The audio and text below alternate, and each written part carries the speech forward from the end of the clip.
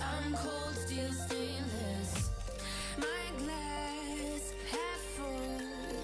Always said, don't suffer no fools. Serpent, daydream. I bite, you call me lovely. Got a sweet tooth. I'm gonna get the sugar from you. When they say I'm a machine gun, I take it as a compliment. Honey, you should know I can be a weapon.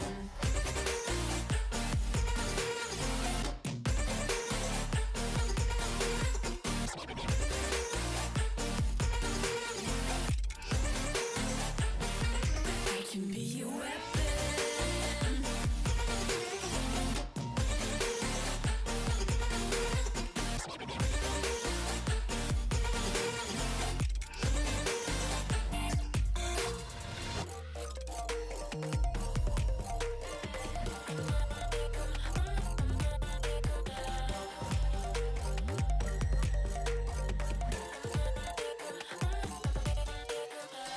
Come cold blood, selfish. Your words are painless. I like when I drive and feel so dangerous. They say I'm a red flag, 'cause they want it so bad. You should know I'm holding on to what I have. When they say I'm a machine gun, I take it as a compliment. Honey, you should know I can be a weapon.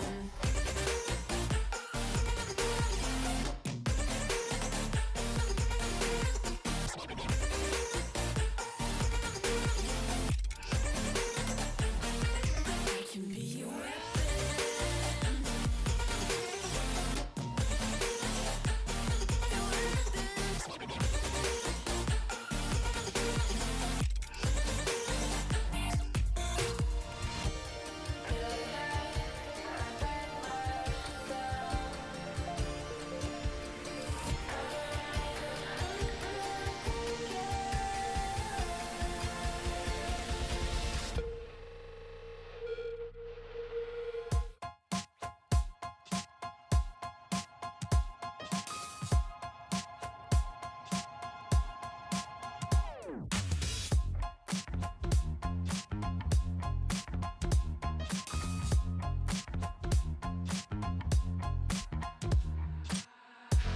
I think I need therapy. My fear gets the best of me. I can't seem to understand how you do this to me.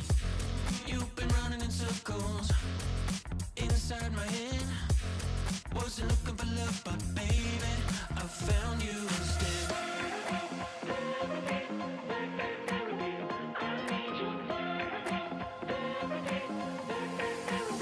I didn't know I was a casualty until you stopped my heart and you made me see I need love. I need love.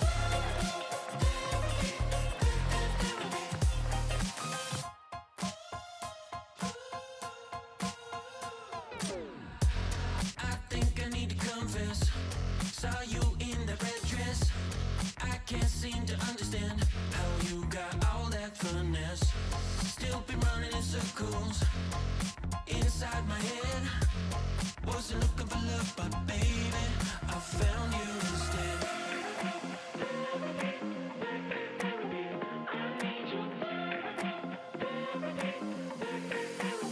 I didn't know I was a casualty until you stopped my heart and you made me see I need love. I need love.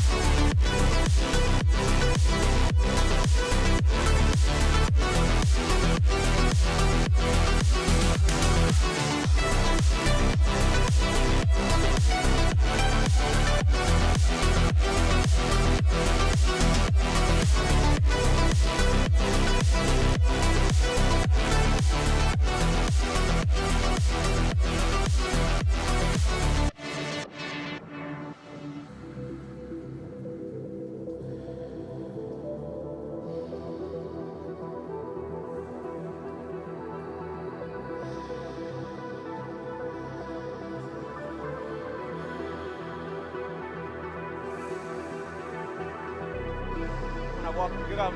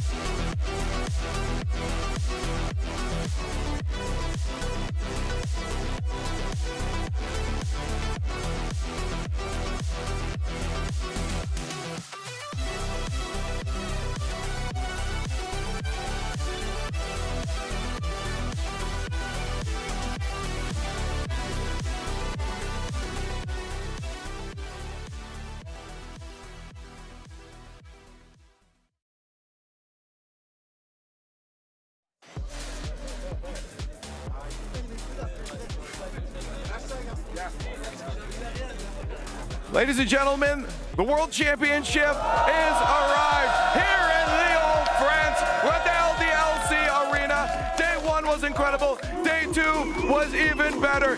And you know today is going to be the greatest thing this esport has ever seen. I'm Leaf, and I'm hanging outside. It's already electric, and Luti is with me again. Are you ready for Championship Sunday? I think we are ready!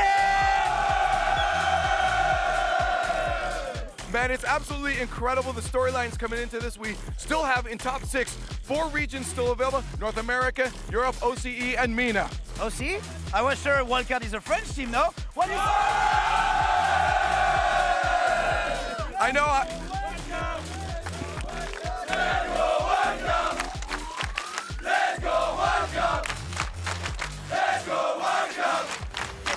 I know, I'll be cheering for them as well. You can't stop it out. But I do know that there's one other team, one other region that these guys will be cheering for even more. And of course, it's the Blue Wall. Of course, Carmine Corp, they're all waiting for it. Maybe just Vatira, he won a lot of majors, you know, but never won the Worlds. He was just waiting for it being France, you know? Is this the time? Maybe. Les gars, vous pensez que c'est maintenant que Vatira va être champion du monde? The only way to find out if that's the truth is to play our game. So let's get on with Championship Sunday. We started in January with teams around the world fighting for qualification for this very day. Legends will be crowned and cemented in Rocket League history forever. Ladies and gentlemen, here at the LDLC Arena and around the world, it's Championship Sunday. Are you ready? I think they're ready, but first things first, we got to start it off here with the first touch pre-show. We already saw 1v1 action yesterday, but it's all threes here from this moment on, Bates. It sure is all threes here. Listen, it's going to be absolutely electric. You know, you got the Carmine Corp boys behind us. They all want to see him win. Les Blue Wall is heavily represented here in Lyon, France. Bienvenue. It's going to be absolutely electric. Of course, we do have some wonderful guests here and some wonderful fans. We have to introduce them, though. Mr. Naywitz, representing MENA. He's going to be rooting for the Falcons as well today. How are you feeling? I'm feeling so amazing right now. The atmosphere is crazy here in France, Lyon. Love the crowd hype as well. They're crazy, they're so good.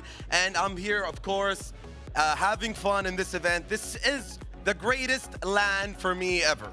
Woo! Then we got a big man in the middle, Mr. Joe DeCease, professional Call of Duty player for the Toronto Ultras. How you feeling, Joey D? I mean, I'm feeling insane. I mean, like he said, this is the greatest event I've ever been a part of. Like, the crowd here is insane. The atmosphere is literally just mind-blowing. I mean, I can't be more thankful to be here, so. Listen, we love that. Make some noise for Joey D, please. Come on. Woo! And then we got a man who needs no introduction, the RLCS World Champion, Season 8 to be exact, representing NRG. Give it up for Garrett G. Baby. All right, today's a special day. I don't know what's going on. Wild card's in the top 6. I'm just happy Monkey Moon's not here. Thank goodness. Hey. Oh, it's God. gonna be a good day. I don't want to see Atomic get taken down by Monkey Moon again, so I'm feeling good. I'm excited. And, The captain's excited, so you mean I'm excited, okay, Bates? Listen, it's been a long road to get here. We started on Tuesday with the first touch pre-show, just welcoming everybody to Lyon, France. We did the play-ins. Teams fought for a way into the group stage. Then after the group stage, teams tried to get to the playoffs. We saw what it looked like Saturday. Competition left, right, and center, but it all roads lead to today, Bates, Championship Sunday. Championship Sunday. Listen, we got 6 teams, 5 matches. Only one can come out victorious here today in Lyon. Oh, I thought we were going to look at the contenders, but I guess we're not. But I tell you this, they do love 2 teams in particular. One of them, let's try it out. Aussie, Aussie, Aussie! Aussie, Aussie, Aussie! Quelle est la couleur? They like those 2 teams. They like those 2 teams. There's the graphic as you requested. Bates, Carmine Corp, and GK. Last remaining teams for Europe. NA has NRG and Ultimate. MENA still alive with Team Falcons. And OCE making it into today, Garrett G, with Wildcard. CJ's having the weekend of his life. I mean, it started off bad with Shopify, but I think this might make up for it. I don't know what's going on. They look good. They're playing well against the Falcons. I mean, I don't know. OC just finds magic once a year somehow, and they're moving. I don't know. I mean, don't underrate them. Don't underrate them. Listen, they do have a date with GK later on today. How you feel about the matchup? Quick thoughts. GK, they've been looking crazy. They have this run. They're doing really well. I think it's going to be a tough matchup. But for sure, GK, they're going to give it their best. They're going to give their best. Listen, guys, I think we're about to take a look at the groups of the bracket tomorrow. No, first things first, we got to take a look at what they're playing for today. Oh, my bad. I Bates. forgot. Jumping all around Skipped the over the prize. schedule. Okay, let's take a look at the prize pool again. Of course, that honor of being crowned world championship does come with a piece of that prize pool, Tyler. Joey, what you doing with the $300,000? I mean, you can't complain with 300K, can you? Like, you really can, you know? So, I mean, I don't even know what I would do. I think I would just stare at it for a good 30 minutes, like, oh, I actually want that. Like, what? Like, but, I mean, yeah, like you said, I think the biggest thing is obviously that world championship. I mean, you know, winning that is just the pinnacle of Rocket League, so. You get that, but you also get to lift up that trophy, the Thomas Light Championship trophy again. Ooh. You heard that? That's Listen, nice. Garrett G, it's glistening. Hey, You see it in game, but now you see it for real. It's looking good up there. It's looking good. How would it feel to hoist that trophy if you were to play? How'd it feel for me? Yeah. Listen, I didn't touch it for 4 years. It took me 4 years. I didn't even touch it. I thought it was bad luck. It felt great. I'm not gonna lie. Maybe it was bad luck. Monkey Moon did walk out with it earlier, and then he kind of lost. So that's the first time you ever touched it. You don't touch a trophy until you win. There it is. Forbidden fruit. You don't touch it. There it is. So listen, Bates, now we can get into the group stage. Let's start with Group A. What we got? Again, just to get a little recap of what led us in here to the playoffs. Group A kind of shook things up, especially with that Dignitas loss. Dignitas losing the wild card in the upper semis, and then I felt like they lost the steam, and then GK ended up taking the spot in the playoffs. And sure, they ended up taking their spot. GK really balled out. Got a couple of Dignitas fans behind me. They're a little sad, but don't worry. Now they're rooting for Carmen. I've already talked to them, and then Carmen Corp in particular had to go into the lower bracket because they lost the Ultimates, who, mind you, are getting a rematch today against Carmine Corp. Carmine, the blue wall, they better be ready to go because Ultimates are not playing around. Yeah, that's right. Again, that 3-1 there. I mean, Blue Wall, how do we feel about the Ultimates? Yeah, they don't like them. And that's going to be times 10 inside the venue. But this is Group B, of course. Name was Falcons handling business. How'd you feel after they got that win against Vitality? It was an amazing win. It was really necessary to get them in the spot, to get them that confidence. They needed confidence for the finals. Also, it got them into the top 6 against Wild Card. So it was the best match for them, the best match they could get. So it was really important to get out and succeed in winning against Vitality. But I still feel like really good about Wild Card. Like, we have to give it up to them because going all the way, and they haven't done that for such a long time. So shout out Wild Card for the amazing run they've had so far in the tournament. And then, of course, you've got the hybrid playoff bracket. We know exactly how we've gotten here. And then you see a little bit of the matchups today. We will crown a world champion. But, Joe, I mean, you've been watching. I've sat with you since, we were in the group stage. We were watching SSG get reverse swept. And then we also saw NRG almost get reverse swept. We know how crazy these matches are. But how's it been from you from an outsider's perspective looking in on all this? I mean, this is, like I said, the craziest event I think I've ever watched. Like you said, the reverse sweep after SSG went up 12-0 in the first 2 games. And, I mean, then for them to get a reverse sweep, like you said, NRG almost got a reverse swept. I mean, these games have been so tight and so close. Even the NRG Ultimates Game 7 where, obviously Ultimates were down 3-1, came back Game 7. And, I mean, yeah, there's just so many important matches that can kind of send you over that, hump. And, it's just been insane, so. Okay, I want to ask one more question, though. Like, going into a championship Sunday, as a competitor, what's kind of like the mindset you have, especially knowing that any match could be your last? Yeah, I mean, obviously, there's been some talk about, the brackets and whatnot, but I feel like on Sunday, anything can happen. It's literally just whoever's on their day, whoever's playing their best, especially at the World Championship. It's literally just whoever's making the right decisions in that moment. So I feel like you have to be on top of your game. You have to be just mentally locked, like you said. And yeah, I mean, like I said, anything can happen. So you got to just treat everyone the same. Anything can happen. And one of the teams that we're going to be looking at that is going to be starting at one probably easier side of the bracket than the other is going to be GK. Of course, they're going to be an earlier matchup for us. GK Bates, they've made it this far. They've taken down Dignitas on the way. Archie may have a chance here at the World Championship Trophy. He sure will. Listen, if you listen to Gibbs, Europe can only eliminate Europe. And right now, if you're a GK fan, that's looking good because they're not playing a single European team until at least the grand finals because there's none other way. They have to go through wild card, then they gotta have to. Then if they win that, they're gonna have to beat NRG, and after that, they might be playing K-Corp. They could be playing Ultimates or Falcons. GK in particular, Oli's been balling out, and Archie's been really productive. Captain, how you been feeling about this team?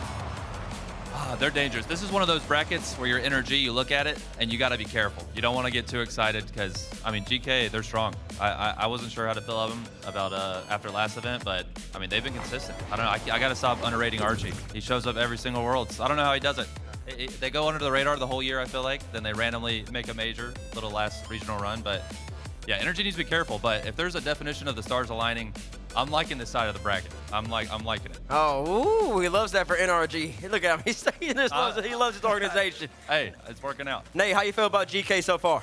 GK, like Gaiji said, exactly. Like, they always make it in the end of the year. Last year, Joyo and Archie as well, like made the amazing run, and they got into the World Championship instead of anything team, and they made like such an amazing run last year as Oxygen Esports. This year with GK, Archie and Joyo and Oli, they're doing, I think, this crazy run. Of course, they still they're gonna match. If they win this match, they're gonna go against NRG, so it's gonna be tough. But against Wildcard, I think they got it. Unless Wildcard just pulls off another reverse Uno card, because they've been doing it the whole weekend, and it's crazy. It's crazy, really unexpected, and just amazing performance from Wildcard.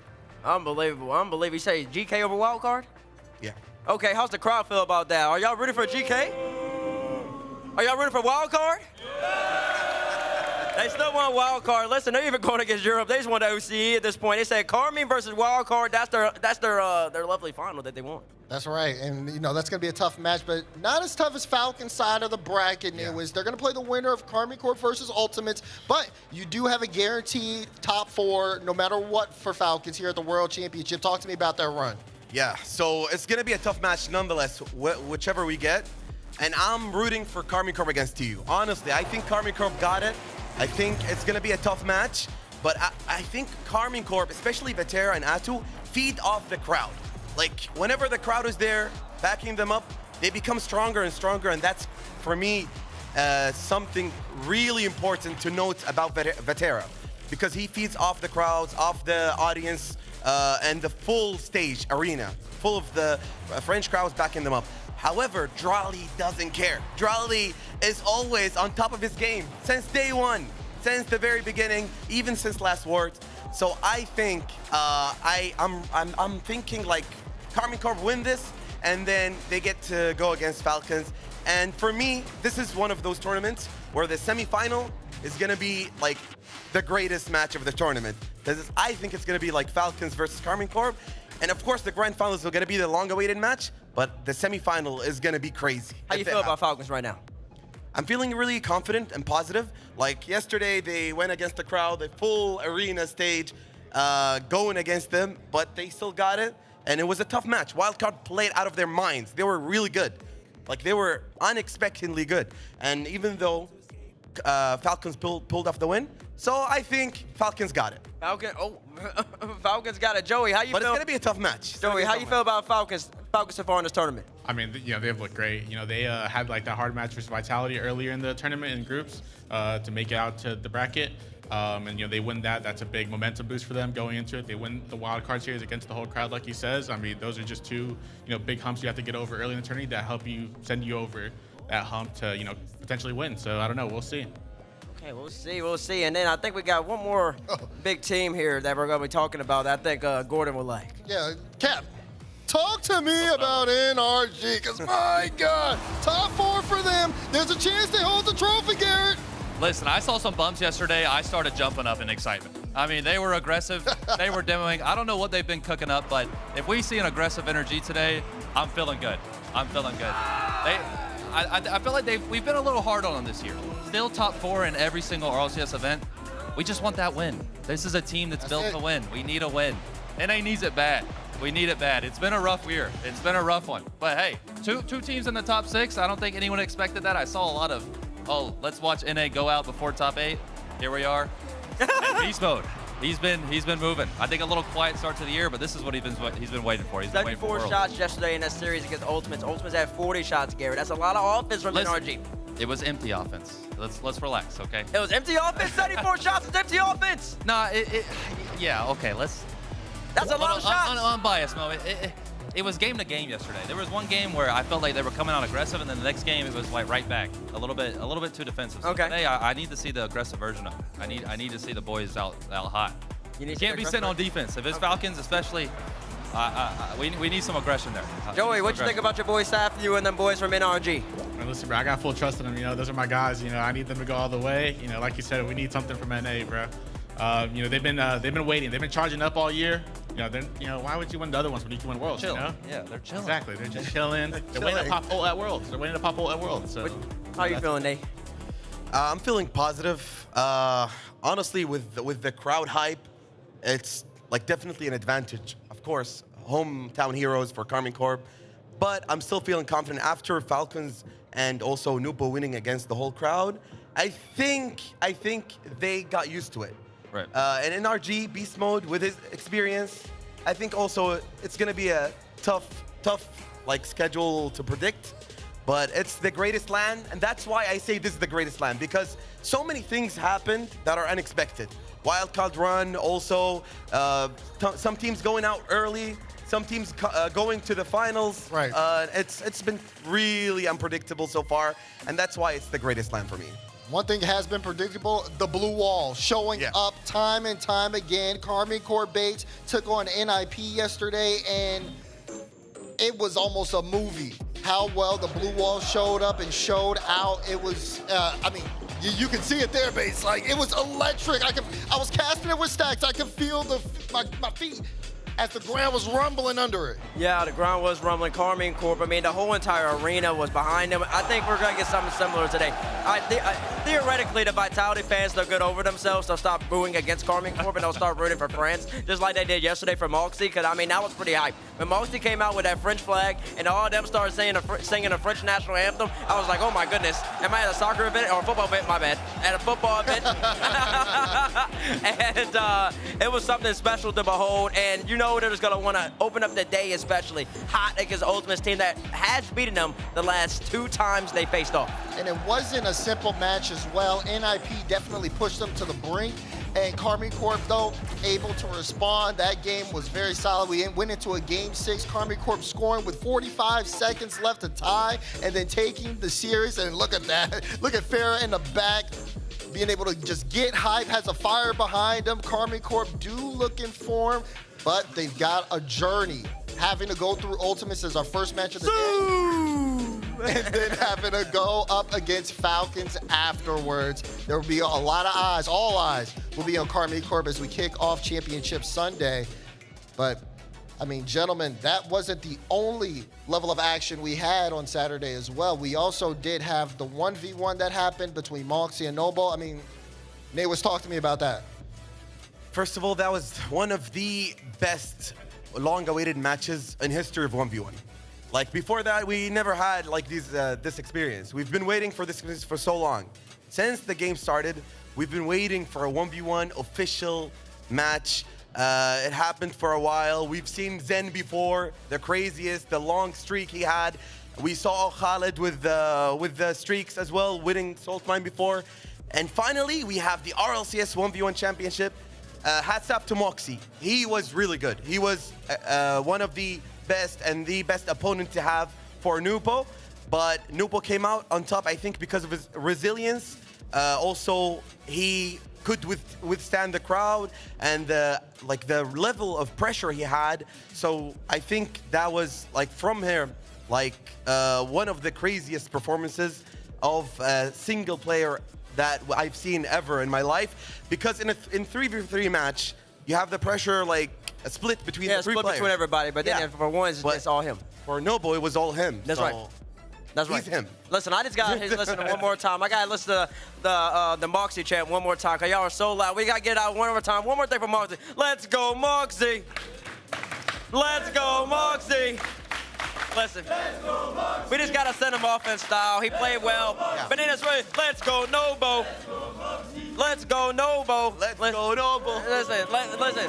He got the job done in hostile territory. You got to respect it. The first ever RLCS 1v1 world champion. Joe, were you catching that match yesterday? Yeah, I mean, that was after the game one, I was thinking, wow, the crowd's kind of getting to him. It's hard not to. The crowd was insane yesterday during that 1v1, but then game 2, 3, 4, 5. How do you say his name? If you don't mind me asking, pronunciation. Anyways, how do you? He needs the official pronunciation. For Noble? Yeah. We usually say Noble. Like Noble. Okay. But I try to pronounce it like you got Noble, you say. Noble, okay. But yeah, Say Noble. Noble? No. Okay, gotcha. I was just making sure. But I mean, yeah, you could tell just like after, he wins the series, he starts kind of like taunting the crowd a bit. I mean, just the amount of confidence you have to do something like that, you could tell he was just locked in the whole time. I mean, you got to respect it. Going against pretty much the whole arena and coming out on top the way he did was just very respectable. Yeah, I was gonna say, even speaking onto the crowd for K-Corp, I mean, it's a lot of pressure to have everyone in the crowd backing you, and it absolutely is an advantage. I'm not gonna say it's a disadvantage, but I mean, that's a lot of pressure. Everyone in the crowd is waiting on you. I think Nobu just he handled it well. He played the villain very well, and he did the same thing at the major as well. I agree. I also have a point. Like, sometimes the crowd can have pressure on the hometown player as well. I think I asked Moxie before the match, and I asked him about the pressure, like, is it in his advantage or is it a disadvantage? He said it's both. Like, because it puts him under pressure to represent, and he did well. Like, he did amazing, and he went out like as the second best player in the world. So hats off to Moxie. But I'm just saying, sometimes the crowd can have pressure on the players. Absolutely. If you were to ask who has the most pressure today at Worlds, it would be K-Corp. Absolutely. Yeah. This is their hometown Worlds. The most pressure. The pressure's on them. This would be a dream come true to get the Worlds win in France with an absolute army. I mean, we're in enemy territory. I think more showed up today. When I was driving up, I couldn't believe how many K-Corp. Yeah. Shout out the Elite Blue Wall. Shout out. And that's just in here. Yeah. It's crazy. Okay, all right. Was that an energy? There you go. We got. It was one. It was one. That's a good one. That's a good one. There we go. All right. Oh, there we go. Okay, we got some NRG fans. Falcons. Oh, we got Falcons. Okay. A little bit of a hesitation. There we go. Oh man, and we're also joined by Leaf. Can we get some noise for Leaf, please? Leaf, I mean, how was the 1v1 for you?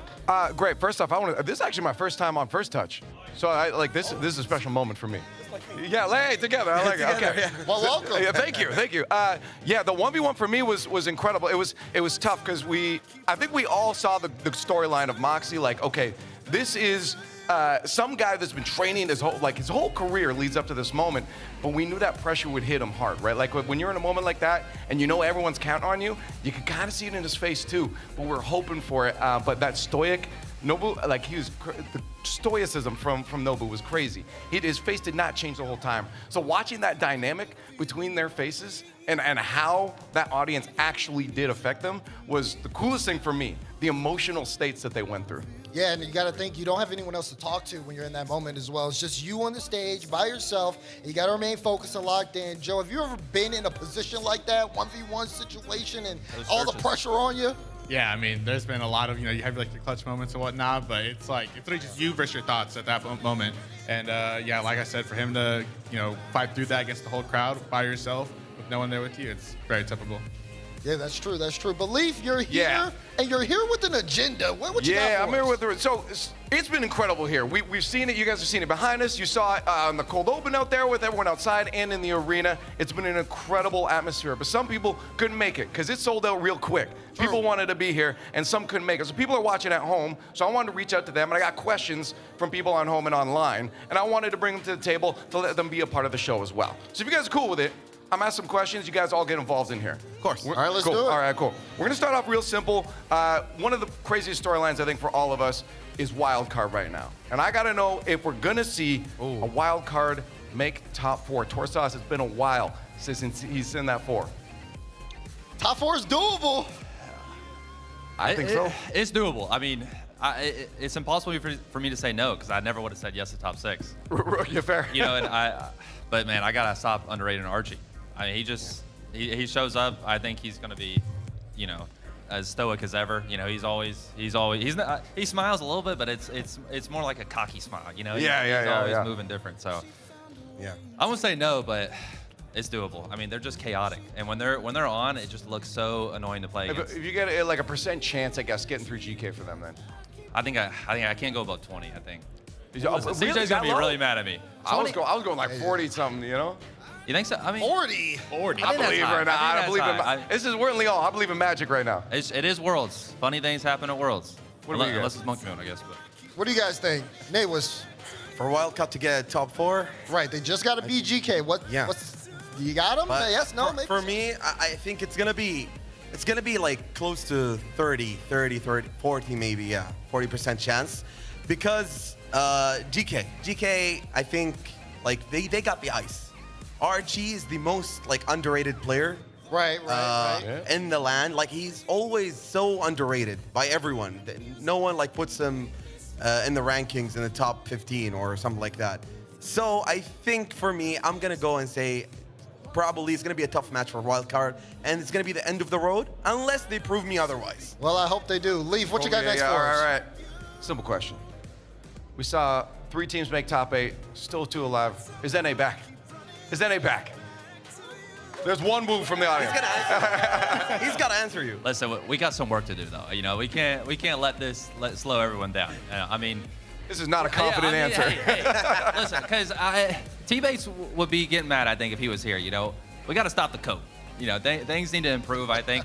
But if there's a happy end to this season, I think this is acceptable. You know, it's better than people saying that there wasn't going to be a single top team in the top 8 from NA. Right, yeah. So, especially with that potential playing Falcons or Vitality if they fell down to NIP.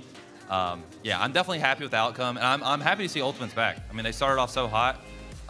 You know, LJ's been getting criticized a little bit. You know, he's got 2 good teammates. Yeah. Chronic, when he's on, Chronic is insane. You know, it's just been, you know, event to event. I think it's been, you know, different levels. But and FK, honestly, he's looking. He might be the best player at the LAN for me right now. Yeah, I mean, he's looking good. Listen, even yesterday Cap, in the loss. don't be too hard on NA, okay? You had 3 teams in the top 8 for NA. Same for I want better. I want more. I want more. I get it. Hey, it's been a long time since we got a Worlds win. That's true. Listen, it's not over yet. Maybe can't be happy today with can change top your 8. mind, okay? Maybe Hey. today will change your mind a little bit more. Leaf, what got up next? Okay, all right. The next one you guys kind of touched on already a little bit here. I think you two both said it here. I got to know right now, is Archie the most underrated player in the open circuit era? If not, who? Oh, I can't say that. I had him at an 8. Remember my list? yeah. DeMar, he did rate him. Yeah. Most underrated. Yeah, I heard some Oli's behind me. Is that what I heard? Oli? Yeah, Oli, Oli this yeah. year, I think he's been insane. I mean, yes, he unfortunately won an event on the Batmobile, and then everyone was mad at him for not using it. Luckily for him, he's playing good on the Fennec, so he's not stuck on the Batmobile. But no, he has been crazy. I think day 1 and 2 at the last event, I mean, he was looking like the best. Joyo obviously is Joyo. I mean, come on now. And Archie, it feels like the pressure. He absorbs it so well. I don't know what it is, and everyone's sleeping on him every year, and he shows up anyway. Well, he said it too, and Joe, I don't know if you've seen this in your world too. He just said it's because I don't have mechs, right? Yeah. So, but he knows where to be. Yeah, Archie said this? Yeah, he said Yeah, he said on stage, in his yeah. interview. I mean, he's probably not wrong. You know, obviously you have like your flashy players that look cool doing it, but I mean, I think that whole team in general is just super underrated. I mean, they just play so fundamentally sound, and they always catch people lacking. Even in the SSG series, that's what they were doing the best. They were just catching their third man lacking, you know, and just that's how they won the series. And they're just, I mean, yeah, that Archie's definitely super underrated. Oli too, even Joyo, you know. So Yeah. I'm excited to see them run this, this Sunday. I agree. I'm gonna add to the list maybe Nas. For me, I think he's really underrated. It's his first RLCS He's getting stock, though. LAN appearance. He appeared in LANs before, like other LANs, non-RLCS, but I think he's one of the top performing players. I gotta give it to him, Nas. Yeah. That's fair. Okay. That's definitely fair. I Leaf, got 2 more. We got time for both? we don't. Okay. We Then actually I got- don't. Okay. So it's unfortunate. I got to cut you off That's here okay. because we do have to send it to T-Bates. I think he's standing by with someone very special. Let's see what he's got for us. Leon, we are outside. It's me, T-Baze, and we are in Cometto. Go owner of Comico. I can see we have all the fans behind us. As you know, the blue wall, they're ready to go. Cometto, how are you feeling today? I'm feeling good, T-Bates. I'm feeling good. I think today is going to be the day. Today is going to be the day. Today's going to be the day. What do you have to say to all your fans behind you? They're ready to go. Les gars, ce soir, on est champion du monde, les gars. They're not playing around. Kameto, how have you enjoyed the event? We're here in France, your home country. How are you feeling? Yeah, finally we're here in France for Rocket League because it's been the best country in the world for the past years, and today we get to enjoy the World Championship here. I think it started bad for EU and France in particularly, but now we're doing good and we're gonna save France and win the whole thing. Okay. You got a matchup against Ultimates coming up. How are you feeling? We need to revenge ourselves because they beat us in the group stage, and the Ultimates today, you're gonna go home. Okay, you want to tell them that? Les gars, the Ultimates, c'est bon ce soir? They're going home. À la maison. And then, of course, Vatera's still looking for his world championship. I remember watching back in Dusseldorf. He was so close, had to go up against Vitality. How was that feeling? And then comparing it to now when you have Dryly and Atto. I think we've been the most consistent team, and I've been following Vatira since the beginning. I've seen him grow in our team. He was a little kid, now he's like the captain, the more mature guy. And I think he deserves it, we deserve it, and we're gonna do it together. So yeah, Vatira really deserves the world title. You deserve the world title, is that real? Is there any chance that you want to teach people at home that all of them know? Because listen, they're at home, they don't know what y'all are doing in the arena, they know they're loud, but they don't know what they're saying. Any chance you want to teach the people? Les gars, vous voulez faire un chant? Faut un leader là pour faire un chant. Montrez-leur la puissance de la K-Corp. On fait quoi? On fait un truc facile. Let's go, Carmine, tout simplement, avec les bras. Vous êtes prêts? Vas-y, let's go. Carmine! Carmine! Carmine! Carmine! Carmine! Carmine! Carmine! Carmine! Simple and easy. Simple and easy, huh? That's all you need. That's all you need.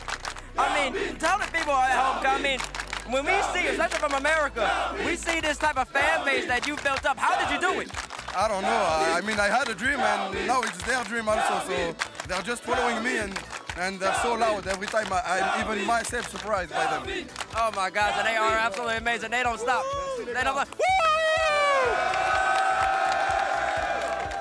And then, of course, if you do end up being Ultimates, you have to play the Falcons. How do y'all feel about the Falcons? Oh, they made noise. They didn't understand me. How about you ask them? Les gars, il a dit qu'est-ce que vous pensez de Falcons? On va les tuer, non? I mean, they're Riley Major champions. Do they scare you? Do they worry you? What are your thoughts? I have a stat, T-Bates. I have a stat. We never lost against Falcon in the best of 7. Never, ever. Oh, so yeah, you're confident? I'm confident, but they're good. They're pretty good. We fought against them in Esport World Cup, and now they're on our road, so we will need to beat them. You need to beat them, and listen, for you, I hope you get that job done. If you beat Falcons, you didn't go up against maybe NRG? Maybe. How you feel about against NRG? Easy, it's NA. Is that easy? Yeah, NA easy. NA best of 7 easy. NA best of 7 easy? Yeah. Why could you tell them that? No, what do you mean? Tell them NA best of 7 easy? NA, les gars, une équipe américaine best of 7. It's easy. That's I mean, and then just tell me about this. Like we talked about the experience and everything, and how you have so many fans back there. What does it mean? What would it mean to you for Carmine Corp, representing France, to bring this home for y'all? I mean, it's our dream, and like you see, the fans, they move everywhere in the world to support us. So I think they deserve it. They deserve to feel happy tonight, to lift the trophy with us. So yeah, it's a dream for us. Can you translate that to French for them? Les gars, gagner les Worlds, pour moi, c'est un rêve, et c'est devenu votre rêve, que ce soit sur Rocket League ou n'importe quel jeu. Et aujourd'hui, on en a la possibilité. Notre équipe a été forte toute l'année. Donc, c'est aujourd'hui, les gars. C'est aujourd'hui qu'on va être champion du monde. Man, you got them going. I'm trying to be like you. And I mean, talk to me about the 1v1 yesterday. I know you're rooting for Moxie at Novo. Yeah. What were your thoughts about that? I didn't get to watch the whole game, but I'm sad for Moxie because he's a really cool guy. I think I met him like on this event because I knew him, of course, by name. But I really talked to him at this event, and I saw him like a really cool guy. Unfortunately, he lost, but I think next year he will get it. Next year we will get it? Yeah. Okay, listen, I love that. Unless it's a KC player that wins. listen, you got to be happy there too. Yeah. I'll tell you this. Listen, if there's any city in the world that you would want Rocket League to come to next, what would it be? We did Lyon in France. Maybe next one is Paris. Paris? Yeah. What do y'all think about Paris? Listen, I heard Paris has some pretty big arenas. Wherever in France is gonna be insane. Anything in France? Yeah, anything in France. And then listen, we're slowly getting closer to wrapping up. Listen, we gotta get some real energy going for all them behind us. Can you get it warmed up? Can you get them ready to go? Vas-y les gars, à 3, 2, 1, on va tous crier le plus fort possible, on va les choquer. Dès que je vous dis go, on y va, ok? 3, 2, 1, go! World champions by the end of the day? Carmine, champion du monde les gars! Carmine! Listen, they're ready, fired up, ready to go. Tell me the road. So, Yobi, oh wait, never mind. You already told me the road. You gotta be Ultimates, then you gotta be Falcons. Who do you play in the grand finals? You playing Wild Card, GK, or NRG? Maybe GK, but I think NRG. Think NRG? Yeah, NRG. Okay, and you play NRG, what series score? 4-1. 4-1? Yeah, 4-1. 4-1? It ain't that easy. Yeah, and you better vote for us. When you...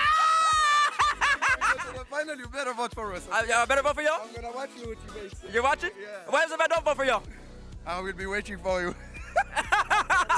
Debates! NRG! Falcons! GK! Wildcard! Aussie! Listen, they love it.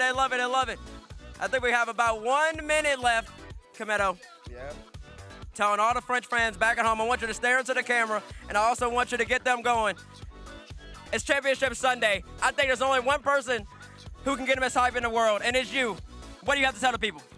In English or in French? Tell them in French. In French, ok. Bah les gars, comme je vous l'ai dit, c'est le jour J. Tous les ans, on attend ça. À chaque fois, on arrive juste à peu près à aller en demi-finale. On n'arrive pas à aller en finale, on n'arrive pas à remporter le championnat du monde. On gagne des majors, on gagne tous les régionaux. On est l'équipe la plus constante. Aujourd'hui, on le mérite et je compte sur votre soutien, que ce soit dans le chat ou dans la salle, pour nous aider à accomplir ça. Et voilà, ce soir, on va célébrer, les gars. And last but not least, we gotta do y'all's famous chant. I believe it's what's the color? Yeah, ok, let's go. Vous êtes prêts? What's the color, les gars? Ok. What's the color? Blue! What's the color? Blue! I said, what the color? It's Championship Sunday, we're ready to go! Let's go inside, come on!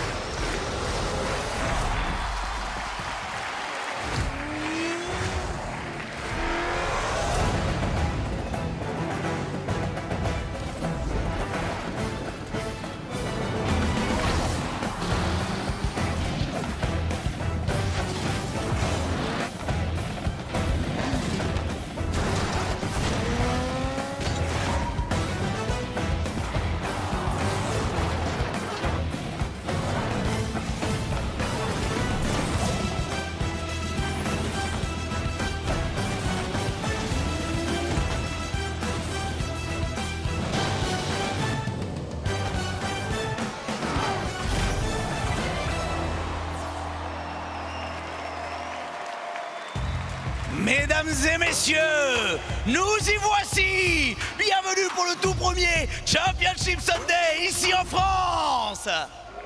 Toutes les équipes du monde se sont battues toute l'année. Un seul objectif, être en vie, être en place sur cette scène pour ce dernier instant. Europe, États-Unis, l'Océanie et le Moyen-Orient. Tous les talents du monde réunis pour tenter de décrocher l'ultime titre. Est-ce que Energy brisera la malédiction chez ses ennemis? Est-ce que Falcon prendra sa revanche? Est-ce que Carmine Corp ira au bout? Aujourd'hui, nous allons le savoir. Lyon, public français, mettez-moi le feu, car aujourd'hui, c'est le dernier jour des championnats du monde de Rocket League.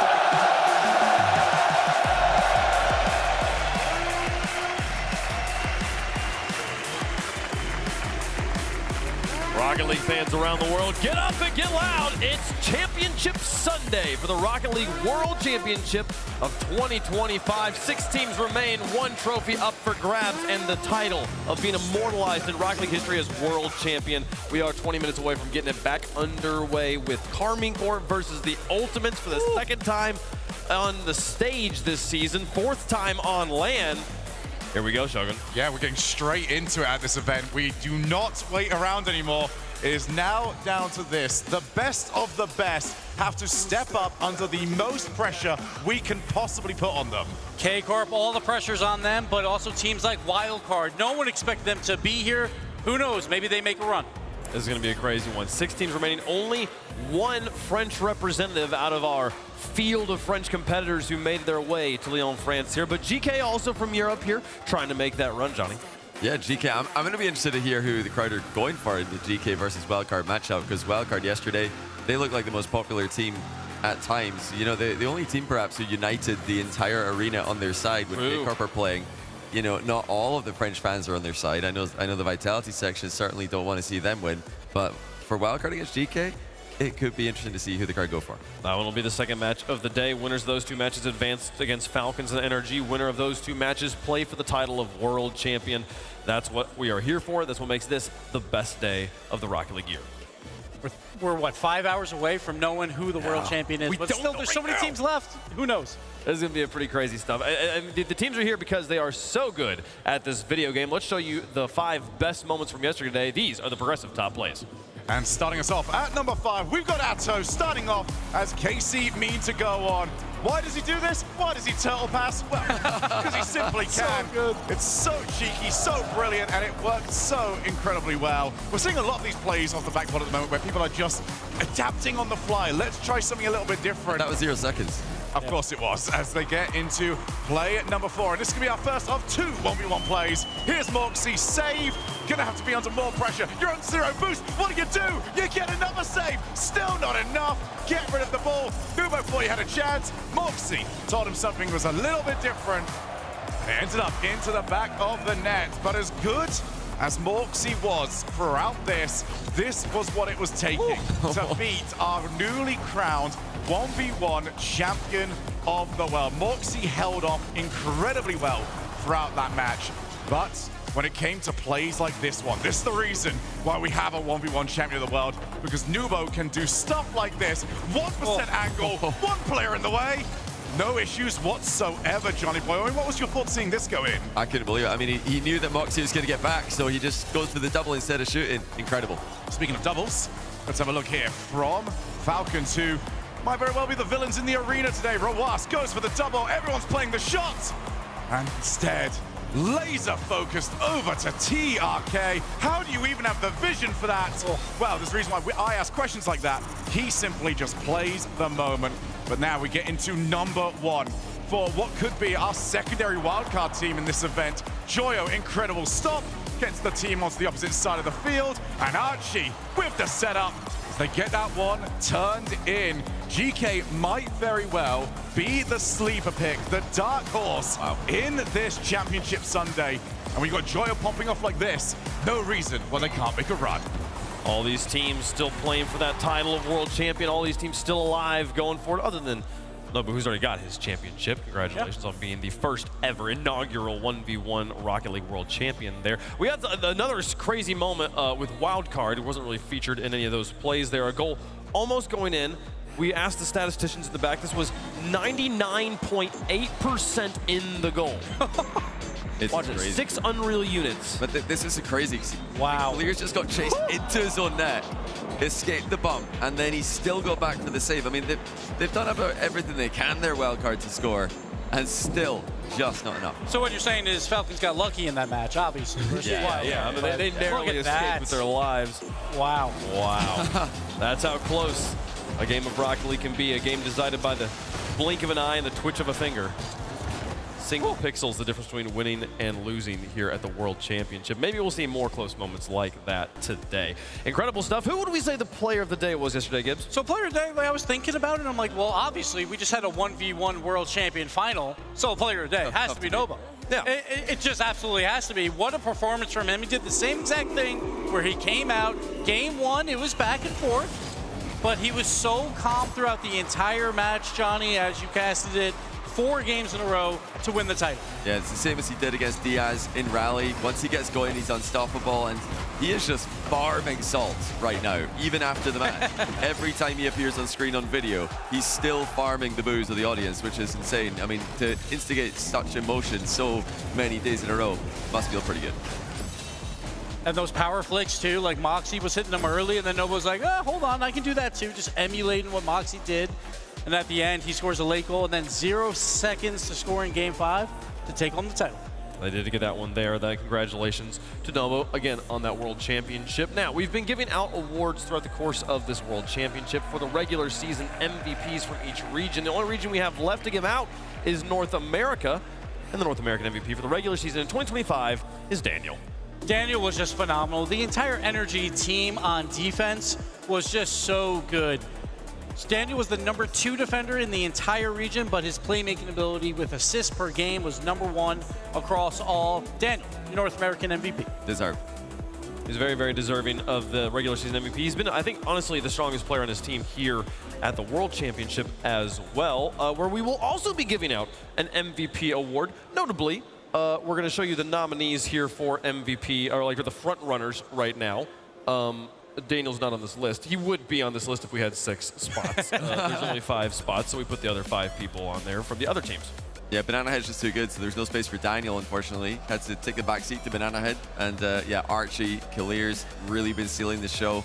Batty's going to be the front runner if we ask the audience, but first Killer, yeah. what an event he's having. Oh my God. 500 score per game, 505. No one's averaged that except for Jory's back in a fall major. First Killer is doing everything for his team. So if they win this World Championship, First Killer will definitely walk away with that MVP, but they have a long run ahead.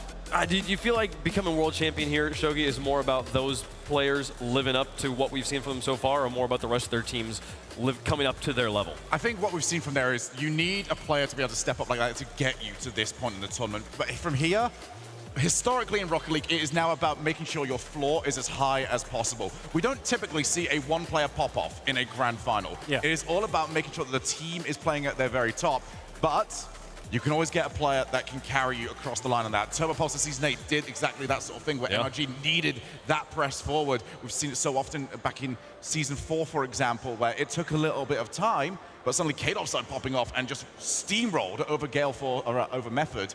One player can make that difference. We always think about the one-player pop-off moments. Those are the ones that make it into the highlight reels that we play year after year after year. But the majority of the time is the team effort that gets you across that finish line. We'll see which story we get today here, folks. And the players are also working towards the progressive accolades awards we are handing out at the end of all of our 2025 LANs. We've been calculating these stats across the course of every LAN event for the RLCS season. For the top offensive striker and playmaker, as well as defensive savior of the season.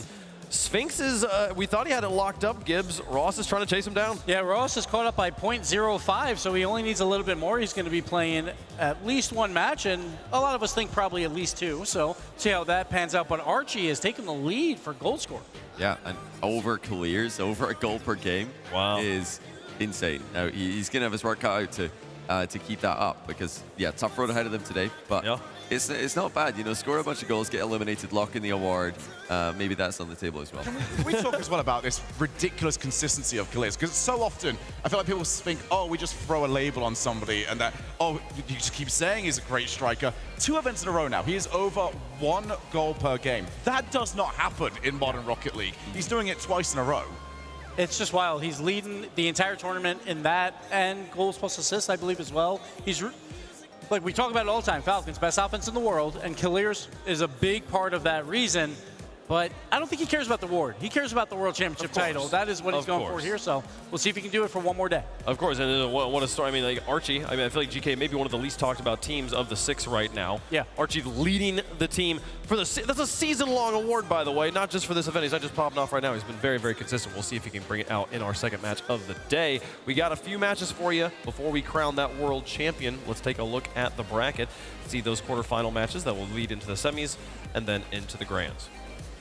I feel like Falcons versus, like, if it is K-Corp, that feels like what everyone thought would be the finals here. We talk about the tier levels of teams. It was Falcons and K-Corp and then everyone else. But because of that early loss by Ultimates, K-Corp's in the lower bracket. Folks, it's time. You've waited long enough. Let's kick off Championship Sunday. Introducing first on the blue side, representing Europe, the final home team remaining, Le Blue Wall, Carmine Carr!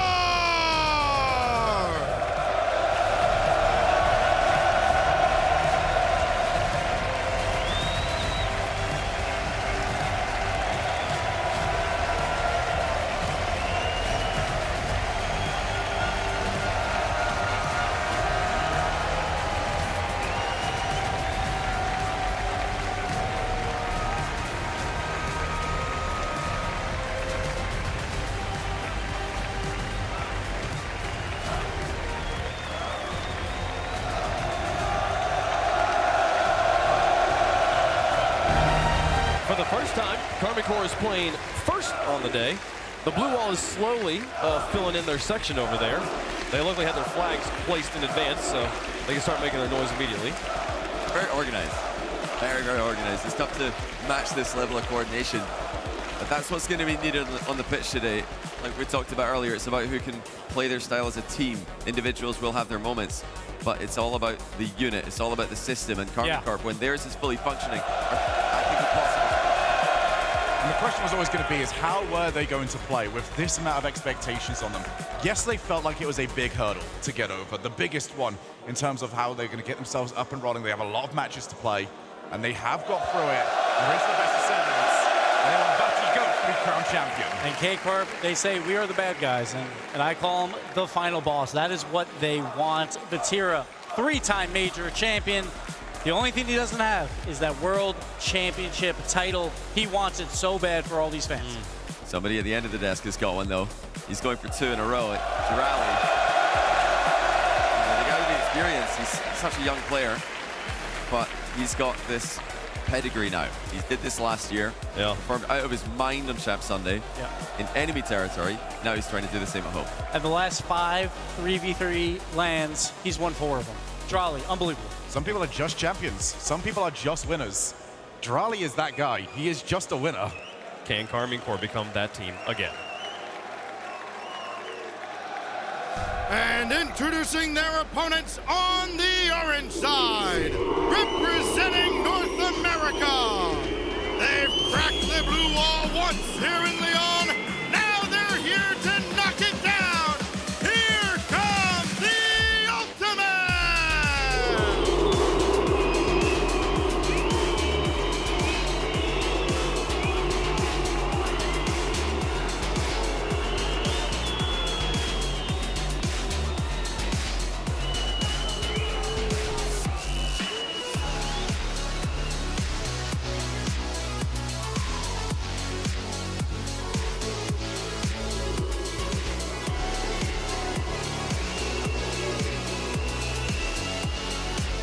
And the only reason why a K-Corp is in this position is because of this team right here. 2 days ago, the Ultimates took them down to the lower bracket, and that was when the full team was playing phenomenally. Yesterday, it was the first killer show. It has to be all 3 members today to make this run. Yeah, I'm not worried about this guy right here, though. He was dunked on NRG. He was looking great, and he's got this championship experience as well. Major winner back in Rotterdam. First killer, still looking to pick up his RLCS LAN win. One of the best players, it's the unenviable title. One of the best players to not win one. We were talking yesterday when they were booing the Falcons that they were booing because they were scared. I think there's a little bit of that with First Killer as well. This is a team that has taken down Carmine Corps at each of the last lands, or at this event and in Raleigh. But we all remember Birmingham and how the finals went when they were playing on the stage. Yeah, it's always one of those things when it comes to First Killer. He is always either the best player on the field, 95% of the time he is exactly that, and by quite some distance. But we always scared about that 5% where suddenly he goes missing, when he tries to maybe start doing too much, when things start going wrong, and he tries to overcompensate for it and get in front of his own teammates. This has to be full trust in the squad. We talk about the Ultimates, high ceiling, right? We know that they can get here before. They've beaten K-Corp already. It's just that low floor. they could bomb out of this tournament right now. All three members have to be playing well. First Killer has to lead this team. Yeah, I believe in First Killer, though. I think that this event and his growth as a player, back in the day, he did have those moments where he'd try and take over the series too much to the detriment of his teammates. I don't see that anymore. I'm seeing a player who's making his teammates look as good as possible while still looking like the best player on the pitch individually. 506 score per game is just a crazy number with this many games played. And goal participation as well, very, very high for First Killer. But that's what you expect. First Killer leads NA every single year in all the categories. But as Shogun was saying earlier, this is a day about bringing up the floor of your team across the board. First Killer, if he's going to try and carry his team, he has been improving in that regard. He's not been trying to do that as much. He's been being a less selfish player, more team-oriented player. But in these high-pressure moments, old habits can pop up sometimes. Yeah, but it's not really his fault, I think. Like yesterday versus NRG, that was more just LJ and Chronic were not playing up to par. And LJ, his international record against international teams is very, very good. He knows how to perform when it's not North American teams. So we'll see if he can get back and forth. Yeah, I am a bit worried about LJ, though. This is easily the highest pressure day in his life for Rocket League. Yeah. And yeah, he looked nervous out there yesterday in Game 7 against NRG. Well, folks, let us know who you think is going to win in the Progressive Fan Vote. Hashtag KC for the Blue Wall. Hashtag TU for the Ultimates. We are getting moments and moments closer to kicking off the gameplay for Championship Sunday. Two teams that have played each other many teams across the season. First Killer and Vatira have played each other in 2 RLCS LAN Grand Finals. Vatira has come out on top both times. Yep, and they're going to need to try and add to that right here. I mean, it's almost about, it's got to the point now where almost North America's looking at towards curses, the curse of Neo Tokyo, for example. Yeah. Is it important that Ultimates win this in 5? They have to be leading after Game 5. If Ultimates don't have 3 wins, they might as well give up. So, you know, if KC's on match point already, yeah, going into Neo Tokyo, it's tough. But let's not forget that the Ultimates, yes, it wasn't in front of a crowd. They have beaten K-Corp twice this year already. They have. So they have their number right now, 2-1. Obviously, most important match went to K-Corp. But when the lights are the brightest, can the Ultimates finally show up? The question we're all asking.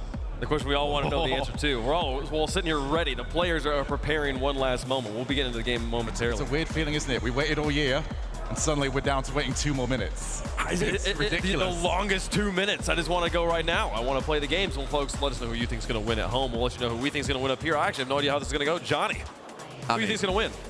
You know where I'm going to go in this. There's no question. I mean, they've already saved the event 2 times. They've got to do it another couple times and make the final so that we've got the packed audience, max volume.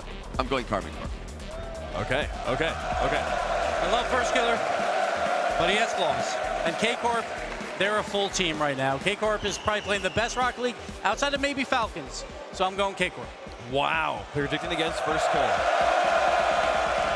Shogun? Well, there's no way I can go against this, can I? It has to be KC. It's their time to try and steamroll this. I see this being done in at least 5. Give me KC.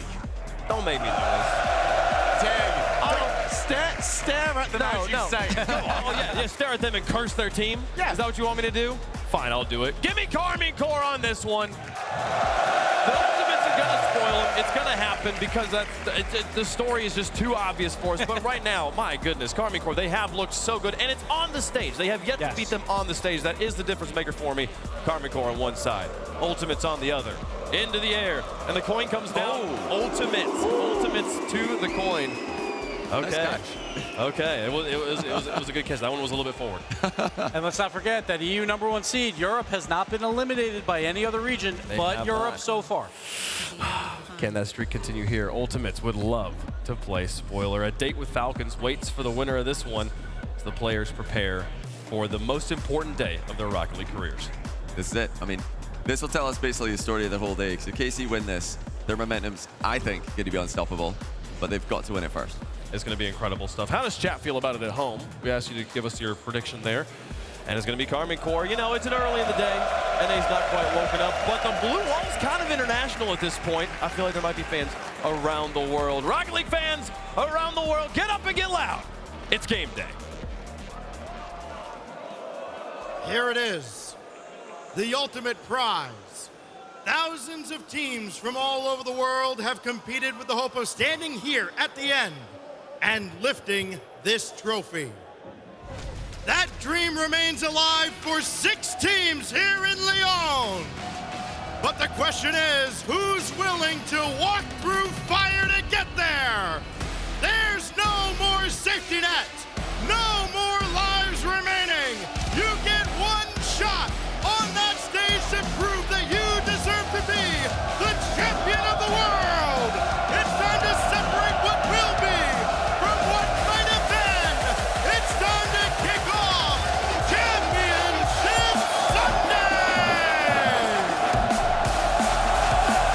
Hundreds of days, thousands of hours of blood, sweat, tears, and desire lead up to one final war. Stumpy, the beginning of the end of the 2025 season is upon us, and Game 1 is brought to you by Progressive. There is so many days, so many series, hours, scrims leading up to here. And as Gibb was saying on the desk, the scale currently tips in favour of the Ultimates in best of 5s. They're currently 2-0. Then the other series, the best of 7, the grand final over Birmingham, the best of 7, a 4-0 in favour of KC. So truly could go either way. Well, I hope this is coming through to you guys right now. The volume here is immense, and it's because of chances like this one for Carmine Corp. Vatira shoots the big save. Early doors from LJ. Carmine Corp beginning on the front foot. Vatira forces Chronic to push it into the corner. Charlie's keeping up the attack, though. If Carmine Corp can get an early goal, the roof will blow off. Look at the story of this series, and it's first killer versus every team they've come up against so far. The defense for KC has been their strongest asset. They have been the hardest team to score against. They've also had the least shots against them, the lowest goals as well. And first killer on the side of the Ultimates, he has been the guy for North America, not just his team, but for NA as a whole this lap. Yeah, he's been utterly immense, but like so many players on this pitch, the one thing he hasn't been able to do in recent times is perform at World Championships. Top 16 2 years ago with FaZe, top 14 last year with Gen G. Good enough for first killer, but he's already done better than that this time. He's going to go one step further into the top 4. The first time his Ultimate players have made it into the top 4, of course, at Worlds. Charlie, current reigning champion, he just keeps on winning. Yeah, and I feel like when you look towards the players that we've seen eliminated, Charlie, he's the only one from the World Championship winning team that is still here. Zotka Monkey Moon, they went out the other day with Vitality, and he is remaining. Basically, with Zen clearly not the play, as first killer goes for one of his own. Charlie does manage to catch an air duel straight back again, over the top of LJ. He has to head back home as Chronic takes a touch. It's a little bit wayward, so Vatira can take control. LJ clearly positioning on the backboard, finds FK, the immediate pass down. Chronic, shot on target, but Atto gets a glove to it.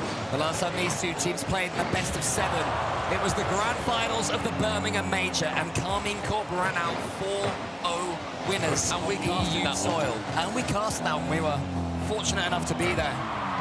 The Ultimates were just coming off the back of a defeat of NRG. This time they've been defeated by them in that thrilling 7-game matchup yesterday. Carmine Corp have been progressing themselves with a flourish so far. Back to their best now, KC, despite their earlier loss. You're seeing that defense from, I think, both sides really coming into play. The Ultimates put in the front foot. Normally, LJ, he dives in to make sure that they don't go down 1-0 halfway through the game. The Carmine Corp defense has been putting up a fantastic wall. One pass long from Vatira, can't find a teammate, so LJ will be the man to receive. Fakes out one, Dry's gonna retreat, but LJ with no boost leaves himself completely vulnerable. Vatira in the sky, first killer, takes the next touch on the ball. Vatira with a very soft dunk. And we're seeing both teams really feeling each other out early on in this game. And Carmine Corp so far, they have been out shooting the Ultimates by 5. That's 6 shots to 2, and it's the 6th one that counts. A same good pass, turns out it was a perfect pass and an even better shot. Double woodwork, like a DVD logo. Drali secures it. Charlie, who has won the last 2 esports World Cups, he's won a major. As I mentioned, the reigning world champion. And with finishing like that, you can see why. With teammates like this, you can see why he's favourite to do it again. Carmine Corp do break that deadlock. And they're going to keep on pushing as Atto to the ceiling, gets it into that far corner. First killer having to do more defending. The Ultimate's so penned back, Stumpy. This is KC at their best. Yeah, this KC offense has not been the story of their tournament so far. They've been the defensive side. but they can really turn it on when they need to. Vatira, a lovely pop into then a fade, goes low, another 50. Sees Charlie waiting, he gets bumped into it. No! Vatira can't get there before Chronic. Oh, a lovely idea though of a player as intelligent as Charlie. You back him to have meant the pull shot. Almost paid off. They're going to keep coming again. Charlie has the reset, has to go early, gets onto the back wall. Vatira tries to steer it around the corner. Charlie attempted to get the redirect, couldn't quite do so, but Vatira's going to come again. Carmine constantly full of boost. Vatira, look at the composure that he shows. Here's Charlie, must be too, but Firskiller gets in the way. The attacks, though, keep on coming. They keep rolling through, and Firskiller's the man to make sure they don't go too ahead for the blue wall. Chronic in his own back corner, 70 boost, attempting an air dribble, gets high. You see, LJ wants to go for it, but Charlie's first man to make contact. Anto fakes it out. Firskiller falls for the bait as well. Booms it into the corner, where Vatira was already waiting. So to send the ultimates back. 19 seconds left. This game has flown by.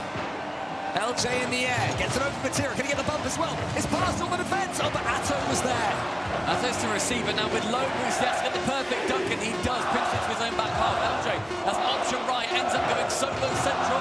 Ends up falling actually too. Chronic Firskiller has to touch it instead. Vatira's man to get in the way. Chronic to keep it high. The question mark still being asked, but a double pump south. Well sent it Brownwood. And Carmine call. Game number 2.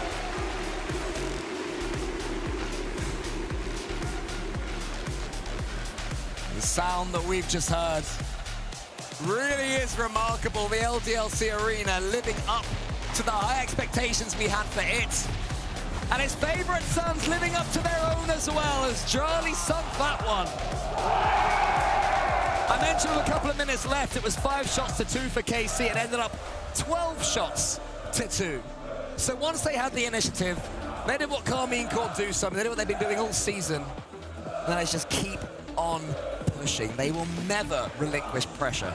For the KC fans here, though, we've seen across the entire regular season, when they win the first game, they've got an incredibly high win percentage. They are, I think, the best team in the world win percentage-wise. They managed to go through with a 96% series win percentage when they win game number 1 online. On LAN, it falls to 70%. So online, they have a lot more ice when they win the first. They're 27-1 when they win the first game. This one may well be different, but it's a good start for them. A 70% win percentage from this point forward for the blue wall. The Ultimates. Part of them will be thinking of what happened the last time they didn't play in a best of 7, especially with kick-off shots like that. Atto gets the 50-50 to Charlie again. It's that combination. Charlie ain't gonna make no mistakes.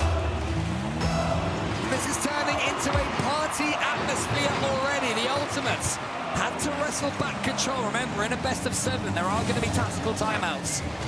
And the Ultimates take it, could be paramount. Charlie puts onto the crossbar again. The Ultimates digging incredibly deep just to stay in this one. That's a poor touch from Vatira. For a second, LJ thought he was in. Gets a LJ gets a few more. Who's there? Firskiller has to leave it. And now Vatira has the counter. It's a great idea for Vatira. Go high. You know they've wasted a lot of boost, a lot of weight, and they've used a lot of boost. Don't go for those demos. They couldn't get the goal from it. And you now see LJ lurking in that final third, trying to be a nuisance, trying to be the demo keeper of this game. LJ touches it high. We've not seen much out of him so far. And that would be one hell of a time to peak. No, but it's better though from the Ultimates. They're having some pressure of their own. A couple of touches to go. Chronic could have been further forward and been on the other side of the pass. But maybe now they've overcommitted. Charlie nips it past 1 or 2 of them. Vatira's there. The Ultimates fall for the trap. This game started to run away from the NA side. It's a great play from Charlie. The speed accelerating up that right wing. And he stays calm and stoic as ever. Job not done. On our pre-show, teammates had an excellent interview with Kometo, and Kometo said, NA, easy. So far, it's proving to be the case.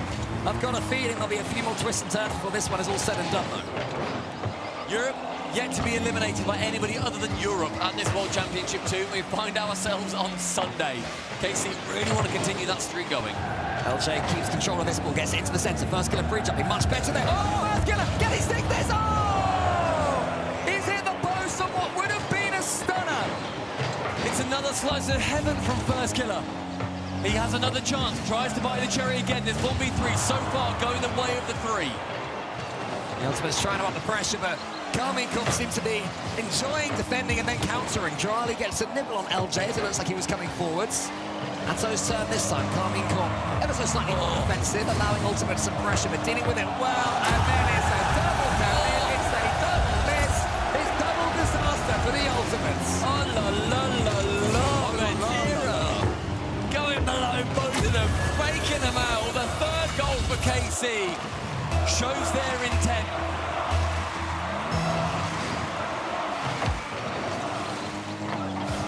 Karmine Corp, a team that keep on pushing, keep on prodding your wounds when they begin to show.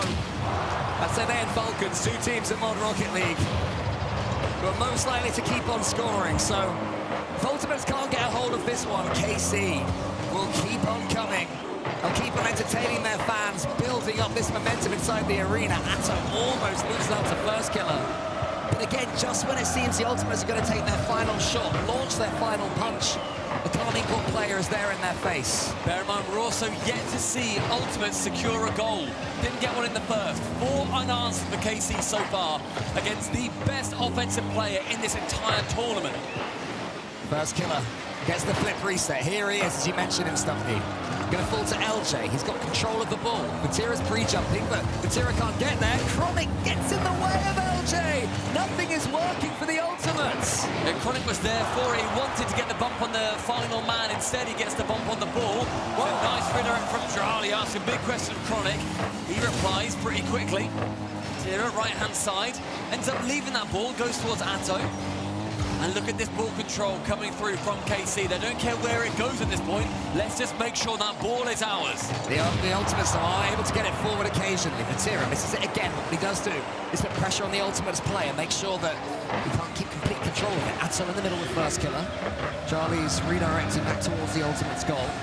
It should be relatively defendable for the Ultimates. It's better there from LJ until Atto comes in. Chronic a little bit of trouble, pushes it to the side. Seem like a 4th goal for either team is brewing at the moment. A completely open game of Rocket League. Final 80, shot below the crossbar. And Atto, once again, draws back the bow and fires the 4th arrow into the heart. Chronic could do nothing about that one. Atto knew where the goalkeepers were and picked the spot in the net where they would not be. Karmine Corp putting the Ultimates to the sword. Relentless from the blue wall. Charlie wants the redirect. He's got the redirect over Chronic. Nobody was following it up. But the party's continuing. Chronic pushed it to the side. And the Ultimates, they seem like they're running out of ideas. Their only hope at the moment is a tactical timeout. Yeah, I imagine we see it after this game. And it would have to be the greatest team talk we've ever seen from Sad Junior. I mean, that's compounded by the fact, Cole, that, you know, we've got 40 seconds left. It's 4-0 up, and the Ultimates, they've only been able to get through these best-of-5s against KC. A great chance for them there. Still yet to score 5 unanswered. Vatira goes long in the final 30. Wants to get it central. Only finds as far as Drali.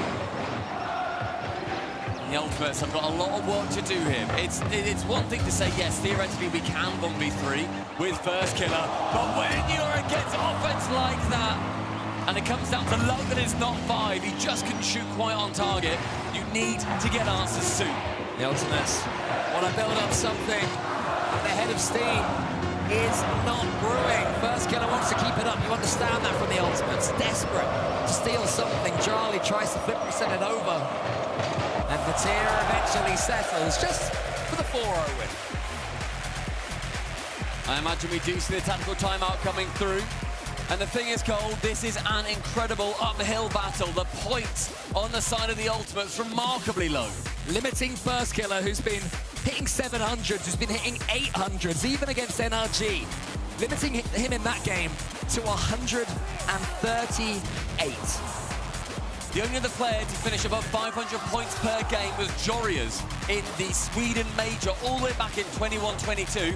First killer was on to match that as well with over 500 points per game average. And I believe I just heard that is going to be a timeout called for the Ultimates. The issue is goal, as I was saying, an uphill battle. So far this season, when winning the first 2 games in the series, Carmine Corp are 30-1. The one that they lost was the best-of-7 reverse sweep against Twisted Minds in the Raleigh Major. That happening so recently. They've won 23-0, 100% online, 7-1 on LAN when they win the first 2 games. I don't know what the Ultimates can say here, but Twisted Minds prove the gods can bleed. Can we bring them to their knees? Well, the Ultimates is going to have to hark back to what did happen in Raleigh. That was on their soil as well. They would have been bearing witness to what Twisted Minds accomplished against Carmine Corp. But Carmine Corp didn't have this back then.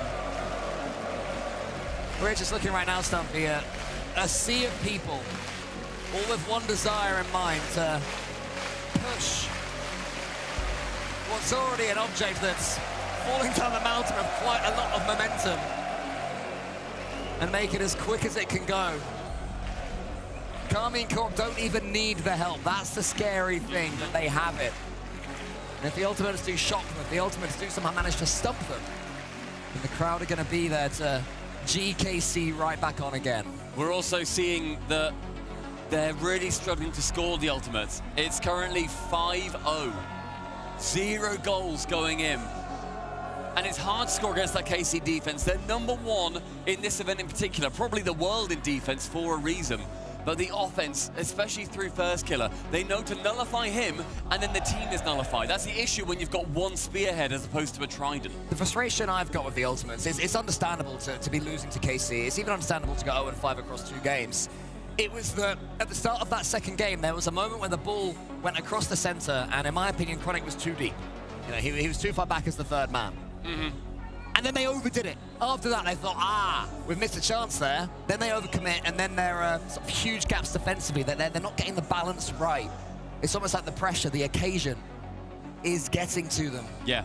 And they have to find a way to make that not be the case. It's doable. It's so doable. Very, very. Once they lock in, if they get a goal, if First Killer gets rolling, you know, if LJ returns the form we've seen him get for Space Station Gaming in the past, then they are more than capable. When you look in the arena right now, and the Ultimates, they must be searching for a light in the darkness. The KC fans have given them a lot, but none of these are what they want. They need to start off with 1 goal, then 1 game, and then look toward the series. They've beaten them at this event already. It didn't even go to 5. I love the way the blue wall, they're like, nah, we're not doing the light thing. We're the blue wall. We've got our flags. Yeah, we're doing our own thing. Scarves up, boys! Stubbornness as a crowd. It's a rarely seen thing. But it's 17 minutes past 2 on the docket. That means it's scarf time. Torch time, I think you'll find, is actually at 18 minutes past 2. So keep them off for now, fellas. Mate, if everyone else turns off their torches, then the blue will turn on their torches. I am in awe of this crowd. Oh, wait, they're coming on! Oh, it's time! We've just ticked over to 17:03, it seems. There we go, yeah, there we go. 18 minutes past 2, and the KC fans, now they bring their torches out. The flashlights are activated, and the Ultimates need to hope that there is more light shone on this series than they have seen so far. They need a spark, but KC have won the kickoff. Batira gets it immediately into the Ultimates' goal. At least in that general direction. Batira follows up Drali, is bullying Chronic, and Batira almost capitalizes. Scary time to be a defender there with somebody barreling down on you, but LJ, lovely reset. Drali just floats and waits to see what LJ can do, and it does not get it past him. Atto chance to go central, ends up tapping it midward, then he can grab that middle boost or that corner boost. Drali with a reset, crossbar found. No goal, LJ with no touch, and Atto decides not to push too hard up for this. They know there will be other chances. But even after the tactical timeout, immediately you see Drali getting full control of 100 boost in front of the Ultimates net. It's the last thing they want to see. I don't understand how Carmine Corp are having so little pressure put upon them at times, but I guess that the Ultimates won't be the only team scratching their heads in that sense when they play Carmine Corp. Batira, again, full control of the ball, First Killer. Forces it sideways at least, and now it's Chronic's turn to have something to do with it. Batira's already up. Chronic beats Batira. Atto swats it away to the side. LJ gets the reset from the corner. Is anybody following up? Oh, this is tough. No, and here's Atto. Atto to the skies. The reset ends up faking it. Does go low, but he should have gone for the reset there. There's a good chance for KC. It was a 2v1, a pinch, however. LJ needing to track back, make sure it doesn't squeak through. First 90 without incident for Ultimates. Oh, Charlie almost got the redirect there from the duck. That wasn't too far off, and he was going for it as well. Now it's Patira's turn. First one, a little bit of trouble. Patira makes it look simple. 6 unanswered goals, the first in game 3. And it's the quick reset to beat the final man. You see Ferrer, he smiles, he knows what's on their way. This, currently, merely a formality. And let's talk about Patira as well, a 3-time major winner, twice in the blue of Carmine Corp. He's an Esports World Cup winner, but top 4, 2 times at Worlds. His best results, just hasn't been able to lift the trophy that they all want the most. Atom's trying to help him do so. Chronic gets it to the side. Patira is lingering. Charlie makes it almost easy for him as he did! It's all easy for Patira! The bullying man in blue sneaks it right above 2 of them. And Chronic at first killer, completely unable to make any contact. A gorgeous slow play. But we do see a pause come in as the Ultimates, they have no issue here. Instead, it's actually on the side of Patira. And I'll tell you what, I'm glad that it is. Yeah. Because if the Ultimates concede that and then put their hand up, and not that they, you know, say that if it wasn't the case, but even so, if they did that, there'd be a couple of eyebrows raised. But the fact that it's Carmine Corp after they've got the goal means there will be no controversy here at all, which is good to see. We want to see as neutral a game of Rocket League as possible. And that goal from Patira, I mean, you talk about clutch situations, you talk about clutch players, and so much is made of Patira, the emotions that he shows and how desperate he is, if that can sometimes affect his game in these pivotal moments. It's looking like whatever demons he has had, whatever it is that's held him off from performing at his best at the world stage, at the biggest of these grounds, is well and truly behind him. Just those moments that, even when the pressure's at its highest, still able to have 3 more seconds on the ball than anyone else. I mean, that offense to the Ultimates, I feel like it's starting to rear its head. After this timeout, we're seeing a good few points where there are moments of excellence from the North American side, but they are still yet to score in the series. Defense currently winning the battle and may well be winning the war. Patira's got another flip reset from the kickoff again. No boost, floats towards the ball, and the Ultimates fall for it. And toes up, leading first killer nothing. LJ around the corner. Who wants the ball for the Ultimates? They're trying pitches, it's just not happening. Carmine Corp have been able to read everything they've been doing, and still Patira's faking it. He's making it look so simple, Stumpy. This is the semi-finals at Worlds. Just sends him to the shots, goes low with it, and then both Chronic just wait, because that's the threat that Patira has. Aura blast the defense. Gets him gone.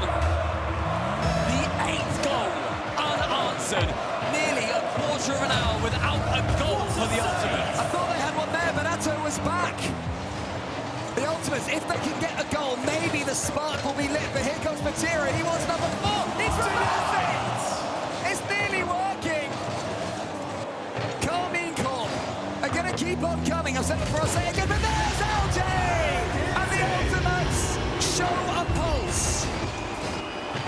The flow of blood has been stemmed as LJ just below the crossbar. I was getting myself prepared for all the perfect sweep stats. North America has never been perfect swept on land. None of these players by extension have ever been perfect swept on land either. None of them online even getting perfect swept. And the Ultimates, they keep that stat going. An incredibly important first goal. And first killer, I imagine, would have got the first, right? For FaZe against Team BDS. On land, that's yeah, there's also never been a perfect sweep on land in a best of 7. Oh, lots of good ones. Yeah. There still hasn't. So what on the Ultimates? Phase 1 complete. There's still a long, long way to go to even get back into this game, but take the small wins that we have. Chronic gets it long. First killer is there, nearly. Charlie pushes it to the side. This is better pressure here from the Ultimates. 1 goal can change things. Patira knows he has first killer below him. Chronic, but I think it was going in anyway.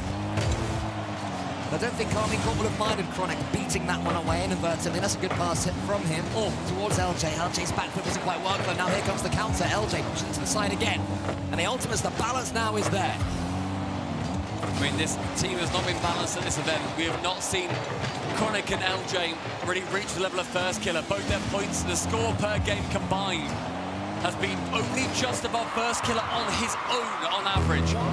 He has been a one-man army, but you need the trident of Karmine Corp of any team, all three players on lock to take down other teams in the quarterfinals. Final 50, a shot on target from FK, but a routine save coming through from Atto. 45 seconds left. If the Ultimates can get one in the next 20 or so, they might be in business. It's first killer backflips. Charlie beats first killer to the ball then. Chronic's just waiting in there. He had more time than he realized. Again, he didn't have to dodge. And those are the mistakes that Karmine Corp were just swallowing up.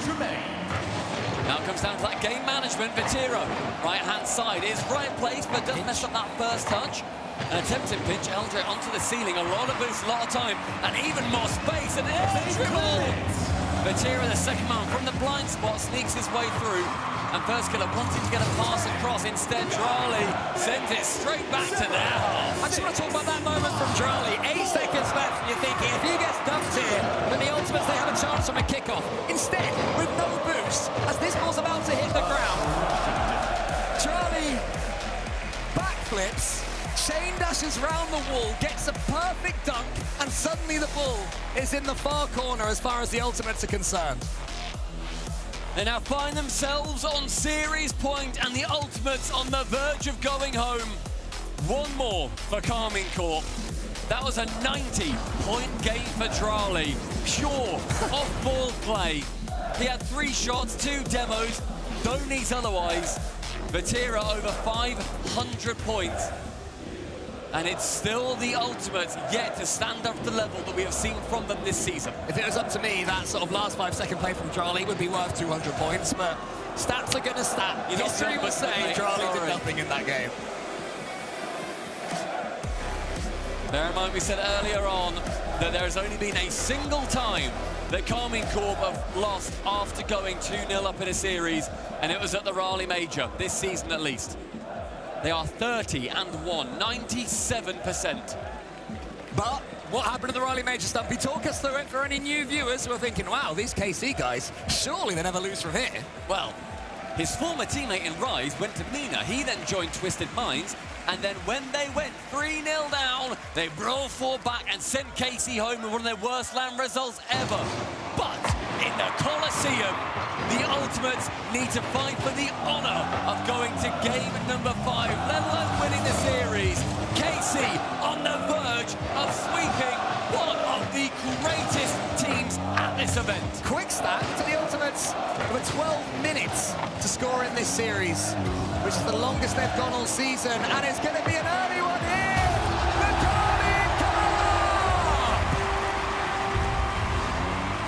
It's a warranted overextension, but first killer comes in, maybe also fake out to go for the long play. Atto reads his bluff, hits it hard, gets goal number 1. The Ultimates not out of it just yet, but the fat lady sure is warming up. Atto against first killer. Chronic's waiting underneath this one, has to get a clean touch on it. Vitero is reading that all the way, gets the boost as well as, again, that decision to slow down the split second. Composure is full right now for Vitero, who's been completely locked in this series. Atto wants to get the edge of a bump and does. Charlie waits, tries to put it over Chronic. Chronic needs the second touch, can't get it. Vitero respected him too much on that occasion, could have been 2. I think Vitero saw a pinch going straight past him in his future. A lovely pass infield on target. And Atto, spidey senses, can get across the net. A lovely bridge up from Chronic and immediately dived in front by the KC defender. Vitero attacks and Atto knows exactly where to put that ball to safety, even though he had Ultimate players buzzing around him. The greatest touch from Chronic allows Atto to make things even more uncomfortable for the Ultimates. LJ and here up though. That's a good play. LJ goes for the bump. First killer. Can he get this read? Chronic's coming in! Chronic! You had to sink that! That had to be a moment for the Ultimates! He had a chance. It's gone wasted. The Ultimates need to earn more. With 90 seconds gone, KC stick with that 1-0 lead. Drali has to rotate the a lower boost pad. Chronic can now come in. A flip, and Vitero just knows where that ball is going. Time really starting to run out, and that makes it so much harder. The 2-goal swing from the Ultimates nightmares. They should have scored themselves. And now Atto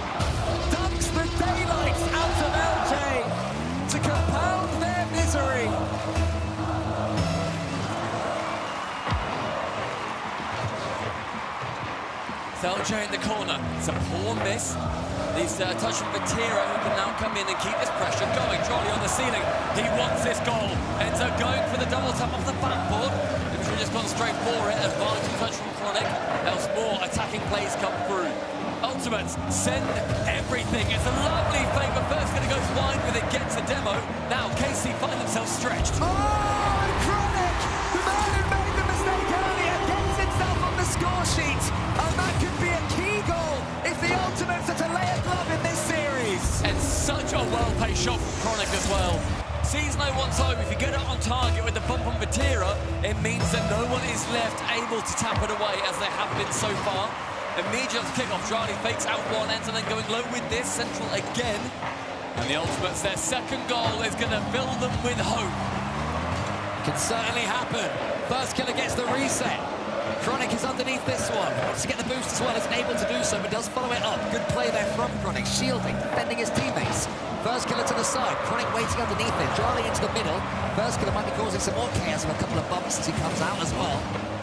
Chronic's able to keep the attack going. Tees up first killer. This is better from the Ultimates. They're finding each other now on attack.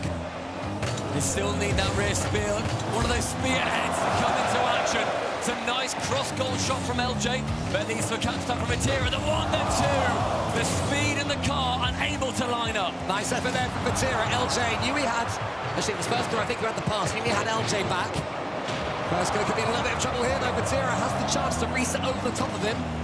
But again, the Ultimates holding their nerve. One more goal may just kill this series. And that's a big demo. This might be the moment. It's Vatira! Huge save again! Chronic!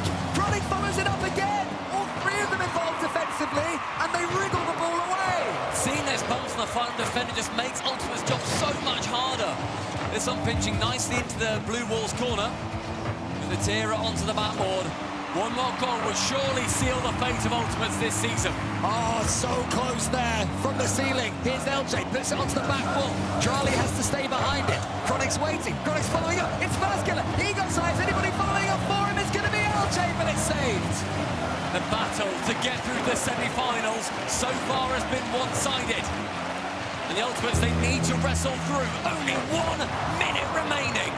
LJ waits. It's a little bit awkward, the pass through from Chronic. Chronic has to try and make amends, but Gets the reigning world champion! So rough touch from Chronic puts LJ in that rotter of a position.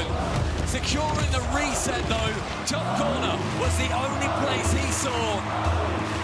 And the crowd chant Charlie, as Charlie is their god. It's Carmine Corp's biggest reaction of the day so far. Is Atto to seal it? Not quite this time. Vatira doesn't need that 100. He's still got plenty. Atto is waiting for his touch. LJ out. Ultimates need to get this ball out of their half immediately, and Chronic's missed. First killer to LJ, but they're all low on boost up. There's nothing they can do. This is a dominant chapter in the storybook of Carmine Corp with the World Championship. We are looking at greatness being made. The semi-finals looks like it's upon us. And it looks like we'll be joined again by the blue wall. Carmine Corp show their game management skills. Atto bumps it forwards and LJ clears. It's the final 10, and this countdown is going to be ending the entire season of the Ultimate. You came to play in Carmine Corp's backyard, and you entered the belly of the beast. KC move through to the semi-finals. Carmine Corp flourish in their spotlight, where others would wither. These three players and this storied coach who leads their path continue their relentless march towards Vatira's first World Championship, towards Atto's first World Championship, and towards the Moroccan in the middle retaining his World Championship. Allowing 2 goals in from the greatest offensive player at this tournament in First Killer is a phenomenal feat. So impressive. They're showing that defense not only sitting at the back and making sure that they are able to keep their goal line clean, but they can transition down the other end and smash home an immeasurable amount. a performance to be proud of. And the Ultimates, they go back to North America, back to the drawing board. It's better though for the Ultimates. Top 6 in the World Championship, so much better for First Killer, but they will look at individual moments in that series and think, if only we'd taken this chance, if only we hadn't made that mistake. In truth, Casey dominated from top to bottom, but the Ultimates could have done more. We got a lot of Rocket League, still coming today. There's still GK taking on Wildcard. And that win, Cole, secures Karmine Corp to take on the Falcons later on today. This arena is not done with them yet. KC, who defeated Falcons at the Esports World Cup. Maybe Falcons can return the favor. We will see. But for now, all I care about is seeing what Leaf has got to say on the stage. Leon, fais de bruit pour Karmine Corp!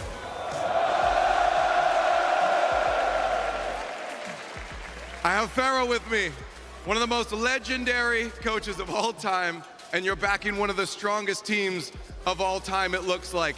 How do you prepare players for what is the biggest event and the most important event of their entire lives? Farah, comment est-ce que tu prépares tes joueurs pour l'un des plus gros événements de leur vie, évidemment? Tu vas répondre en français et je vais traduire Farah, les gars. Bonjour à tous déjà. Effectivement, c'est un event extrêmement important pour nous. C'est le plus grand événement de l'année, c'est le plus grand événement de Rocket League. Les joueurs le savent, mais c'est pour ça qu'on joue. Moi, j'ai pas envie de jouer des régionaux toute l'année dans une petite salle de bootcamp. Je veux qu'on joue des matchs en LAN avec un public comme ça, parce que c'est ce qui nous fait vibrer. Merci à tous. I thought, of course, this is the biggest event we all do all the years. Like we like Major, but this is different. This is something else. We want to play here. We want to be the best here, and this is why we are playing all years for this moment. So thank you, guys. Now, I got to bring it up too, and I know you're not focused on this. You're focused on your team. But for you, if the team wins, you could be the first two-time coach champion. What does that mean for you to stand here and realize that could be a possibility? Bon alors évidemment t'es pas focus là-dessus, c'est ton équipe qui compte le plus, mais si tu gagnes ces championnats du monde, tu seras officiellement le premier coach à avoir gagné 2 fois les championnats du monde de Rocket League. Qu'est-ce que ça signifie pour toi? J'y pense pas, on n'y est pas. Il y a encore beaucoup de matchs. I don't think so. I don't think about it. We are not there yet. There is still a lot of matches. Fair enough. Now, you're also known for your legendary speeches in the past, and I'm wondering right now, I don't think I can say anything as important as you could. Would you like to talk to the lovely folks behind us? On te connaît pour ton speech incroyable. Est-ce que tu voudrais parler un petit peu au Blue Wall, mon cher Ferrat? Les amis, on est de retour en demi-finale. J'ai hâte de la commencer, mais comme vous savez, on joue contre Falcons. Pour être honnête, généralement, on joue chez eux. Et vous savez, ils aiment bien mettre une atmosphère hostile.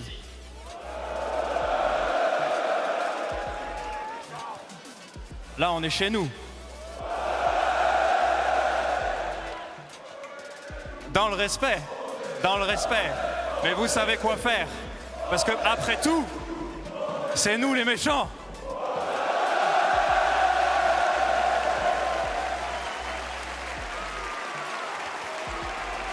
The Blue Wall send home another North American hopeful, and this time it's not even close. We've been asking the question on the desk, okay, well, they've gone 2-2. They've gone back and forth. Yeah. Ultimates has beaten them twice. Can they do it again now on the stage? The answer was a definitive no. And the European region, there's been 11 teams eliminated so far. Europe has eliminated 8 of them throughout this tournament so far. K-Corp looked unbeatable. Vatira looked unbeatable. 1 goal per game, 1 assist per game as well. He was all over the field in the Ultimates. Just had no answers. Domination, just utter domination. I didn't expect it to be that one-sided, but I mean, KC showed up, and when they put it all together, when they play their style, and when all the players are just playing their normal level, it's unplayable. You know, really, I do believe that only Falcons can match them when they're playing that well. Now, for everybody else, they better be hoping KC slump in other games. Yeah, they're not beating that. Listen, Karmine Corp had lost their last 2 matches against Ultimates, but Karmine Corp is also 8-0 against Ultimates in bracket play. 4-0 in the Birmingham Major Final, and then 4-0 here. the World Championship. I mean, there's something about we're on the stage, KC, they elevate, and they played their best ball they have all tournament, and of course it happens on Championship Sunday. But then for the Ultimates, there were some defensive mistakes, but more so on the offensive side. They had some shots, and they missed those shots. When you're going up against K-Corp, you need to make every single play count, and the Ultimates just were not doing that throughout the series. Yeah, they didn't really respond to the initial punch that KC threw at them very well. I mean, wow, just Vatira had them all on a string there. The Puppet Master making Ultimates look silly. Yeah, I mean, we all knew if Ultimates don't win that game 3, or if at least it isn't close, then this series is as good as over. So, yeah, it was just a matter of when. For 4-0, 4-1, KC are obviously winning. And just the scoring just kept on coming. The crowd just having a ball. Like, they got here early, and they just had a good time. It was never in doubt. This entire match, the entire time. Game 1 was close, but we expect that. Game 1s are always close. It's always very coin flippy, but once K-Corp ran away with Game 2, it felt like it was over. The Ultimate scored twice in this entire match. The defense of K-Corp came up. Trolley with a great dunk there with the flip reset. And K-Corp moving on. You know, for neutral fans watching this, we're just like, we're just fans of V-Sports. We just want to see like good matches. Matches like this maybe feel kind of boring to watch when you see something that's as one-sided as this. You can take a look at the stats and see kind of the kickoff goals. It was only one kickoff goal, but that bar is entirely blue all the way over the edge there, and that was kind of how the whole match felt there. It might feel kind of boring for the Karmine Corp fans. If you've ever had the privilege of rooting for a team, there's nothing more fun than a blowout. Yeah, you just sit there and you just know you're winning the whole time. Yeah, I think, for me personally, some of the most historic moments in Rocket League history come at the end of a dominant team, putting up a dominant run like KC are in right now. So, right now this is the story building part of the day, and their story continues into the semi-final. If they can win that, they're going to seem unbeatable, and that's where things like Cloud9 Season 6 can happen, where the team that seems unbeatable finally get beaten. And we began on Wednesday, Wave. Can you just spread your arms real quick again? That's the gap. That's the gap between K-Corp Falcons and everyone else. Yes, K-Corp had one bad loss, but you just saw that gap on that stage right there. There is a sizable gap. That's the gap? That's the gap. No, I'm not saying the gap yet. Not saying it. I think there's a 1, 2, and I think there's a number 3 as well. I think number 3 is in the same position as Falcons at the moment. Number 3's got a lot to prove, because I saw your number 3 struggling with that same Ultimates lineup. NRG. Yeah, where's Ultimates Game 7? I saw NRG struggling against Ultimates. Well, did they lose against them? KC just popped them. They didn't lose against them, though. Don't want to know this tournament against them. Don't even pretend that they look like they're the same level. NRG have got to prove today that they're anywhere near K-Corp's level that we just saw. They can still prove that later on today, and I think they are going to make the final for the record, but they need to look pretty good for me to predict them to win. Karmine Corp versus Team Falcons is set for our semi-final match. The winner of that will play for the title of Rocket League World Champion. We're going to drop down to the bottom part of the bracket now with the matches we have left on the day. Karmine Corp and Falcons will come up a little bit later on. It's going to be Wildcard versus GK. The European region, they've only knocked out each other still throughout this tournament. They just want to knock everyone out. Wildcard, this is going to be a really tough match for them. GK has been that underdog throughout that has looked so good, but Wildcard, they played up to the Falcons. They at least did that. It was a 4-1, but it was close, so who knows? Close games, super close games. It genuinely was, back when the Chiefs made that top 4 run a million years ago, was the last time any of us felt this confident about an OCE team, and it's a good feeling, mate. It's a great feeling. It's a good feeling to have some faith in the OCE boys. It is a great feeling. Listen, OCE, when they're balling out, when you have more than just EU, when you also have NA, when you have Mina, and you have Sam, and then you have OCE as well, man. I mean, like, Virtus Pro. Shout out Virtus Pro. Shout out Virtus Pro as well. I mean, Rocket League is just a better RLCS circuit when all the regions in the world are competitive, and it does sort of go back to OCE as well. Folks, congratulations to Karmine Corp on that victory. Their road's still a bit long, though. They got some other matches to get through. When we come back, EU versus OCE, GK taking on Wildcard. That's coming up after the break.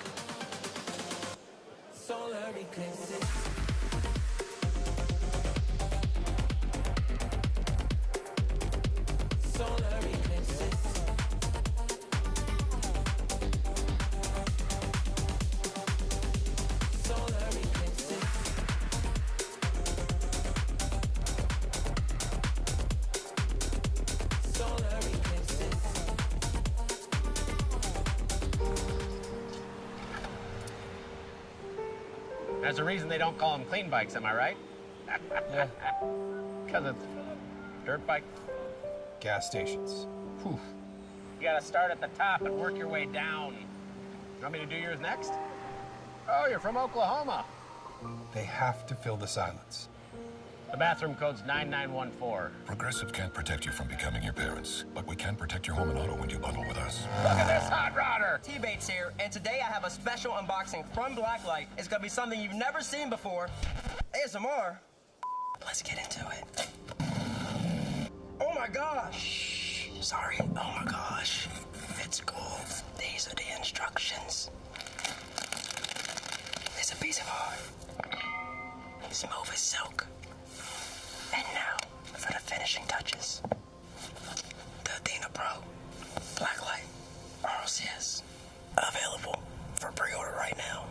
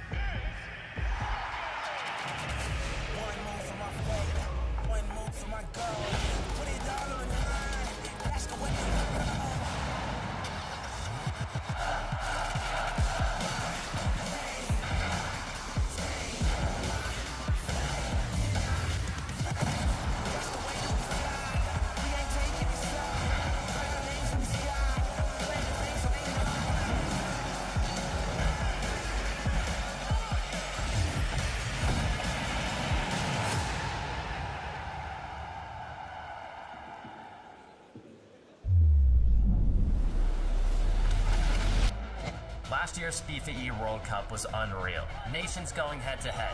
The energy, the passion, it was legendary. But this year, this is next level. Everyone wants this beauty, but only one nation will lift it. Fame your game. Let's go.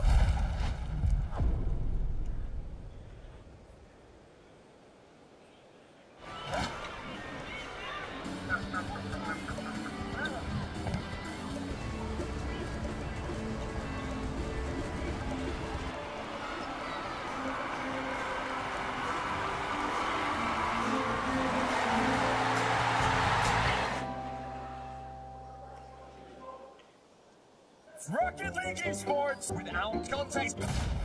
Yeah, I decided to just walk up, stare him down, and T-pose, and that was enough. Oh, unlucky Daniel. Killer's over one. Oh, God. Well, that's ugly. To be completely honest, just go. Just go. This is Rocket League!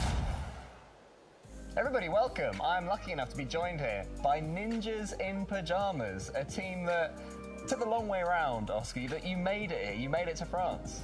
Yeah, it's a year of ups and downs, many downs, but as long as we made it in the end, that's what I matters, you know? It was ups and downs. There were some tough times, but you know things did work out okay in the end. We moved forward to Split 2.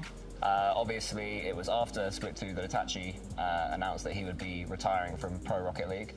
At what point did you guys know that he'd be making that decision? He didn't want to really play the game after the season. And yeah, me and Oski kind of saw throughout the season that he didn't want to play because his hours were kind of low, I'll be honest. And I mean, yeah, that was kind of obvious. Yeah, is that where the Roadhog decision came from? Because I mean, you guys could use the Roadhog, you know, in his honor, Radosin, especially because you got the piggy there as well. Don't worry, I will do it. Good, good. I expect that from you. But yeah, so then you brought in Radosin. What was the story there? Did you reach out to him? Did he reach out to you? It was weird because like we decided we wanted to like kick Itachi, right? Try and replace him for the LCQ, and like the only person that we had on our mind was Rado. No offense, okay, but like because Rado was on General Mates, so he was under contract still. I think it was like quite easy to get him to join, to be honest. The hardest part was the contract, in my opinion. And you were straight back into the public eye. Was there a lot of pressure on you? You haven't been playing for a while. You're a former world champion, and suddenly you're alongside these guys for the last chance qualifier, one chance to achieve it. I didn't have pressure because my season was over, obviously, so I can't have pressure at LCQ. So. I just enjoy it. Is it nice having a mascot? Because, I mean, that thing is staring at me right now. Like, its eyes are boring down on me. It's kind of annoying sometimes when I'm playing twos. He just keeps like squeezing it in my ear, and I get kind of mad. But yeah, it's fine. Has he not brought one for you guys as well? Like, I feel like you could have 3. I wanted the gift, he's doing one. Will you be taking it out onto the world stage? Of course. When I score a goal, I do that. Into the microphone as well. I hope so. So, now we're here. What's a sort of decent lineup for you guys? Top 4 is good for me. I won't win obviously, but top 4 probably fine. Maybe top 6 as well. What do you think? Top 1 all of you. How about you? I mean, I keep getting the same results. Trying to like top 4, top 6, it's kind of boring. I don't want to obviously do worse, but I want to make the final at least. And then once I make the final, in my mind, there's like no way I lose, you know? The last chance qualifier itself, Saturday, you lost 4-0 to BDS, right? And you're giggling. What happened? Why did you lose 4-0 to BDS? This season, I had one nemesis. It's not Zen, it's not Vatira, it's not Drali, it's not Tato, it's Duke, bro. He smashed me during all the season, bro. He beat me every time I play with him. But then on the Sunday, 4-0 against them. So what changed? Him changed. What did you do now? Just had a good talk with the team, and yeah, I mean, we all just played way better, and yeah. 4-1 against BDS in the final. 4 over Gentlemates as well. I know both of you guys have history with them, obviously. So was there quite a lot of sort of personal desire to beat them when you came up against them? Is it more competitive against Gentlemates? They were like the best second team in the LCQ, so if we won that series, we would have won the whole LCQ. But no personal things, for me at least. For yeah, I mean, you're looking at me with those and saying what you want to say. It was one of the reasons that I signed to LAP, because in the LCQ I knew that Gentleman's gonna be here, and I wanted just my tapping to. That's it. Otherwise, I didn't play the LCQ. Any teams that you're really looking forward to playing at Worlds? Geeko. Yeah? Yeah.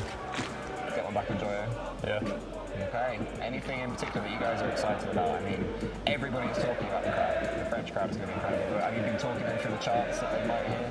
Yeah, I think it will be amazing. Like, there will be like Golden Earnest, Brucey, and Dusseldorf, they were here, and the World Tour, it will be more amazing, I think, because there will be a lot.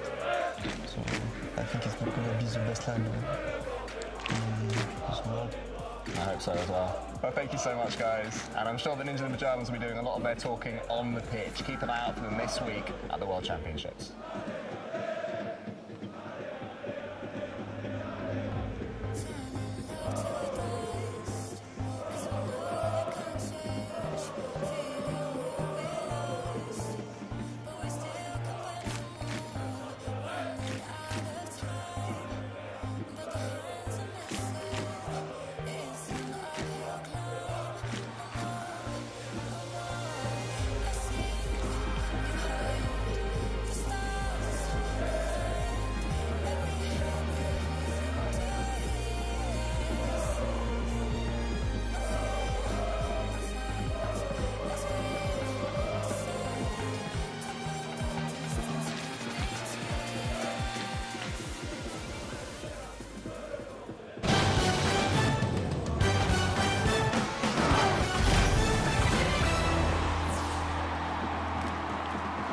Championship Sunday continues here for the Rocket League World Championship 2025. We're down to 5 teams, quickly approaching the ultimate match of the year. It's Army Corps get the win over the Ultimates and advance for a match against the Falcons. We're all excited about that one. We're all excited about all the matches this week, and welcome back to the desk. We got Wildcard coming up against GK here in just a moment. Jorby, how did you feel about Ultimates? Who? Oh my goodness. Were they there? Because Karmic Corp, this is looking like Birmingham 2.0, where they just make everybody look like Platts. I mean, Vatira is in all-time form right now. I'm scared for everybody against KC, even Falcons. It's going to be so good, that match. I can't wait for that one. We still have other action around, and obviously, whoever wins that, they still have to win that final. I expect them to, but you just never know. We'll see, folks. Again, only 4 matches standing between us and the Rocket League 2025 World Champion. Wildcard going to take on GK. The winner takes on NRG. And then those semifinal matches will get played. The winners will play for the title of World Champion. It's going to be a crazy one. The teams are getting ready to go, and I know the fans are getting ready as well. The Golden Hornets have been warming up. It's time for the second match of the day.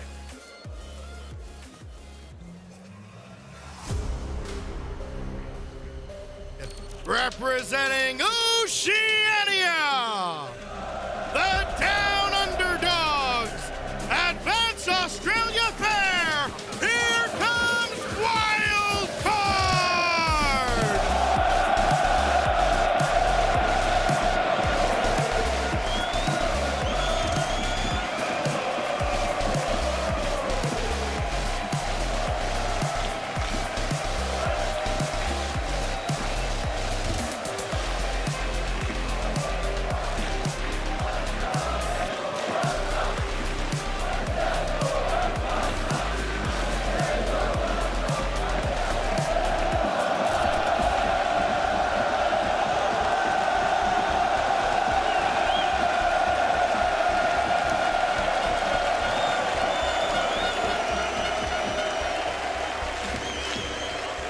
I think Ludi just made them French.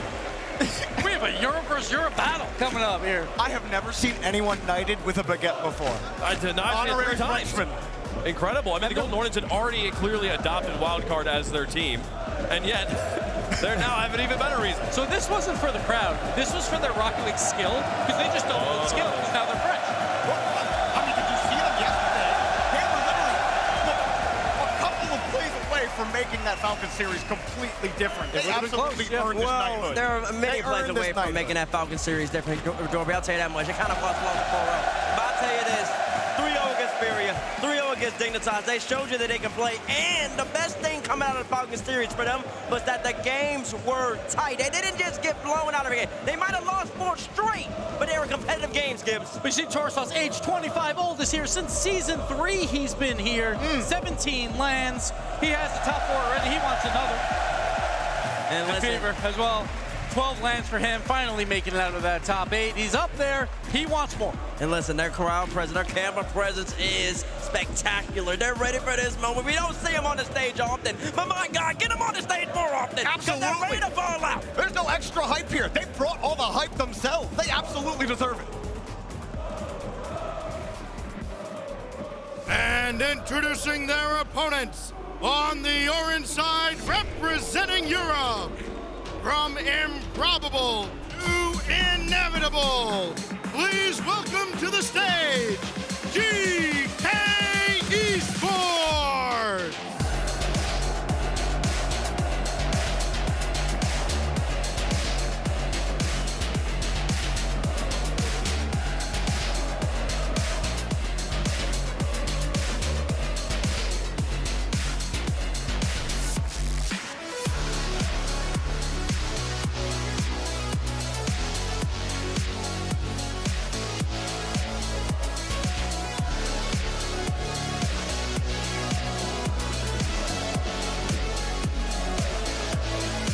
If GK win this series, it would be the first time that these 3 players have placed top 4 in the World Championship. And Joyo's on this team.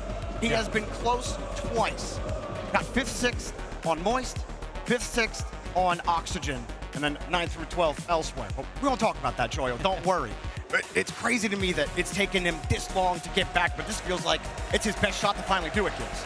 Yes, because of his teammates. Oli is having a tournament for himself. Not in the MVP running as of yet, but he could easily do that. The man that is, though, is Archie, leading in goals per game, accolades. He's had a phenomenal tournament, Bates. And he's doing it by positioning. He doesn't need the mechanics. He doesn't need to be going up there flip resetting. He just needs to be in the right space at the right time to make the correct play to ultimately give his team the best chance in order to come out successful. And then the man who he knows in no introduction, Joyo. It's all business. Oh, not anymore. Now he's posing for the camera. Oh, never mind. Joyo's ready. When the lights are the brightest, yes, maybe World Championship hasn't been his thing, but he does have a major title under his belt, so he knows how to win in big moments. So see if he can maybe get him versus Vatiro in that grand finals. That's still possible. It is. I mean, it's crazy to think about how much LAN experience there is on the wild card side of this stage here. mean, I'm pretty sure right now I'm correct in saying Torsaz holds the record for like most consecutive lands at this point. And most lands. We are as well. most with Garrett G retiring at this point. He's going to be passing him here. But getting to this point, yeah, this is something that's still new for these boys. And Torsaz, I believe, has been this far, but still, yeah, like, that was a long time. That was an age ago. That was a different generation. It feels like at this point. Meanwhile, the GK boys have played at this level before. We got the 3-time MVP with Banana Head coming out. Like, if these guys have any chance to make a run today, he's got to play like an MVP. But Oli, as well, has been playing so well. And this is why both these guys, why they're here today, because of their tournament performances so far. I mean, Banana Head yesterday, he was throwing out fakes. He was creating opportunities against Falcons for wild card. But I love that Oli's on the other side of that because he was saving absolutely everything earlier this weekend. You could not get by him on the goal line. You couldn't get by him in the midfield and setting up opportunities. Oli has been so ridiculous. And so it feels like another case of wild card. Can you get by this stalwart defense of GK? And again, I'm going to say it again. I'm going to be saying it all weekend long. Europe hasn't been eliminated by anyone but Europe. Europe is the best. But really, what is that other than a pattern? You know, like, is that actual analysis? No, it is. Europe is the #1 region until proven otherwise. And when it matters most, Europe shows up. Isn't it like they have taken out 8 of the teams so far out of the 11. It is very difficult to beat any of these European teams. I think it's like once is an anomaly, twice is a pattern, 3 times is a trend. Yeah. And we've been trending. Europe are the most dominant region, and it's not close.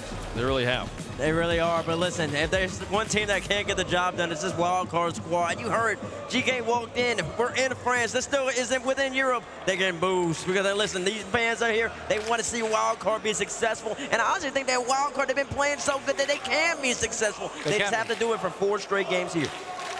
Well, folks, let us know who you think is going to win.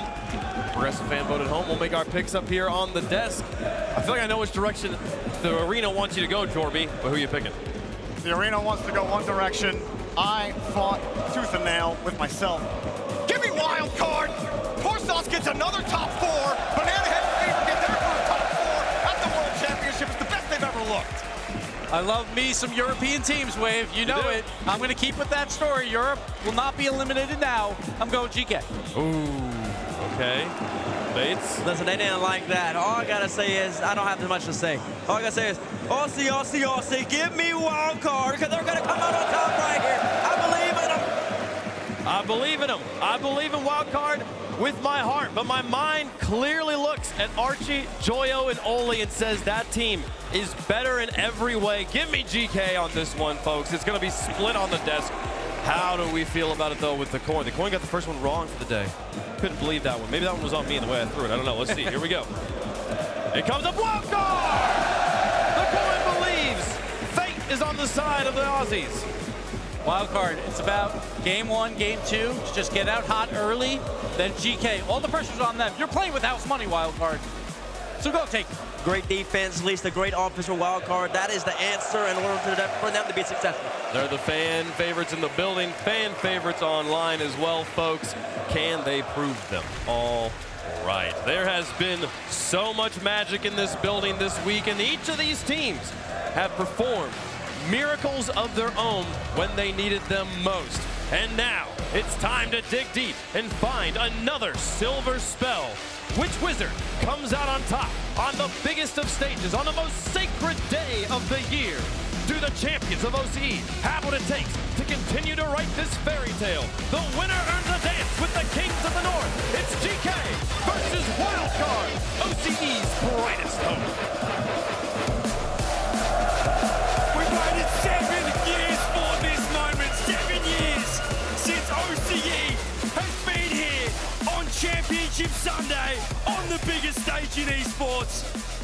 Absolutely nobody else deserves to be here more than you right now, CJ. It's time! Wildcard versus GK Esports. What a worthy opponent, GK top 2 EWC. A worthy challenger for Wildcard, 6-0 through the groups. A Valence 1-4 loss yesterday to Falcons. In a game that it felt like they should have won, and you run the numbers. or even data coach, 39% conversion from wildcard in that series. They should have won. They just didn't score. They couldn't put it in the back of the net. They need to convert today. Listen, a lot of the times when you go into the matches like they did yesterday, even if you fall short, you are very aware that when it comes down to a team like GK, you can do it. However, you are still going to remember who they are at the end of the day. They're not going to make this easy, and look at the start. Archie has been the player for GK. The guy that steps up when the pressure's at its highest, and he's done right here on Champ Sunday. 1-0, what a pass. Now, GK Esports, of course, in their own respective right, have had such an incredible week here at Worlds. They finally take down everybody in their path. This is the furthest they've gotten to in a World Championship environment. Archie taking the solo play. No boost to his name, though, but still manages to keep the pressure on for GK Esports. Joyo bumped off the play here. You can see Oli playing it back a little bit further, waiting for this ball to come towards. Did take a minute or two for wildcard to settle yesterday. See again, 1-0 down. And B-Head actually, nice double, but for the coverage. So he has the crowd support. We saw in the walkouts get ignited with a baguette, trying to get the crowd on their side. It felt like it was going to be a 50-50 support here in the LDLC arena here in Lyon. See, GK and EU team, no Frenchman. We saw the support that Wildcard had yesterday against Falcons. Certainly split here with the crowd, but the advantage with GK early. A little bit of a clear in the corner. Of course, all eyes, like we said, will be on Archie, but for Wildcard, Banana Head has really always been that initiator. Once the initial pop-off goes crazy, there could be a turnaround, but defense has been their strong suit. It is what has kept them taking everybody in their path down for the most part up until yesterday, their first loss. Joyo bumped up the backboard. Absolutely disgusting. Joyo off the roof to himself, thought it was a pass, but he lands, recovers, saves the flip. 2-0. Joyo has another level of mechanical recovery that most people don't. And it's displayed front and center in front of everyone right now. Wildcard looking settled, but this has been all GK. They cannot get this ball in the orange half. They really struggling to push this GK defense. They're such a solid team. Oli's been a fantastic pick up. Oh, what a save from Joyo. Really solid chance there for Wildcard. They are going to keep pressure on. Torsos loses this ball. A demo in the mid from Oli allows the GK transition. Can they spot each other? It's just wide enough. Beavers around one. Can Torsos finish? The demo opens the path. Can Wildcard do it? And it's Big T, the oldest player at the World Champs, in his 9th time on the big stage. Gets the first goal on Champ Sunday for Wildcard. This is the kind of play that Wildcard is going to have to be presenting to GK Esports to be able to get past them. A wonderful showing, a demo to open up the path. Now, granted, GK at some point are going to try and prepare themselves for it, but the response isn't coming through to on the goal line to make the save. Took a while yesterday for Wildcard to score their first goal against Falcons, but when they did it, felt like they were able to break the deadlock. What a shot from Oli. Look at GK. Trying to get back to that 2-goal lead. The bump doesn't land, but that goal was huge for Wildcard. Still a lot of time here. Don't have to rush. Just have to find a way to break through. They will get chances. You can see the nerves from both sides, but it's a fantastic touch from Oli. Running it down. Doesn't get the boost. Wildcard are out. Nice touch. Do you like what I'm seeing from GK Esports? They're playing one man a little bit further up. It's tending to be Oli, but if Wildcard can force the 2v2 and get the demo, it could be theirs. But for now, GK had a little bit of pressure here. Big clear for Wildcard. Demo again, trying to open up the path for Torsos. This one gets off. Can he hand it up? Not quite. Look at Thief, though, looking for demos. They're looking dangerous. They're getting some chances early on the backboard. This has been a wild card. They'll be out here, though. Look at Joyo, who's pushed downfield. Doesn't go the shot. Instead, knows he has Archie across. This is where they can build a little bit of pressure. Shot cover, but it is a double commit. Torsos popping it up. Buys time. There's B-Head in the middle for Thieves. Fever with a double, getting in. Oh, what's a save coming through? GK time and time again. Just a little bit too much pressure on that one, but patience could pay off later on. Just under a minute to go. Wildcard still trailing. Archie pops this one down. Banana Head's not gonna let that stop them there. Quick cut from Fever to make the clear. Banana Head's already up. He's past Joyo. Can he follow it? One touch, but one Archie. Can he get down? Just blocked and only a spawn the right side. No boost.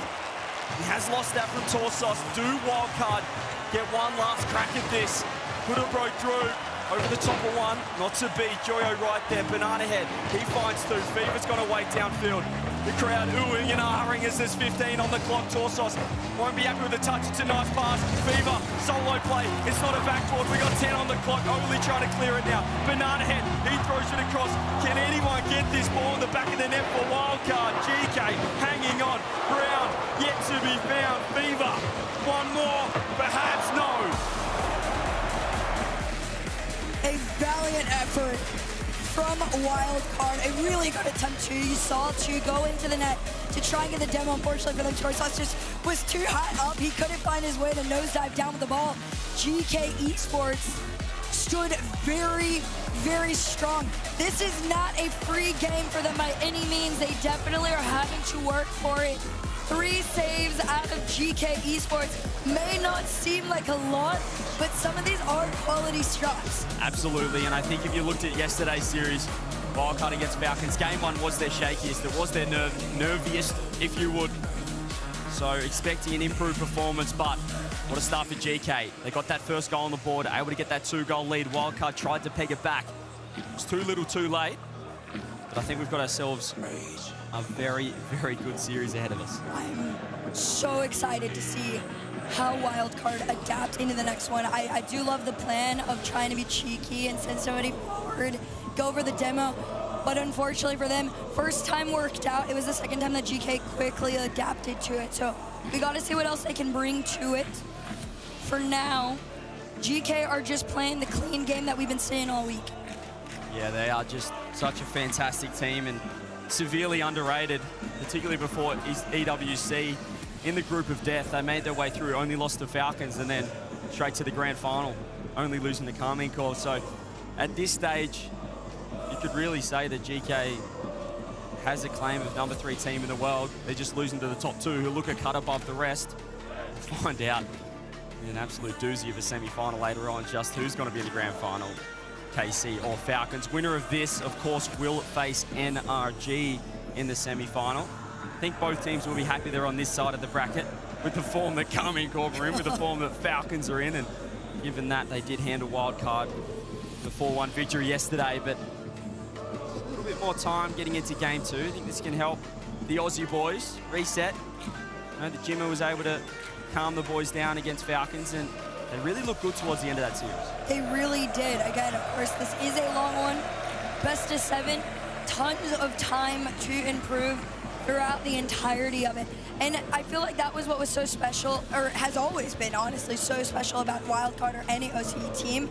You guys come in here, you know you're underdogs, but then when you pull runs off like this, you just have all the time to play and be happy and have good vibes. The pressure is all on their shoulders. And also yesterday, these pauses continued to happen in the GK one, so you know there's a level of frustration that might be in the back of their minds of, we have yet to play a full series clean.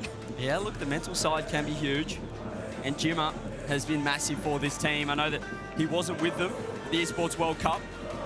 Didn't hop over there, they didn't boot camp either, but since then they've had a fantastic boot camp. This wildcard team, coach back on board, back in business. They look locked in, as you said. They're always having a good time, but very, very rarely are they on stage on Championship Sunday. Giving themselves 2 cracks. They lost yesterday, no more lives left. Winner plays NRG.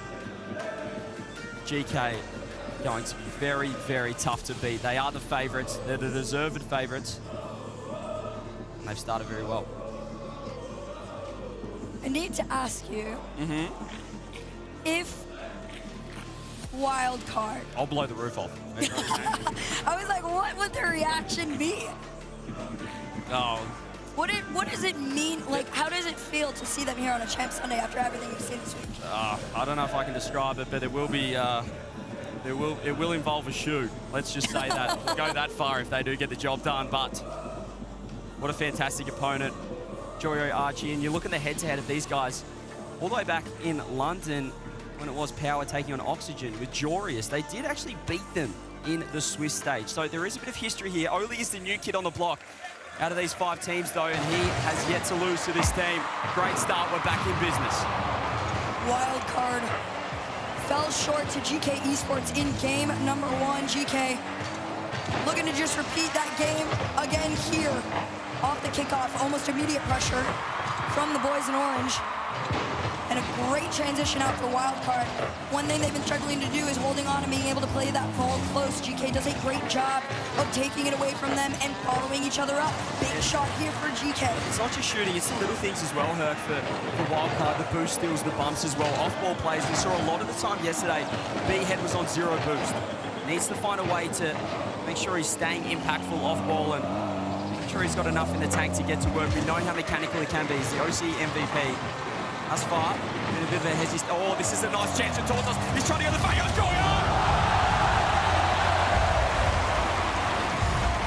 Absolute banger of a play. Look at the fake on this. I think he could have scored bottom right, but he decided to be disrespectful. He decided to shape up to Joyo and say, what do you got, buddy? Here's Thieves. Going low, has B-Head, great challenge. Torsos, controlling. Trying to find a 50, had help from behind, and it's a bit of an overcommit here actually with the bump as well. There's only one back and Archie's going to be low boost. That's really well to challenge the turning defense into offense. Fever plays clean up, has the safety of back left. Right now, Wildcard also needs to play some of the greatest defense they've ever done. Again, these 2-man plays is what they're bringing to the table, but GK Esports, they have, again, these quick transitions out, which sometimes is force Fever into these really scary 2v1s, but Banana Head can't stop it here. Great goal line save from Oli. Yeah, they had the teammates sweeping across if they can find the dunk, not to be. Here's Banana Head, goes middle, it's dangerous. Good coverage with Fever. This is another chance that we mentioned before, Herc, with Banana Head, just 0 boost, can't get to work, but does well. The teamwork has been second to none from Wildcard, something that has really let them go astray in the previous few lands. They just haven't been working together, playing a bit more individually, but not to be right now. They're playing like a team that can perform on Champ Sunday, and they aren't looking out of place on the biggest stage. And that's exactly what you need. You've got them connected. There's a demo, the opener from Banana Head. Fever, no space, no time taken. Joyo, immediate challenge. And you can see Oli and Archie waiting in the back. That backboard could be made use of. But for now, GK Esports, defensively, their patience is paying off. Well, they've got him panicking though, a couple of double commits and low boost. Archie can try and challenge this. Torsos forces it clear, and look at the space. Archie, beautiful play. Recognizing the danger his teammates would have been in. They moved forward with Fever on the solo play. I just love that he took his time. They're not rushing, they're not trying to play too quick. A lot of people in OCE knowing how fast Banana Head tries to play, just slowing down the touch on land. You don't have to be as fast as you think. It's more about the quality touches over quantity. Wildcard still hold on to the local arena. They couldn't beat Joyo out on this one. A little bit too slow here. Can they do it? The double commitment, no connection from Banana Head. Pre-jumped and he missed. Banana Head cutting across. He's cutting across back post. Oh, I thought Fever might have been able to land on that. Another 50 comes through middle of the demo. Fever has a free shot. Archie has 0 boost. How many times does he sit on the goal line low boost and just makes the right decision time and time again? It's Banana Head going to leave that one. Torsos, Fever downfield. They're really spreading this GK defense. You can see even when they're attacking, they're having to sit one back because there's someone from Wildcard looking for a bump. And that's the big thing that they are doing to improve themselves from yesterday to today. They are very aware that GK have a very connected line of defense. So if you can separate them, bait them out a little bit, you can get that demo, and it is a free shot. Air dribble all the way down, take it away. Archie's waiting on the ground for it, but no shot given. Miss boost, huge. They're out. Joyo missed that corner boost, and that means that Banana Head should be able to win this, but straight to Archie. He's looking to control this. Fever has to watch the bump. Archie's looking for the pitch, looking for the ground touch. Fever, patient, not enough. Joyo!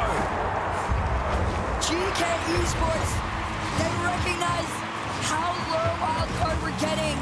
They tried to time the jump on it, but no. GK Esports tied game. 1-1, huge play. Love what I'm seeing from Archie. His traditional third-man role, but getting the touches required, just keeping the ball locked in. Wildcard, you said they're trying to stretch the field, but it is isolating last man. Torsos finds one, finds two, can't fake three. Fever has to leave this, just banana head. Services of the 100 boost. Joyo's found a really clever touch. One more with the pre-jump. Fever on for the challenge. 38 seconds, are we heading to overtime? Can we see some magic from the Aussies? GK trying to steal this game too. And there comes Ole, he's already waiting for it. Great positioning. Wild card. They just got to try and anticipate where these passes are coming from right now and intercept them. Pass one to the other. Wild card, they're getting cheeky with it. You see them in the back end. Big clear here from GK Esports. Still love the confidence, love the fact they're going for pre-jumps. Banana Head finds himself with zero boost. This is big trouble. Huge trouble here for Wildcard. They want overtime now. You can see the boost troubles, but they've overcommitted a touch, or have they? Archie puts a shot on. Big T with the save. Zero boost. We go the distance. Big opportunity for Wildcard to get into this one. They've had a couple of thriving moments in OT, but so has GK. Joyo, dead balls in the corner here. It's gonna have to face off against Torsos. It 50s all the way back out into mid. Here comes Archie, the pass off down to one on the goal line. Here's the, oh no! Joyo finds a great 50. GK have completely been all over the top of Wildcard for now. So you can see the bumps. Big 50s required. This is where the likes of KC are so strong. Just finding the 50s they need. That's not bad, but Joyo's right there, positioning nice and tight, nice and close for GK. Archie's lost possession though. Torsos, touching the tank, only able to attack with 30 or 40. Fever coming in with the 100, loses that challenge. Banana Head has to go straight away. It's just floating down, Torsos underneath. I like the play, but you can see GK are ready for it. Just Banana Head now. This is very awkward. Torsos there. There might be a trouble here, Herc. Right now, Wildcard are very, very low, but they're still managing to get the saves. It's a matter of getting back in rotation for these follow-up shots. Here comes Joyo. Banana Head's going to try and clear this one out. Just a bit. Torsos, roll-up save, but not twice. 3 times is not the charm. GK Esports take the overtime. It was huge. Huge overtime win for GK. Wildcard get that level pegging, level series, not to be. That minute of overtime was dominated by the Europeans. They got the reward for effort. Again, it's the boost that is a huge problem on defense. They're doing so well, Wildcard, with so little, but it's not sustainable. In the end, they broke through. Unfortunately, GK understand that they can compete against them defensively. Unfortunately for Wildcard, you do have to go to the drawing board. Thankfully, timeouts are an option now, this late in the game, and our first timeout will be called by Wildcard. Just need something to go their way. We know the crowd, from what we can hear, what we've gathered, are on the Aussie side, but just took that overtime win against Falcons to change the momentum slightly. This overtime, this timeout is where Jimmer, coach, can get to work, reset the players. They're just a little bit too jumpy, and just mention those off-ball plays, just grabbing the boost, looking for bumps. You've got to find the balance right now. Maybe a little bit too bump heavy, and they're getting punished down the other end for it. Yeah, I think with Wildcard, if you do kind of, chill out a little bit, I'm sure they recognize it, but they are definitely competitive in this. I don't think there's as big of a gap as people might think there is. Maybe on a mechanical level, yes, but as far as strategy goes, what they bring to the table actually could work against GK Esports. The biggest difference maker, like you made mention to, is that boost. GK recognized once you boost starve out Wildcard, they can't thrive as much as they were before. So now it's up to Gemma and the boys to come up with a plan to really start to take back field and boost possession. And it's not just stealing boost, acquiring more for Wildcard. It's how efficient they are with it. That's what Karmine Corp is so good at. Just a few pads and they're able to get to work, make 1 or 2 plays. Whereas if you look at the numbers, Torsos' average speed is always absolutely ridiculous. He's supersonic the entire game. Banana Head, well, he wastes a little bit of boost as well. So just need to make sure they're locked in and not getting themselves caught out with none in the tank and having to make a double save. Still, a couple of 1-goal games, a couple of close ones. That's that just 1 or 2% that GK have over them right now. Well, one more chance for a wild card before GK completely push their backs against the wall. Torsos is going to try to start them off strong. This one down to the nose. Banana Head, big connect. Bigger interception, though, from Oli.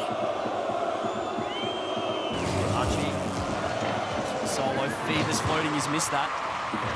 It's going to be Torsos. Too much to work with, and that's off the backboard. It's a bad 50 loss. Banana Head's with the demo.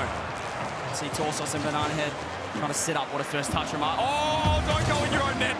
We saw it yesterday, the first goal. But be careful. Oli has missed the ball, though, down the other end. They have both missed boost. Torsos shot. What a double save. Banana Head keeping it in.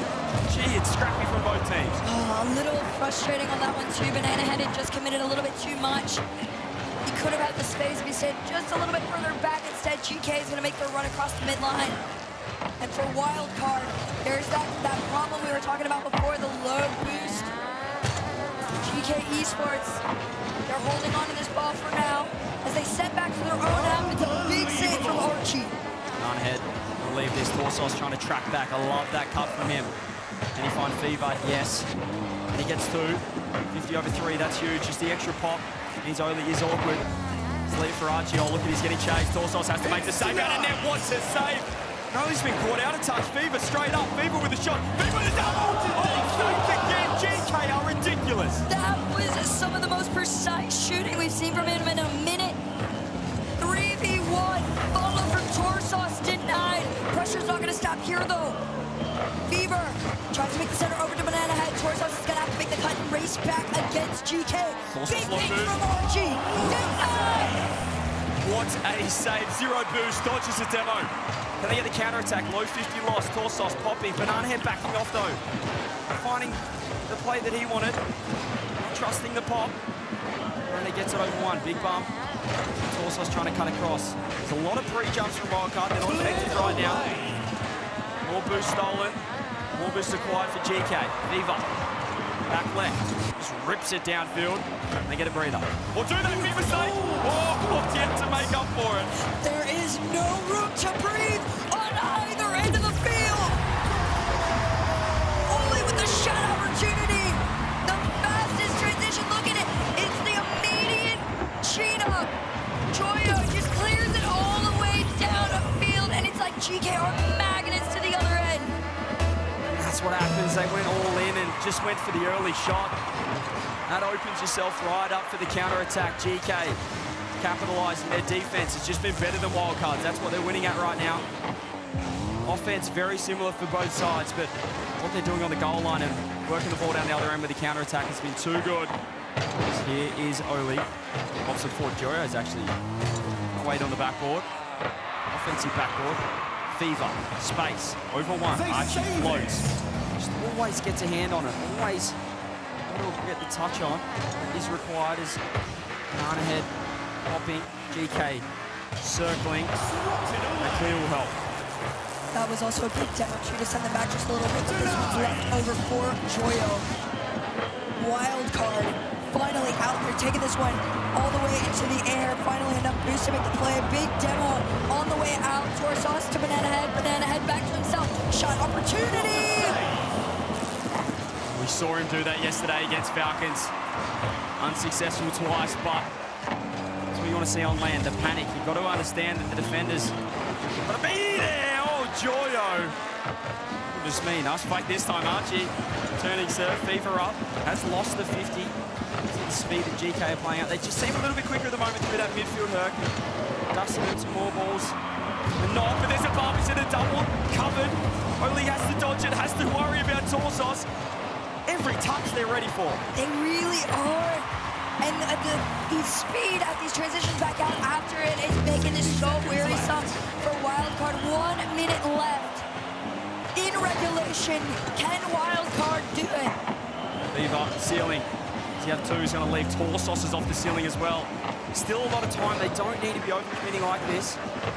Banana Head can leave this for Fever. Archie staying around. Fever's got a round 1. Has found a demo too with 0 boost. I don't know how he's done that. Banana Head up. Just to keep it close. Or Boostrom only perhaps realised. Look at the bumps now. They're chasing demos alike at 30 on the clock. This is where all the pressure needs to come in for wildcard. Torsos force up one. Oli low boost. Weak clear. Beaver waiting and ready for it. You see Banana Head underneath. All three members of wildcard have committed. Here comes the follow from Torsos. It's a tie game. The veteran over the top of the youngster. The bump came through from Banana Head. The extra touch, the pre-flip. Sublime. 13 seconds. This game is huge. Back into the kickoff they go. Let's see what they bring to the table here. Oli from the sky. 9 seconds on the clock in the air. Pass one to the backboard. It's taken out by Torsos. Archie immediately sends it in. Oli's waiting, and it's not going in. Wildcard, keep it up. Still a chance, Fever. If they can find the pitch, the 10 pitch. Oh, I love the idea. Still up. Now low. Have they gone too little? No, too much. Fever right there. Ball down. We head to overtime. If that 10 pitch landed, would have been the greatest 0-second goals we've seen. Here is Fever. Trying to keep it close. Plays the reset. Oli cuts across. Torsos right there. Great chance here for wildcard. This is what I spoke about. Banana Head just low boost. He wanted to get in. He wanted to get in there so badly, but he had to turn away. Definitely got to play the patient game on this one if you are wildcard. Keep this ball as close as possible. Joyo takes it away. He's not even going to give them the opportunity to have it here. Banana Head cuts it off. Right where it starts in the mid, but wildcard continue the pressure on. Rough touch from Torsos. Lost possession. Archie's right on the scene. Torsos has to go. Oh, it's not a good touch. Fever helping out. Now they're in trouble. Banana Head, huge 50. He has to be the guy right now. Finds one more. Fever keeping it close, but they've just got no speed on. They've got no boost in the tank. Archie trying to dance with him. Fever. Zero boost from everyone. Finally grabbing the corner. Oh, it's a big mistake. Torsos also stuffs up. That was an open net, but he just doesn't land, doesn't find his ties on the ground. This is the second time we've seen wildcard have the opportunity to shoot. Here comes a slow commit.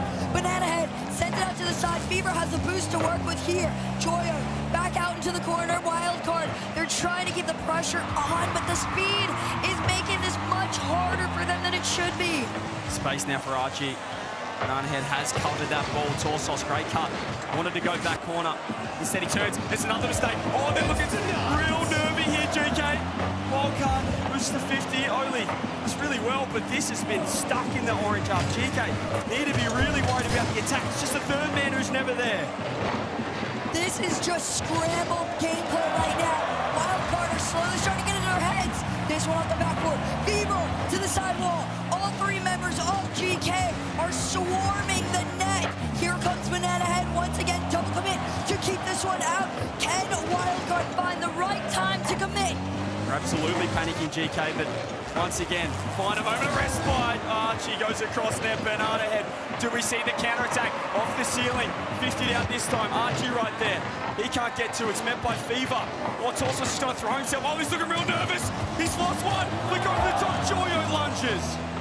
Wildcard are still in that half. Banana Head just enough to try and take a shot. Ceiling, waterfall down. Fever, really weak cut.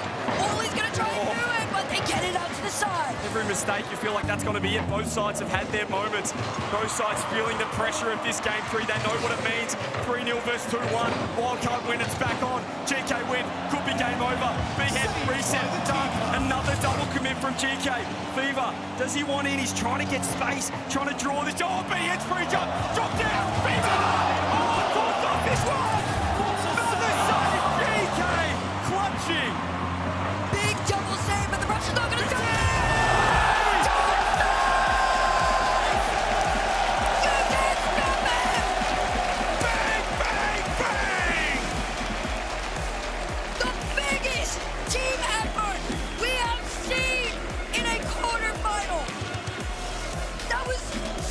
Disgustingly clean. I truly believe they were outplaying GK. Relentless. That's the Aussie spirit. 3 minutes of keeping GK pinned in their net, panicking in their net. 12 shots later, they find their way through. Torsos, 25 years of age. No matter to him, 700 points, MVP performance. and 2 sausage rolls on the scoreboard. That was such level-headed gameplay from Wildcard in the end. It was getting shaky in the center of it, but towards the end they understood they had all the pressure in the world. When you started seeing the double commits coming out from Archie and Oli, everybody immediately recognized that you could pin GK back enough. It came on to Wildcard though to stop going a little bit too far out of rotation. In those cuts, it was more of a patient game, finding and spotting the right opportunity, and they found it. Just a massive overtime win. Every game this series decided by 1 goal. Wildcard get there first. Can they tie the ledger? The bigger question is, does Wildcard do it again? Archie, another shot.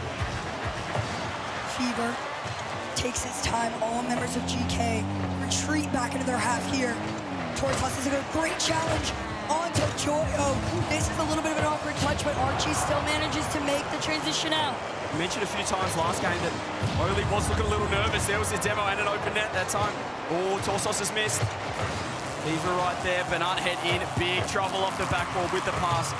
Torsos is underneath. He's going to keep an eye on Oli. Has had a couple of moments where it's not the form we expect from him. This is pressure though. It's probably the first time as well where they're the true favourites. They should be expecting another double commit. The whifty from everybody. It's Archie. Reset, over 1, does get the bump. Banana Head dunked. Fever, just been that calming influence from the Aussies. Works it out. Just under 4 minutes to go. Still scoreless, Oli down over to Joyo. It's hard, Archie's there, and Torso with the squishy save! Generational performance from Torsos the last 6 minutes. Oh, he's cut across again, there was another shot, he's just going for it. The big T on the big stage. The old boy, outpacing the up-and-comers. Archie off the ceiling, Banana Head right there. He's got to find Fever. He does just pop it up. He's going to take it off Joyo. Finds 2.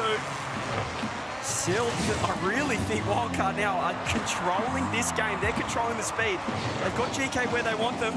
Just need to worry about the little overcommits, the little challenges, the little touches. Joyo gets beaten with the bubble top and wide open. Such a good idea, though. The execution was there. Fortunately for them, GK are still good defenders. 3 minutes on the clock. Here comes Fever, a demo. Back out in the mid, which means no follow-up for Wildcard. Joyo, many times we've seen him in this situation. Cook, get to work. Play some of the best rock we've seen on land. Not to be that time, Fever just rips one. Tell you what. Archie's setting up an absolute tent in net. That guy does not leave the goal line. Just ready for any long clear downfield. Torsos loses that challenge. Banana Head, huge touch from him. Archie, he's lost mid-boost. Torsos, the hero of last game, delays the flip, finds the 50, loses it back. Wildcard, need to worry about Archie. He won't get a touch on it, doesn't find the 50 either. On their way out down the other end. Torres has great positioning as well. They're playing it a little bit further back as here comes the speed. But GK's missing. This is the best I've seen Torsos play, but he needs to be even better. They're in big trouble. Shot, bang! Only 1-0. Oli was a huge impact player for this team all throughout the World Championship. He's been a little bit quiet in this particular series here, but that wake-up goal could be all the difference of this game for. 2 minutes. Both teams pretty much similar to every other game so far have had their chances. Banana Head flirting with an own goal. It's just so enticing. If you're from OCE to put the thing into your own net, I don't know how to describe it. That time he doesn't find it. You'll be happy with that. Minute 45. Here's Fever, back left. Oli has settled. Joyo, been fantastic. Archie once again the MVP so far for GK. Just everywhere, absolutely everywhere. Torsos, another save. Speaking of everywhere, that dominus feels like there's 2 of them right now. Well, it is 2-on-2 right here, just in front of mid. Archie's gonna pop this up to himself. Can he carry it across the line? He does, but it's a really good challenge from Fever. Torsos wanted to get the follow on it, but GK are recognizing that if they can play the high game, they can keep this ball out of Wildcard's possession. They can get a couple of shots. It has been so long since Wildcard have had the opportunity to take anything. Big center, out to himself, no skip, no redirect, no connect. It is Archie back to Joyo, still the 1-2 combo. Torsos taking up his, well, an unusual position of playing third man. Being so confident at it right now. Archie finds two. Fever, that's a poor touch. It's a really poor touch. Banana Head instant challenge, no nonsense, and grabs boost. Trying to pick up the pace is Wildcard. Fever with the catch. Blocked by Joyo. 40 seconds. They need magic. They found it in the previous game. They need to find again. What a pass to Fever! Oh, Banana Head still around. GK still hanging on. Oh, it's got to be another 30 seconds of heart in mouth for the Europeans. 25 seconds on the clock here, and right now Wildcard got to ramp up the pace. Here comes Banana Head. Can he carry it over one? Yes. Does he have a reset? Yes. Does he have the shot? No. The double save though, another double commit. Oh, they're gonna push. They'll get one last crack at this, but they have to keep going forward. They have to keep coming straight at him. Oli's whip, the pop-up. It's Archie again, finding the touch. Torsos has Fever on the right. If he can find one more, but his free jump taken off him. It's a miscommunication. GK match point. That was the difference in experience on this level of high-pressure situations. GK return the same amount of pressure they were given in that game number 3. But game number 4, GK stands strong. Just feeling the pressure and leaving themselves with too much to do. Archie has been absolutely sublime. I called out Oli at the start of that game. He got the all-important winner as well. All of GK well and truly online, ready to go. 5 saves again from Archie. I mentioned him just setting up an absolute tent. He's purchased some real estate on the GK goal line. Loves it. That's his home. It's his safe haven. And he's had an MVP performance defensively.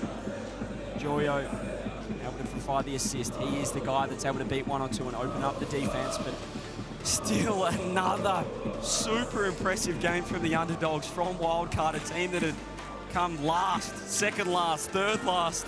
It's been forever since OCE has played like this. But is it all about to come to an end? Are GK going to close the door and set up a date with NRG? We're about to find out. The final opportunity for Wildcard to extend their series. So far, GK have adapted. They've taken their shots, but this one starts off with a denial sent out into the corner. Banana Head just ran into the post quietly as well. Need a reset. That could definitely be 1-0. GK completely stuffed that opportunity. Torsos off the side. How is the mental of Wildcard? Sometimes we have seen them completely lose their way. They're still in this. That's a great touch from Torsos. Well, he's going to float. Beautiful from him. Keeping it close. For the time he's buying for his teammates to set up that 50-50, he's there right out of trouble. Really good demo there too as well to be able to allow Wildcard the space to get out of this. Fever tries to make it to the backboard there, but Joyo has it read. They're shadowing them now. GK understand that Wildcard are going to try and make these big clears. It's in! It's in!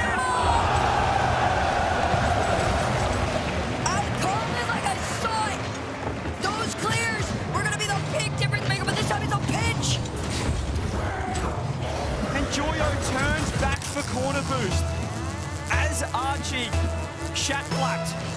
Excuse my language. Archie won't like that. GK won't like that. But sometimes you need a little bit of luck. As Banana Head would say, sometimes... Oh! What a play from Oli! Oli just sitting in net after the initial just wait around. He looks like a shark. All 3 members of Wildcard, it didn't even matter that you were there. It was just perfectly on top. A little touch in, tied a game between the 2. Completely silenced. Stopped, halted the momentum of Wildcard. 1-1. And they need to panic now, can reset. It's a nice demo though. Torsos finding Archie. Honestly, having the best series I've seen on land, dare I say, ever from Torsos. He's often when he was first on the scene, Herc had a lot of land nerves. As he more and more experience, he's trouble, but this is a wide open backboard. It's a beautiful pass! Archie to Joyo, they get the lead. you want to talk land experience and nerves, these two don't have any of it. The control to flip his car off the backboard like that, such a nasty pass. GK takes their lead. Huge play. Archie, I don't know why he doesn't like playing online rock. He gets 10 hours past 2 weeks. He rocks up at the World Championships and looks like a top 5 player in the world. Ridiculous. Oli, speaking of top players, gets the fake banana head with the 50. Fever has to throw himself on that double committed. It's just banana head, he's backwards! Wildcard falling apart in front of her eyes. At the end of it all, you do still have to remember that Joyo is kind of hip. The backflip into the control. Big shot for GK to extend in this game 5. This is a problem when you start panicking. Low boost becomes exaggerated because you make misplays, you double commit, you're not efficient. You saw it there, they double committed in the corner, they left banana head backwards with 0 in the tank.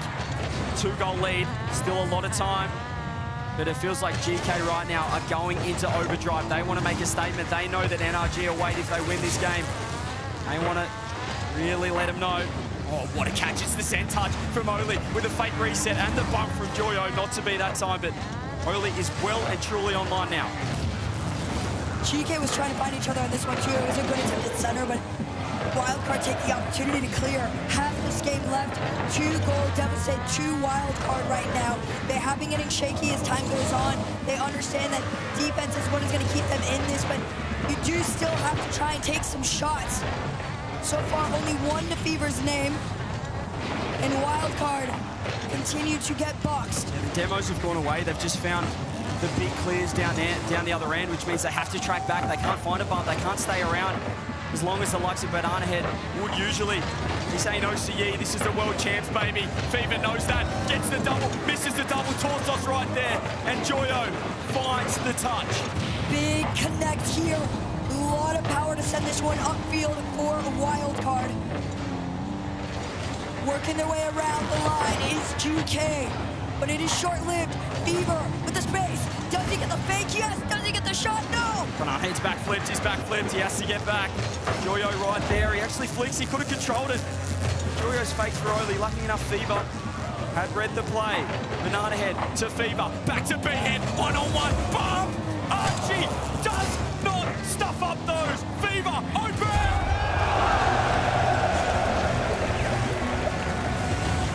Wildcard. The foresight to push forward at the perfect time. An incredible save from Archie. But there was no follow-up. There was no follow on the defense. Dodged the bump, made the save, then said, where are the boys? Where's the support? Fever brings it back to 1 with just over 1 left. Archie, another backflip. You still see the pressure. The pressure this crowd is putting on. The pressure the World Championships is putting on these players. Top 4 on the line. Nobody wanting to go home here. Oli, Fever out of position. Joyo, does he find the angle? He does, but Fever pre-jumps and they can counter. Very low boost for Wildcard, but they're still keeping the pressure up. Torsos waiting in the middle. He throws himself back. He does manage to get the save. How has he done that? How has Torsos found a way? Extended hitbox of the Dominus coming in clutch. Finds the pass Banana Head. Archie has to wait for the bounce, has to wait for the read. You bet you he's got it. Hasn't made a mistake yet. 16 seconds. GK, top 4. Fever with the chance. He's going to take it up top. Torsos waits on the right. Oli with a beautiful challenge. Is this it? Do they send the Aussies home? Banana Head, 5 seconds. GK wanting it down. Wildcard trying to clutch. Banana Head goes low. Pops. Torsos there as well. Ball still alive. Shot! GK through to the semi-finals. Welcome to the World Championship. GK Esports trying to make a generational run here in Lyon. But flowers to a historic playoff from Wildcard. Incredibly impressive performance from GK. against an OCE team that is absolutely peaking in the crowd, showing their appreciation for those that stayed up late in the land down under. I think you can be super proud of an OCE team that finally feels like they can contend, finally feels like they're a chance against anyone in the world. But their run ends here. Top 6 is where the road ends. The last 2 seasons, on both ends of the field, we have watched OCE and Europe's gap close. The honorary Frenchman in Lyon, you have done us proud. The baguette is being raised. The crowd love it in Lyon. What a journey. What a journey it's been for this team. They love Banana Head. And this won't be the end for Fever, B-Head, Torsos and Jimmer. But it does mean that GK are right in with a red-hot crack in the semi-final. The reward, NRG. A great showing from GK overall, though. Great activity to the boys. They gave them one challenge after the other. But at the end of it all, GK prevails and are one step closer to a final. The boys still milking it as they walk off. Torsos playing up to the crowd. Incredible. Let's go down to the floor. All I know, Leo, is that we are having fun right now. Wildcard gave an incredible tournament here, but GK comes out on top, and I have Oli with me. We talked to Archie before. He seems like one of the most underrated players, but people brought your name up as well. On the field, this must be hard. Having the audience turn on you, they were with you guys before, but now they're with Wildcard. Is that hard to focus with the whiplash of the back and forth? I think the headsets are like really insane. Like you hear like the rumbling, but not much of like the cheering. But I mean, it motivates me both ways. If they're like with us or against. Il lui a demandé est-ce que c'était bizarre d'avoir le public qui était parfois pour lui, parfois contre lui. Il a dit que les casques étaient très bien et qu'on entendait évidemment la salle trembler, mais qu'on ne savait pas trop pour qui ils étaient et que de toute façon, que vous l'encouragiez ou vous soyez contre lui, dans les deux cas, ça l'encourage.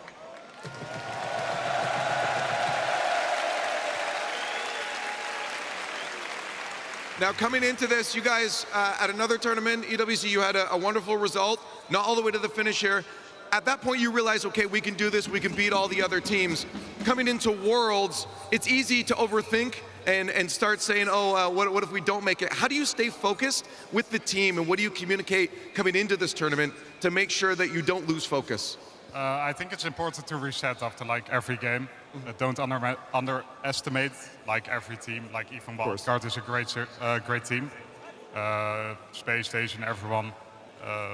Yeah, I mean, we just gotta focus and win it. Respect everyone. Yeah. La question c'était comment on reste focus dans un tournoi comme celui-ci, parce que forcément les enjeux deviennent de plus en plus gros et forcément on a tendance à overthink et à parfois avoir peur. Et d'après Oli, il faut se focus game après game, respecter tous les adversaires et tenter d'aller le plus loin possible. Now, after a match like that, I know I'd be exhausted. Are you exhausted?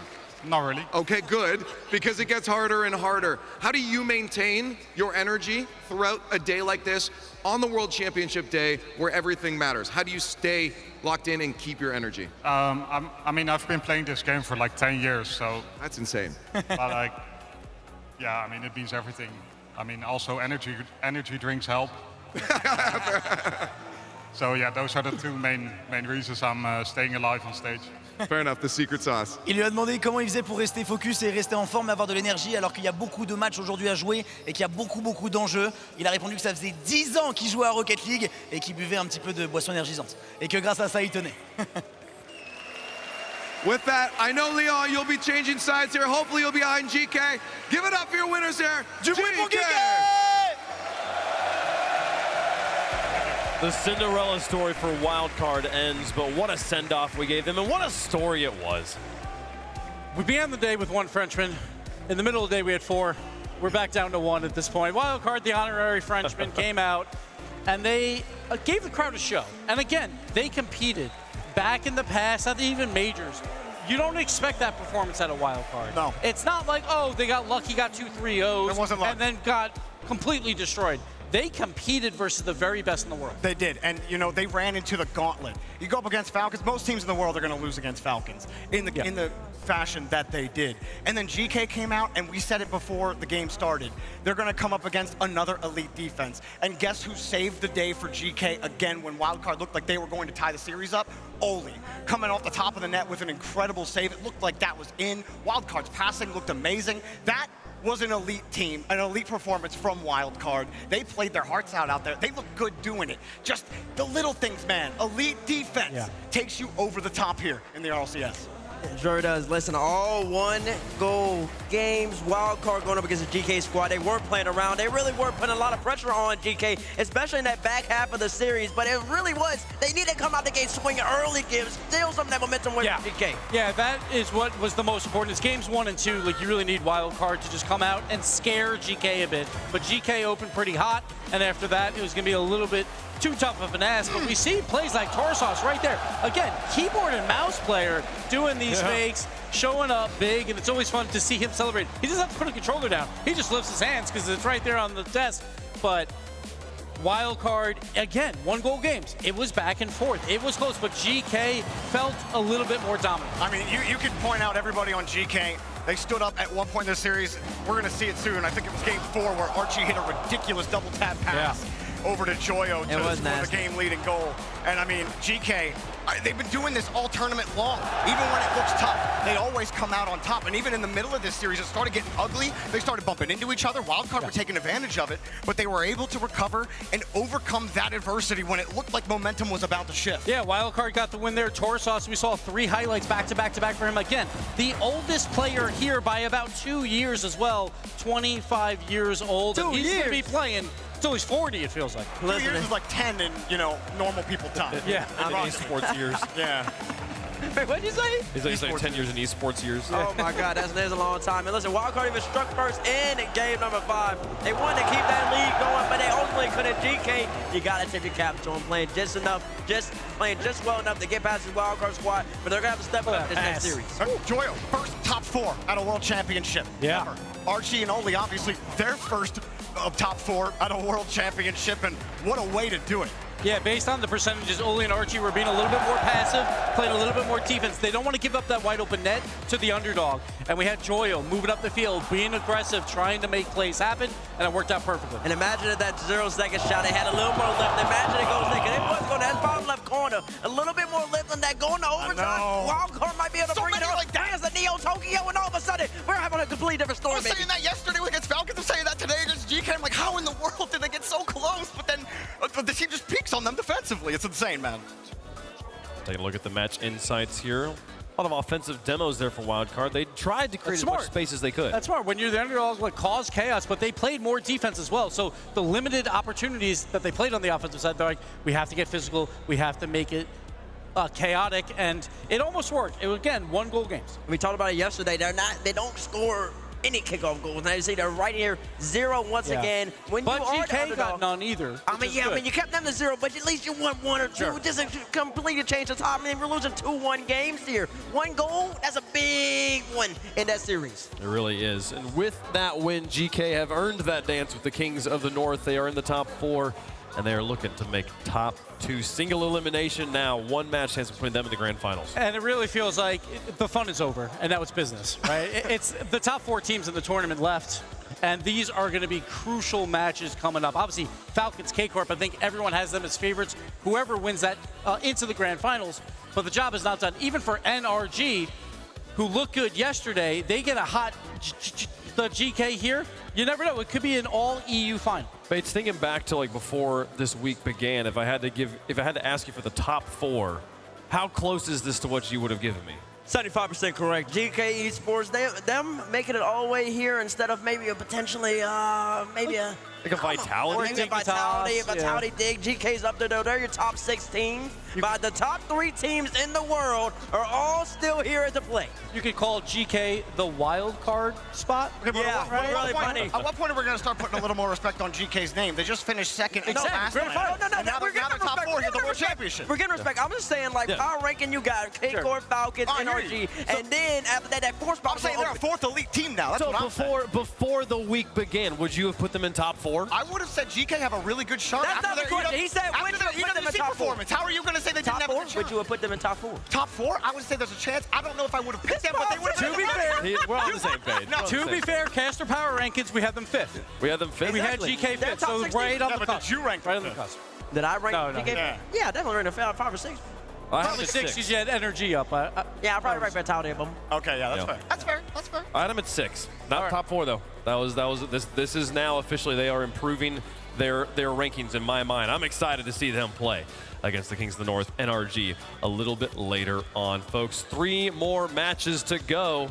GK versus NRG. They'll get a little bit of time to cool down after what many in the building are already calling the de facto World Championship Grand Finals for Karmine Corp versus Falcons. It's the pre-tournament favorites, K-Corp versus Falcons, the only teams to win a LAN this year. K-Corp has 2 wins, Falcons have 1 RLCS major each. It really feels like it's the best versus the best. Let's battle it out. K-Corp got a warm-up match. 4-0, almost a perfect sweep against Ultimates, and sometimes getting hot early. I'm scared for Falcons, I really am. K-Corp look on another level today. We'll see if they can get it done. Folks, we are getting closer and closer to the Rocket League World Championship Grand Finals. But first, we've got a wonderful match in store for you. You won't want to miss it after the break. It's Karmine Corp versus Falcons. Stick around.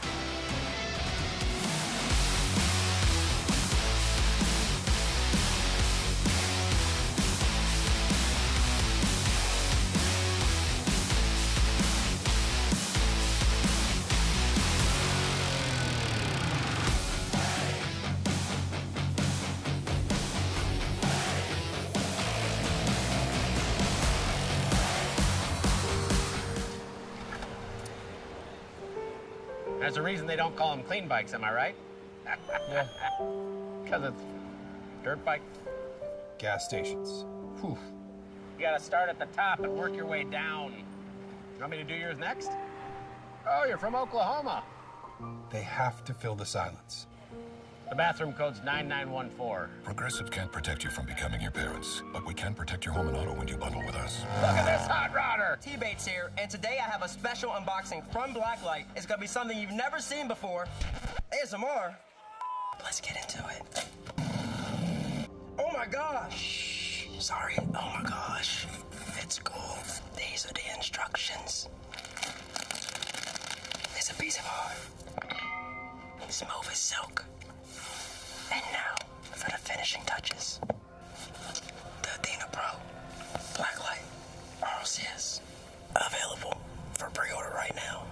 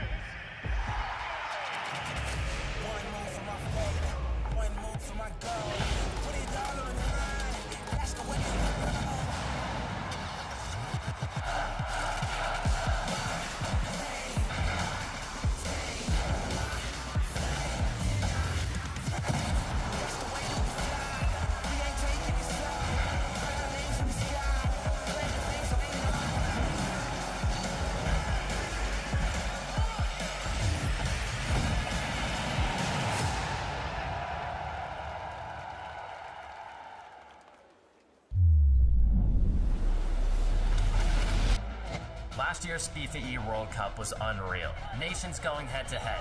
The energy, the passion, it was legendary.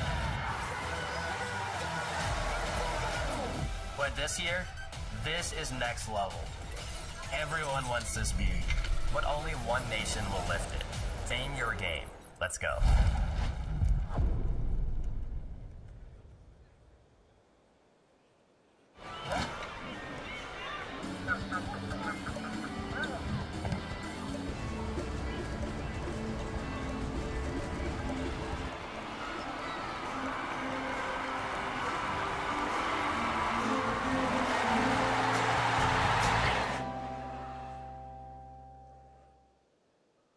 Rocket League Esports without context.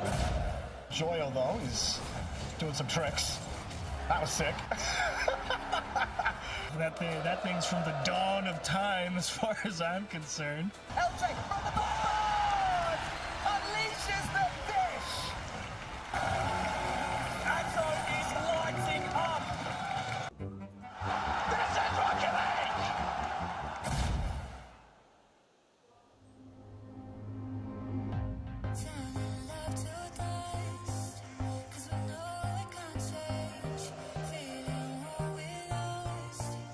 But we still come back for more, running out of time.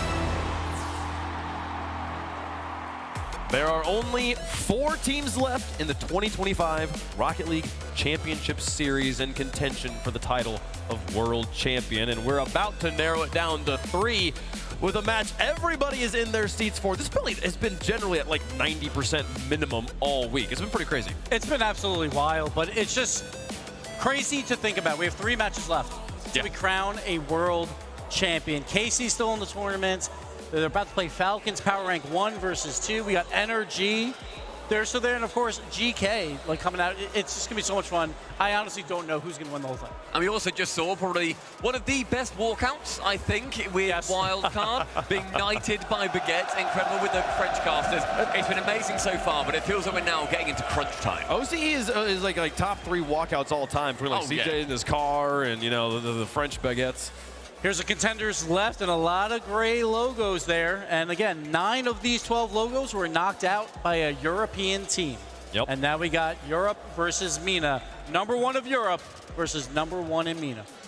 There's only 3 regions left in the tournament. And it used to be that it was always Europe and North America at this point. If Karmine Corp wins, that might be the case again. That might be the case, or it could just be Europe last but not least, after GK potentially beats NRG or Karmine Corp wins, then we have an EU final over in France, and Stumpy is happy.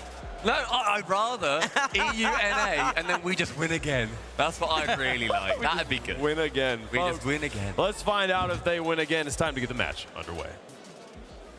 I've just got one question. What's the color? What's the color? I said, what's the color? Here comes Karmine Corp!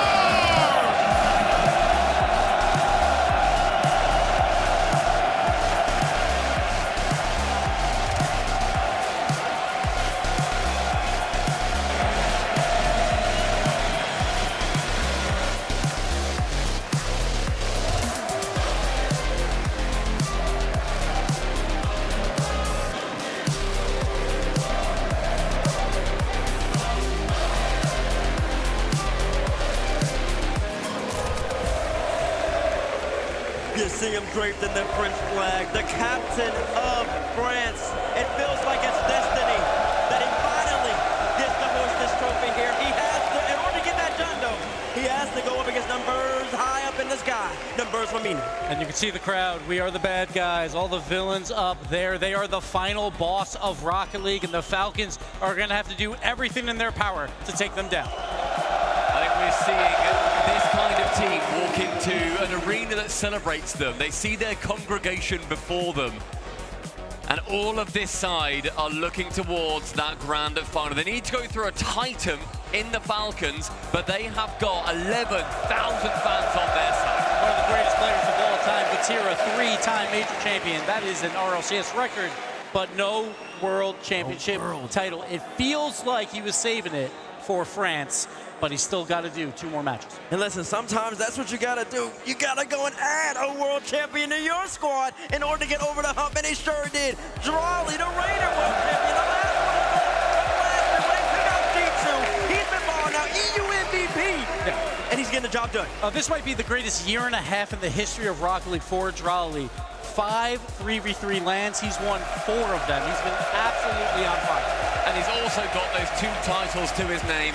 He has been the talisman to bring KC to the absolute echelons of their ability. We saw them slap down the Ultimates earlier. Job is not done.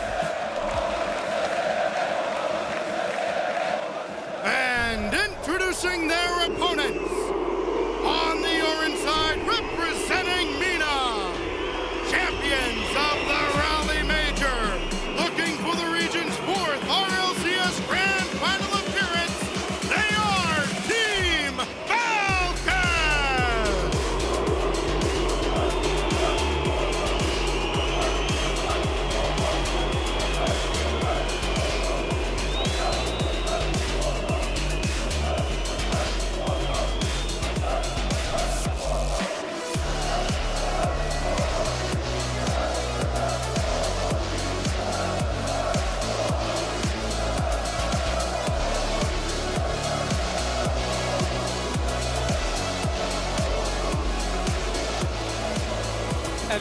greatest offense in RLCS history going up against this blue wall. Can they do it again in this tournament alone? #1 in goals per game, but the K-Corp defense is also #1. So battle of offense versus defense. We'll see how it fares, but Raleigh Major, they got the job done. Yeah, I mean, we saw what Karmine Corp could put up with their defense earlier on, and their offense really stood the test of time too. They went through the ultimates, and the Falcons, they've got a lot more offense, I think, that they can push forward. They won that grand final in Raleigh in incredibly dominant fashion. Both of these teams, our 2 grand finalists, both taking down their opponents in flawless fashion, and they meet here in the semis. That if you're a new viewer and you're like, this is deja vu, no, that is twins on the same team. 2 of the best players in the world, Roas and Killers, matched up with TRK, a 3-time MENA MVP. The Falcons finally got over that grand finals curse. They want to get back there and win it all. Listen, and you heard the boos coming here. They are public enemy #1. I don't know why Karmine are saying we're enemies, because Falcons are the enemies, but in saying that, though, there's so much respect, even given by these French fans, because the boos, they don't sound hostile enough. They have to even like, we want you to lose because you're in our way. You're the #1 threat. But at the same time, we respect your game, and we know what you can bring to the table. It's going to take an absolutely class performance from Karmine Corp in order to get the job done. And this feels like a grand finals because it truly is. It's power ranked team #1 versus power ranked team #2. And even in this tournament, Falcons again, #1 offense. Who's #2? Karmine Corp. And K-Corp, #1 defense. Who's #2? Falcons. Falcons. These are the 2 best teams in the tournament going head-to-head for a grand finals appearance. See the head-to-head here between Killers and Vatira, players that we listed Vatira as a MVP nominee earlier. Killers easily could be a part of that conversation. He was on there too. He was on there too. Killers I thought it was here. Okay. But no, Killers, the 2 MVP nominees, 2 leaders on their teams. But and it's only, the crazy part is, Bates, that it's only by a small margin. There are other 2 players on the team right behind them. I mean, you could give the MVP to any one of these players at any given Sunday. It's all about who steps up. They're MVPs. We have Killers and Vatira right now, but after this series, they can change it to Drawley, Atto. You can give it to Roas and TRK. All 6 of these players, world-class, top 10 in the game. That's what are playing at this stage. But there's one question mark for Falcons. Yes, they are the Raleigh Major champions. They didn't have to go through K-Corp in front of the crowd. They did not play them at all. K-Corp bottomed out of that tournament. K-Corp has been here before. They have beaten Falcons before, back in EWC just 3 weeks ago. Took them down in this top 4 round. So, can Falcons finally take down K-Corp? I mean, they've got also all those fans behind them. In their peripheral vision, both Karmine Corp and Falcons will see the lights from the flashlights on people's phones. They'll see the flags, they'll feel the chant, they'll feel the bass on the stage. So far, KC have been unbeatable in the arena, and it's going to be hard to break through. If for whatever reason you're tuning in to RLCS for the first time ever, let me tell you about the matchup. Karmine Corp, they do it via offense. They are so suffocating. They hit you, and you have to deal with them. But the Falcons have one of the best counterattacks, and they're just deadly as well. When Khalil's is up in the sky, when he's going for his double touches, you got to be careful. And that is the difference. We see Falcons go high in the sky to make a pass or a shot. We'll see K-Corp go high in the sky to then go for the aerial bump or fake. We'll see if Falcons can also include those fakes to see if that helps them. But it's interesting because this crowd is the X factor. K-Corp has been in front of them 3 times. Falcons only once, and that was when they played Wildcard. And in fact, Karmine Corp has yet to lose here. How do Karmine Corp deal with the speed of Falcons? That's going to be the whole question, is that midfield challenge game. Don't give either of these teams space, because both these teams, obviously, the 2 best offenses, they'll make you pay. Chat, let us know who you think's going to win. We're going to make our picks on the desk. Stumpy, what you got? I've just got a quick question for you guys. What's the color of my suit, Gibbs? What's the color of this suit? Is that blue? Yeah. What's the color? Blue. What is the color? Blue. Blue. Blue. Everybody, give me K-Corp on the desk. We see them go through to the grand final. So Falcons are my favorite team in Rocket League history, I would say. Really? Wow. But there's an X factor. There's this crowd. There's this energy around K-Corp. You were going against Falcons. There is Vatira, who's been waiting for a world champion title. He's going against And Falcons. he waited for the perfect time. It's going to be K-Corp all the way winning this match. Really? Listen, Okay. I don't have much to say. I'm actually in shock. I could have sworn you would have went Falcons. These are the 2 best teams in the game. They're absolutely here. They deserve to be here at this moment. This is one of the main events of Rocket League, but only one team can come out on top. And I got to still rep them. Give me like blue ones, because I'm going Karmine Corp yet again. Here's a crazy part. I feel like they have broken the death curse. Every time we've gone fully Karmine Corp, it has not mattered how the rest of us have gone up here. And also, they have played twice this season. Once in EWC, once in Birmingham. Karmine Corp won both times. Didn't even go to Champions Field. Give me Karmine Corp to advance to the grand finals and have a shot at the world title. Oh man, we're so close. I want to know what that coin's What does the coin feel about it? What's that thinking? Everyone's been wondering. Coin's been having a bad day. But we don't care. All we care is that it comes up blue, right? Here it goes. Oh, it's going to come up for the Karmine. It's going to come up for the Falcons on that one. That's good for them, though, because the coin's been having a bad day. Corner hasn't been having a bad day, but listen, Leon's got to pick up the energy right now. They're a little timid. I heard louder from Monson yesterday, and they want to really give the Karmine Corp fans the energy. They're going to have to start getting really loud. They're definitely not as confident in any of the other matches they have played. They know Falcons are the team that could take them down. They are fan favorites in the building, fan favorites in chat. It's been that way all day. Can Karmine Corp continue to prove them right? I hope you're ready, Rocket League fans. I hope you got your snacks. I hope you put your seatbelt on, because this is what you come to a world championship for. The final boss, continuing to walk through every challenger put in their way versus the deadliest squadron to fly these championship skies. It's gonna be fast, it's gonna be vicious, it's gonna demand the most intense precision from the gladiators in the arena. Rocket League fans around the world, bear witness to Falcon versus Karmine Corp.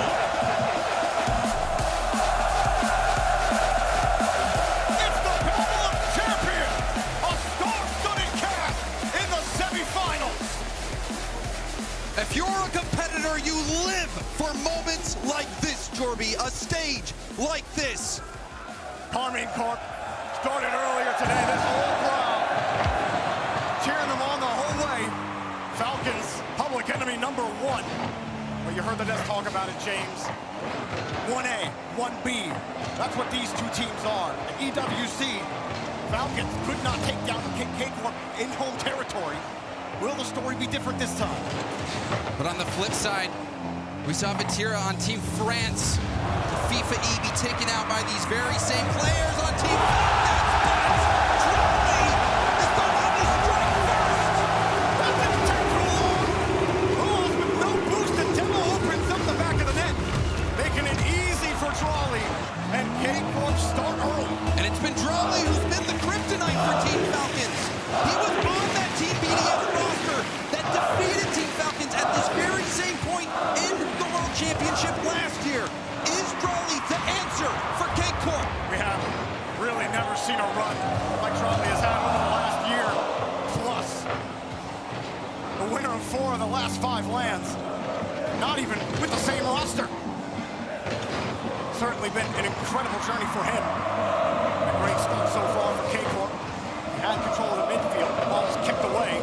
TRK. Ball attempt. That was well dodged by Drawley. He does get stopped by Rawas. You can see the attack shaping up now for Team Falcons. Next up, TRK. Killers around the midfield line. Drawley and Vatira waits for it. Very slow start to this game. Measured approach by both teams. Hang on. Atto couldn't quite get TRK out of the way. Hot shot easily denied by Rawas. The pressure. K-Corp, they have the advantage so far. The slim chances that Team Falcons have had, they've shut down quickly, but even there, you see Vatira, such a good 50. Rawas will try to turn to make something happen, and oh, hold on, he's faking out the defense, but Atto, he comes in to save the day. We've seen him do 1v3s like that before. Counterattack, demo in the sky. Rawas has the boost to avoid Vatira. Falcons will survive that transition, but they can't really get anything set up on offense right now. Still very early. You look to Killers. He was #1 in scoring, and not only #1 in scoring, Jorby, but shooting a staggering 40%. Nice little pinch from Atto. And it's been really a feeler game. K-Corp, the first free touch. Killers had the first clear. No one's back in net. Off the ball. Off the ball. Nothing here for K-Corp. Vatira coming within centimeters, getting a good skim touch on that. You can hear it clang off the bar. K-Corp let Team Falcons back in. It's an opportunity to get an insurance goal, but against Team Falcons, it won't be that easy. Rojas can't avoid Vatira. Ooh, Killers decides to take it with the threat of the bump on the way. And Atto gets in the way. Rojas. We got Vatira. It's got to touch Drawley's already in the air. Oh, Drawley doing so good to shut that play down. Vatira was being harassed on the back line. And Drawley is that player you put your faith in, looking to go back to back as a world champion. Falcons still, they keep getting pushed back over to the corner. They do not have as much time behind the ball right now. Atto, quick shot. Drawley trying to dunk. Not successful. Vatira first 50, second 50. Back to Atto, slows it down. Pops the shot, denied by Roland. You like the idea from Atto there, the light touch, trying to throw off the defense by going to that far post, but the adjustment was there. Team Falcons and K-Corp, when they match up, usually it's a shootout, usually a high-scoring affair, but so far this single goal for K-Corp is enough. They've done this before. They can hold on defense for this last minute 15. As Drawley doesn't get the boost steal. Rojas gets it. Gets the 50. That buys some much-needed time for Falcons to get set up. Rojas getting it done himself. 50 goes right back. TRK. Pass for Killers was a little far. Oh, there's the demo! They got caught out! Goal for K-Corp! A demo on the third man! Killers the only hope for Team Falcons, and he's taken off the pitch! And he was waiting for TRK's pass. You saw him inching forward, and TRK's pass was nowhere near him. Opened him up to get deleted. That's the risk of making a weak shot on target. You set up a counterattack for your opponents, and K-Corp missing a beat. Oh, they're buckled up because K-Corp are giving Falcons a ride right now. Oh, what a game one. Round double. Yeah, I was asking myself a question, Jorby. How much is home field advantage worth? I think we might be getting our answer in game one. The crowd are answering it. K-Corp are answering it on the field. 38 seconds, 3 goals for K-Corp. Picking up right where they left off earlier today. And man, what a story for both of these teams. Both winning a major each. And K-Corp coming back to France, coming back home at the World Championship, and putting on a 3-spot, 4-spot. Yes, sir!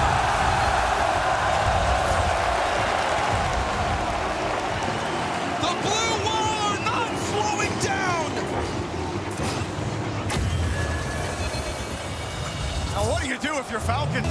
You've not possessed this ball at all this game. K-Corp have wrenched it away from you. What most Falcons have been able to do is, keep it in their own half for a little bit. Vatira wants a 5th goal. And we saw it yesterday, James. K-Corp, they don't care how much they're up. They're going to try to score for 0 seconds. They're going to pop it up. They want to put a show on for the fans here at home. Game 1, certainly a great start here. Falcons have to respond.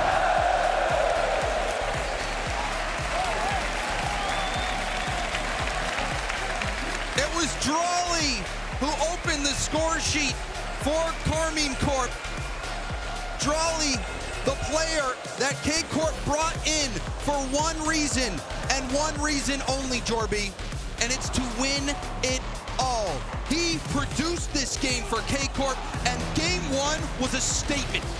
One of the most insane runs over the course of the year, and he's still producing MVP performance in game number 1. 1 goal off of 3 shots and 2 assists. Involved in almost everything.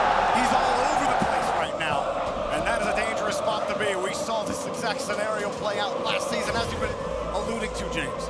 Well, they say fear is contagious, but Jorby, it also feels like belief is as well. And when you get to this point at the World Championship, you have to believe that not only are you a great player, up there with the best, but you can win it all with all the pressure, when it all matters. And seeing Drawley play out there, it feels like the belief that Drawley has in himself and his team is contagious. It is spreading, and the blue wall, they look unstoppable at this moment. Team Falcons have a lot to prove in game 2.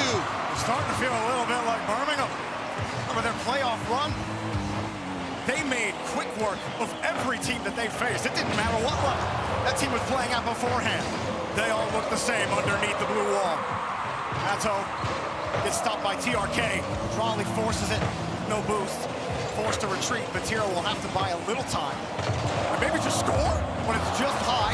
Rojas gets there. Atto. Nothing there. He gets deleted. Falcons have to find a way to put together a possession. They can't get K-Corp off the ball. Now where is this #1 offense? Right now it's all K-Corp. Team Falcons do have a little bit of space, but even there, Trolley's got no boost. Dives in and gets an effective challenge. Vatira keeping it in. That's just confidence. You know that you're playing better. You know, you said it, belief. And it's shown in the car language right now for K-Corp. Falcons can't even hang on to the ball. Killers does get a little bit of it, but it's lost. K-Corp are in the perfect position. Atto just can't find the target. TRK no boost, wins 150. Great 50. The Killers! Falcons score their first! That was a wonderful 50 from TRK. He knows he has support to his left. Perfect 50 out right on the nose of Killers, who has been the tip of the spear of the Team Falcons offense and comes up big with that goal. And it comes on the ground, where they have not won in the air at all in these first 6 or 7 minutes, James. And usually when you see Team Falcons, especially against Team Wildcard, they're playing fast, they're getting up in the air, they're hitting the ball off the corner, going for those fakes off the corner, off the backboard, getting the defense uncomfortable, but we've really not seen K-Corp forced back to play much defense. Even on that play, they didn't even get back in time to play defense. Even against Wildcard, Falcons were only scoring 1 goal a game for the majority of the series. So this offense, and then you run into this here on K-Corp, you start well. Can you start building momentum here? The quieter you can make the crowd, the better your chances of switching the energy in your favor. Rojas using those chain dashes and a little bit of boost he had, but he can't get a hold of the ball. Drawley's got the boost. Atto on the wing. Killers got forced up. Vatira catches it, and Falcons are all stacked up there. Yeah, you saw multiple Team Falcons defenders stacked. They're so awkward now. You can even see TRK having to go for that ball from a backwards position. Killers, not much boost left to get the touch, and not the best touch from Atto. Now, this will give an opportunity for Rojas. Drawley doesn't have any boost. It has to be Vatira. Vatira, follow-up. Killers actually hit the brakes. TRK was on the wing, but wasn't in position to take the 50. Now Atto takes the 50. Drawley, one touch. Oh, Drawley! Oh, my God! Another perfect 50 sets up the goal! No flip 50! Drawley swoops in without missing a single second. I mean, you can't just make a legend just forge it. Drawley is ridiculous. Atto sets him up again here on the kickoff. And now it's K-Corp playing that ground game as well on the 50s. Vatira getting harassed by Rojas on the backside, giving a little bit of space here for Falcons. Killers has the touch against Vatira. TRK on the wing. You saw Atto coming in quickly, not letting the pass develop. Rojas called off by TRK. Tries to get it up and over Drawley, who sends it right back down. It's a little greedy from Rojas, but it does find its way back to Killers, who finds Rojas, and now TRK! The net was open, and he couldn't hit the mark! You will never see a net more open at any point. K-Corp will likely never give you that look again, and they get away with it. TRK, who's usually so good at punishing those opportunities, the 3-time MENA MVP, couldn't put it away. Killers might find a way through, though, as Drawley with a full tank, looking for safety. Rojas gets faked out by Drawley, who's in his head right now. Vatira will boom it towards net. TRK has to go for it. Well-placed clear by K-Corp. Really nice pop by Rojas, who's doing work on low boost. But Killers comes in and actually accidentally bumped his brother. What's the plan there? Falcons, a little off. Is it the energy in the stadium? Yesterday, the struggles against Wildcard, when the crowd went completely against them as well. Is that affecting this approach? Is that affecting the best offense in the RLCS? Under a minute left to go. Rojas couldn't get it cleanly over the defense, but a clear is stopped by TRK. Team Falcons starting to inch up, but Atto flicks this past the halfway line. Atto again, reset. Back down to the ground, and it kicks off his car, but Vatira's right there. He was was able to scoop it. TRK's forced to dump it. It's not the greatest touch though. Atto, barely any boost, and he just puts it away. Even when it was uncomfortable there for K-Corp, they find the right touch. They find the optimal one. That one wasn't optimal, but they whipped. TRK going through. Still everyone from K-Corp posted. Goal for Killers! Saw that the blue wall was awkward on defense. TRK getting up high, Drawley not able to get the clear. TRK doing so well there, and even there was a fake as well that set up the play earlier. Team Falcons, they come up big late in the game. Yeah, the fake from Rojas that forced everybody up the back wall. Now Drawley gives it right back. Batira almost won. Alto, no boost shot, but it's a bouncer. Drawley!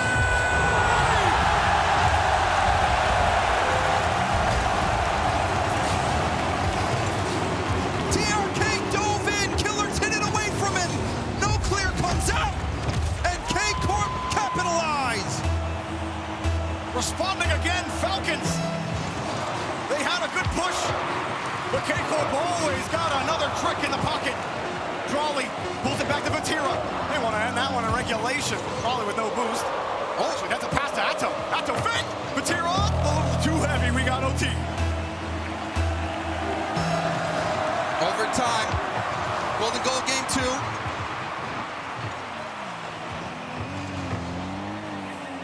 Falcons, best look that they've had so far.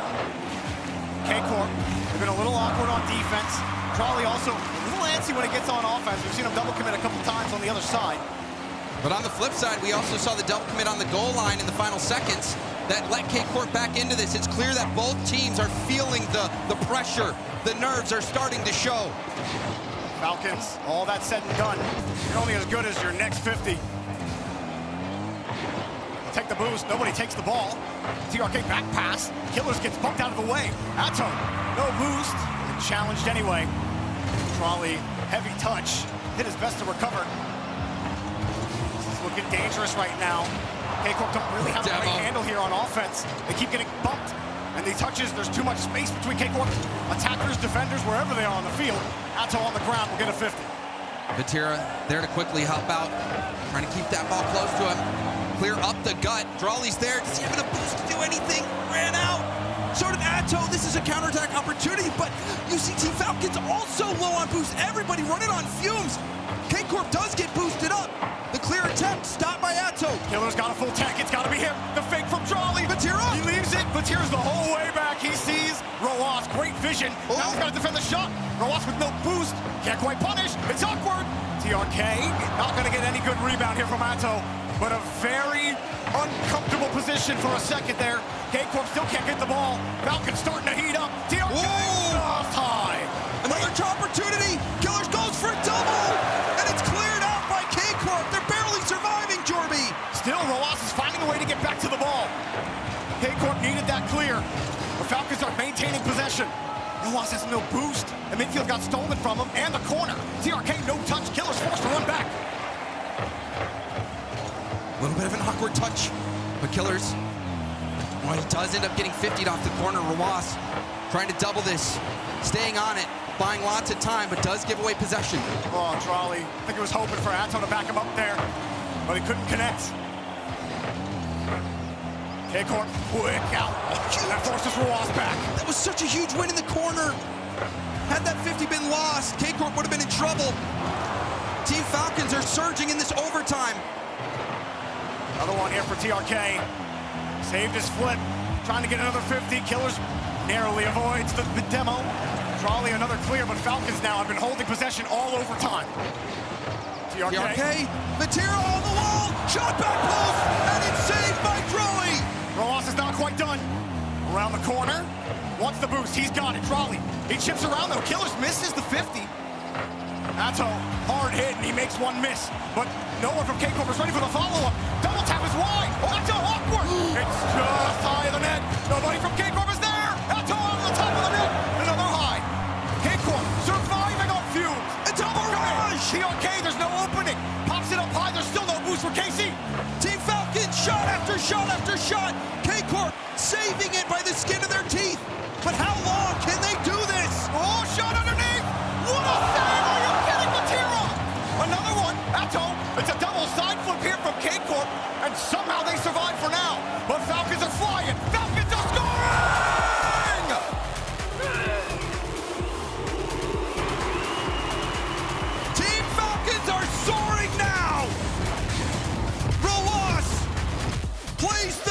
he forces that into the net. It felt like it was just a matter of time with how many opportunities Team Falcons were generating.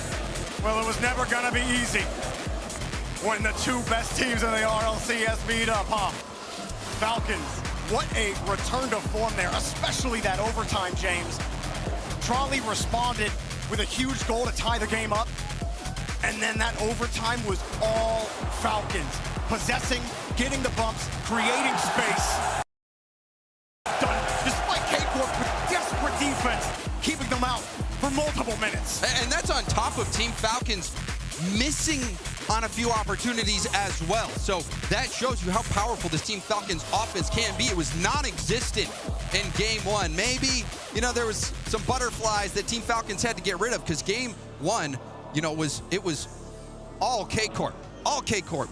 Team Falcons, nowhere to be found, but this game, we finally got to see how K-Corp handles that pressure on defense, and, you know, Team Falcons, they really took it to them. That was another impressive game from Killers, but even Rawas, that last play, to be able to have the presence of mind, not just to dive in, but play it slow, go for the 50, force that ball in.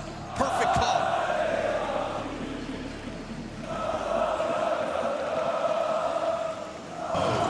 Falcons have put a dent in the decibels here, but the K-Corp crowd are trying to inch it back up.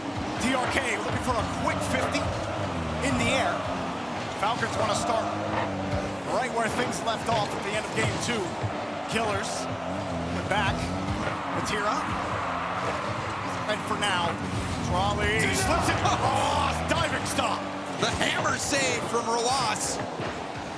Came right down on that ball. Another shot. TRK back in time to get that save. Enough for Trolley to get that midfield boost and steal this ball away. He's got Vatira on his left. Dropped it for the 50, but Ato was ready for it. Left side. Killers right in front of the ball. Vatira will buy plenty of time. Ross and Killers both on the backboard. Trolley steals Ross's boost and now bumps Killers out of the way. Trolley doing a lot of work. Another demo. Double Trolley and Alpha combined. Back-to-back demos for K-Corp. Right into a dish. Oh, and Trolley was so critical. He not only steals the boost, Ross is left with nothing. Then he bumps Clears, puts him in position to get demo. Another demo, and Ato has an easy path to the goal. But all set up from Trolley. Now a little give and go. As Killers, no boost. Couldn't get it by Ato. Roas fakes the first touch. Puts it underneath the Killers. Trolley forces that 50, and Vatira will have a free ball in the midfield. Takes the space given. 50 underneath, Ato, lurking, wants the bump, not gonna get it, TRK was there. I like to play, but Team Falcons sniffed it out. They knew that bump was coming. K-Corp, they needed that stabilizing goal, back in the lead once more. Another opportunity. Ato going for a pinch pass off the backboard, Vatira lays off. This is a good possession so far as well. Trolley wins another touch. Roas forced to go quickly, TRK also. Little stars. Roas is on small pads. Killers is low. That's a shot. It's too light. Roas has a full tank. It was light, but it made things awkward for Team Falcons. Roas with a heavy clear out, though, will let Falcons reset. K-Corp have to avoid bumps every time they try to push forward. Falcons are almost running into each other here. TRK has to pirouette 180. Killers underneath on the 50. This is the most ground pick up as well. And we've seen Ato Popper. TRK happy that there wasn't anything ridiculous that he had to save there. But a smothering attack, shaking up for K-Corp. The backboard defended by Killers, but this looks like overtime flipped on its head. Where Team Falcons had all the pressure. Now K-Corp has Team Falcons all the way on the back line. Saved! Falcons find ways to keep the ball out of the net. TRK protects his own boost. Trolley not gonna get the 50. Ato will be forced back. Vatira misses his boost. TRK will get it. Got the boost steal as well, TRK. Gonna get out of dodge now, Rawas. Back to a 50. Into the corner, Vatira, no boost. Won't get there in time. Does get some help from Trolley. K-Corp have made it out of their half. Ato waiting to see when Ross gives it up.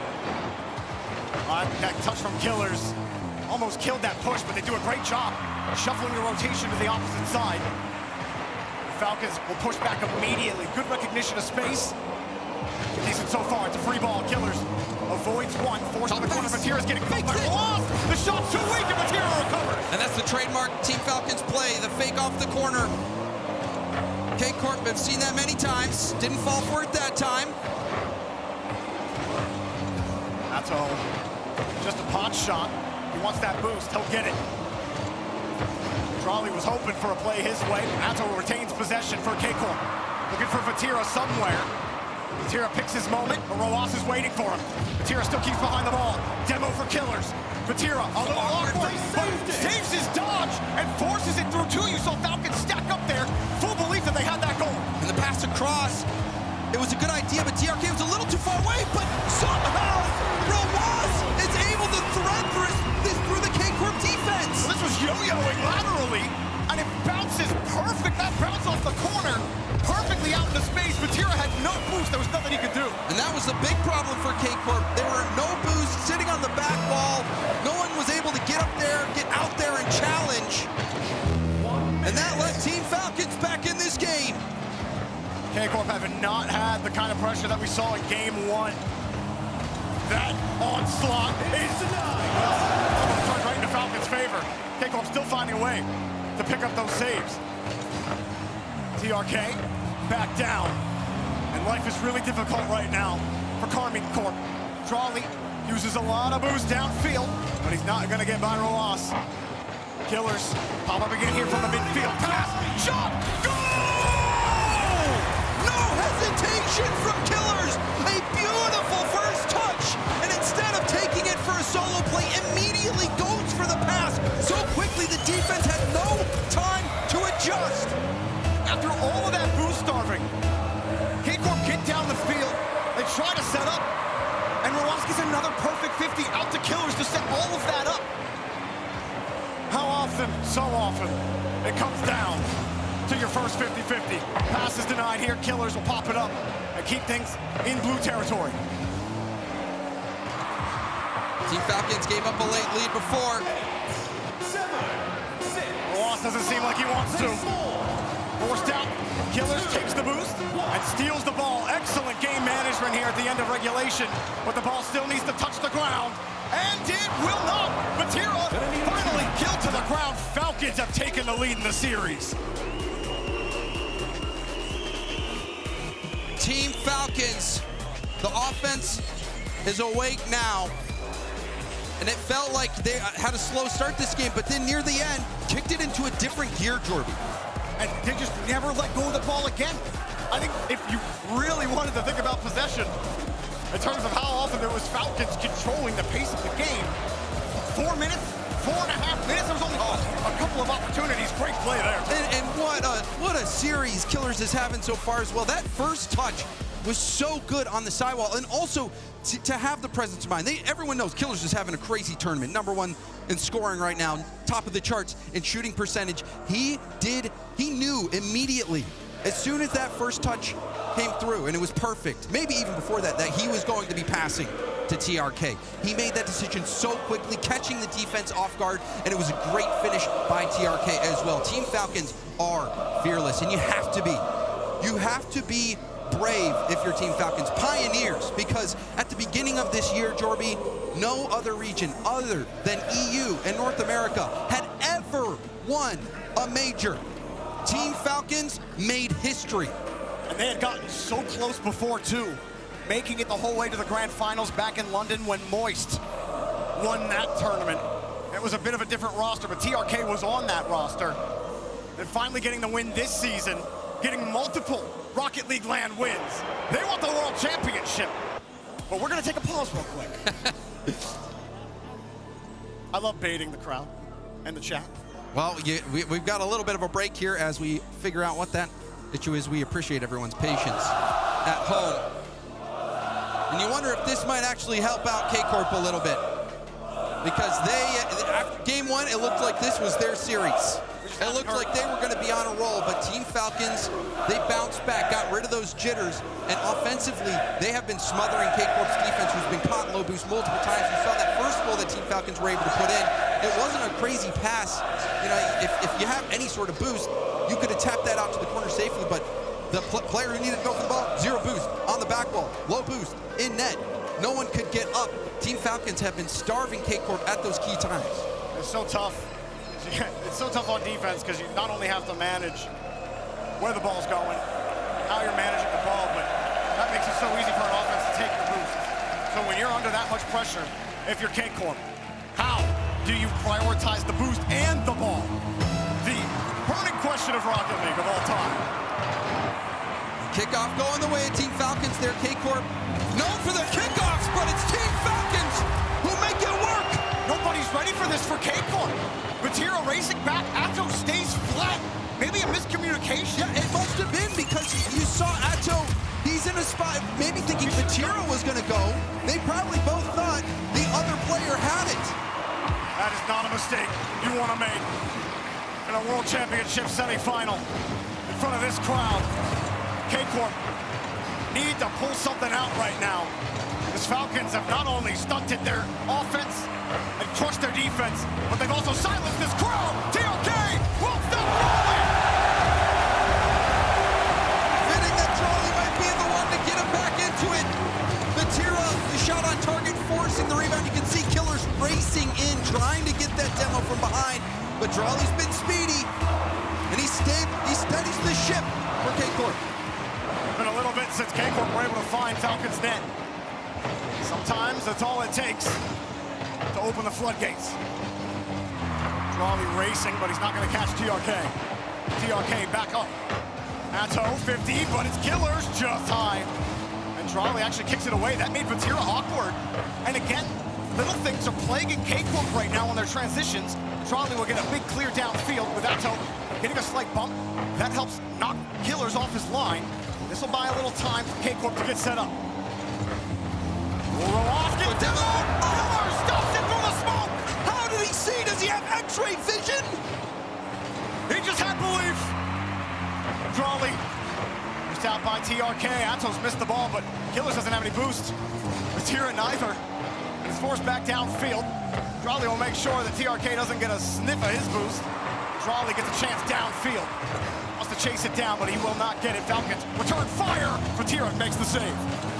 Vatira, nice save there, making it look routine.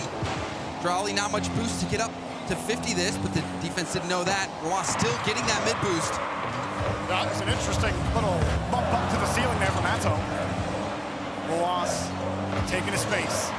Passes to the twin. Atto steals it.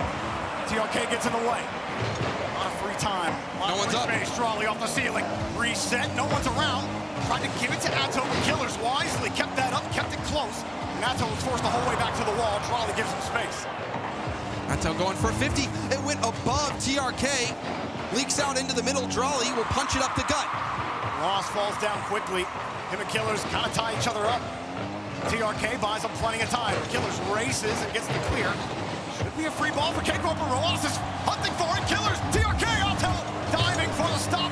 And Vatira back out to the corner. Had to save it off his own backboard. That can be risky if there's a shooter, but that was the only option. And it was enough to deny this attack. But Vatira misreads the touch, does get a 50 on it. Roas also bumped by Vatira. Drawley just got bumped by Vatira again.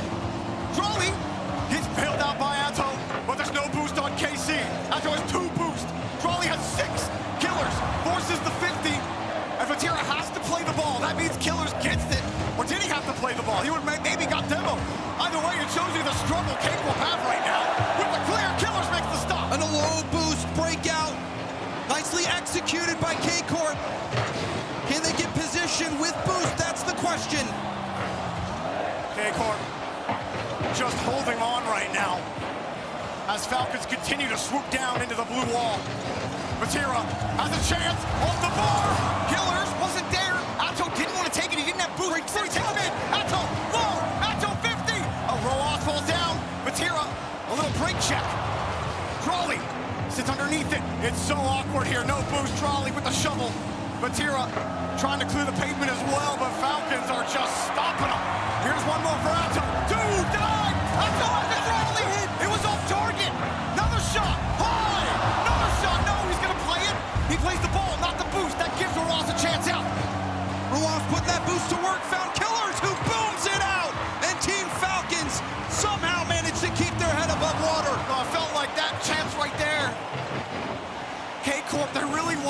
much of an opening. That's the best look they've had since their last goal. TRK, high pop. Vatira and Trolley work together. Keep the midfield. Trolley, touch, little awkward, and they keep it away from Atto. Trolley can turn on this. Sees Atto in the middle, but Atto wraps around. Pinches it into the corner, low boost for Killers. Roas full tank. Roas has been unbeatable on these 50s lately, but that's a free ball. Vatira!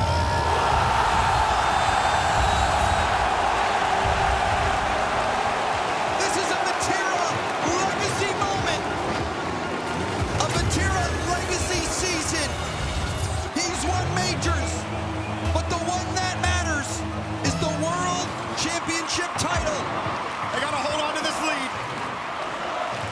Vatira with a huge contribution towards that effort. Here comes TRK. Reset underneath. Vatira gets in the way again. What a defensive performance. What an offensive performance in game number 4. As Trolley denied by TRK. All I gotta do is hold the lead. Axial put it on the ground. Roas in the air. Deep pass. TRK couldn't go. It drops.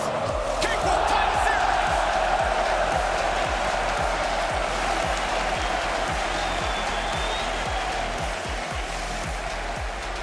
A tug of war between two titans. The back and forth has been something to behold. K-Corp, after game 1, looked like maybe that fear was starting to creep in. We're 5 seconds in. Falcons scored a goal. And they thought, okay, more of the same, despite that slight little break they got, that slight little moment, and that shot from Vatira on the counter. They were still facing a lot of the same issues in that game, James. Low boost opportunities that Falcons could not capitalize on, and Vatira was on top of them. He only gets credited for 2 saves, but there were a couple in there where he's stopping them on 50s on the ground, not letting them in.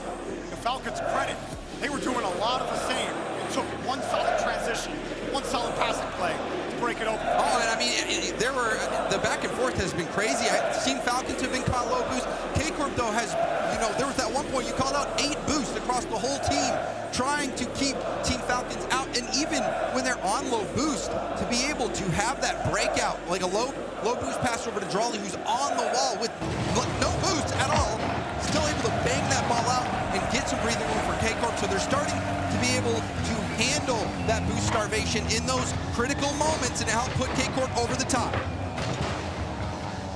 If you were hoping for the match to live up to number 1 versus number 2, I think you're getting exactly what you signed up for. As a diving stop, Trolley tried for the shot. He was thwarted on the attack. Atto quickly getting there, and he wins a massive 50. Lands, but can't get the ball. Maybe wanted to try a bump instead. He wasn't successful. Killers tried to take it to the air with space. Drawley shut that down. Vatira not going to be able to deny the corner boost, goes for bumps instead.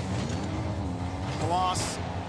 It's bumped. Trolley this time not even going to play the ball. Atto, flick, and 2 commit. TRK has no boost. It'll take him a second to recover. Killers will buy him some time, but how much? You might need too much. The pass is cut off immediately. Atto lets it go. Vatira, no boost.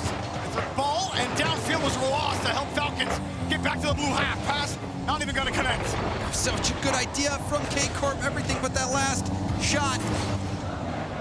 K-Corp, sure they're still happy with the way they're playing so far in game 5.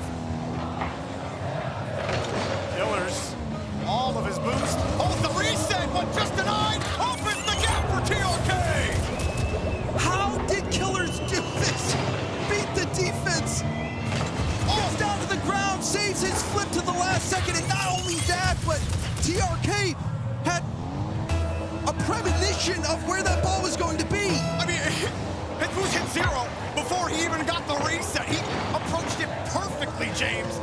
You can't ask for much more here from Killers in this series. Trolley will kick it out to the side. K-Corp looking for a response. Reset. Looking to force it, and it is a free ball.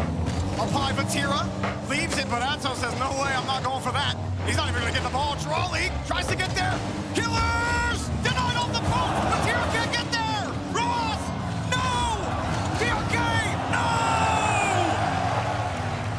can't believe we witnessed a miracle, Jorby. Well, the stars aligning. Well, I hope you checked your daily horoscope. Up high. Falcons not gonna get there. And Trolley gonna pop this up for Atto. Wow, nice block there as well from Vatira. Looks like Falcons were gonna win a 50. Killers does win one there. And forces K-Corp to boom it right back to their possession. Huge 50 across. Killers back down to the ground. Takes it to the opposite wall. The way Killers is playing, he's oozing with confidence. Oh! But there's the shot off the bar. It bounced off TRK's car as well. Does he see the future? He might. Vatira gonna get the catch. And whose eye sees farther, James? Well, K-Corp don't have a goal right now. And there's already 2 minutes left in the game. Atto drops it. Vatira 50, but nobody can go. Trolley has to protect the retreat. Ross getting harassed, but he'll steal the boost and avoid the demo. It was huge, still getting that boost. You can see Vatira now trying to get some small pads, using everything for this hit. Goes for the arc, but it's boom, straight downfield. Killers will pop it up. Trolley, 29 boost, decides to just boom this out. Killers hit the skimmer like that. Might as well write this game off, but he does not hit it this time. He's still behind it. Back over to Roas.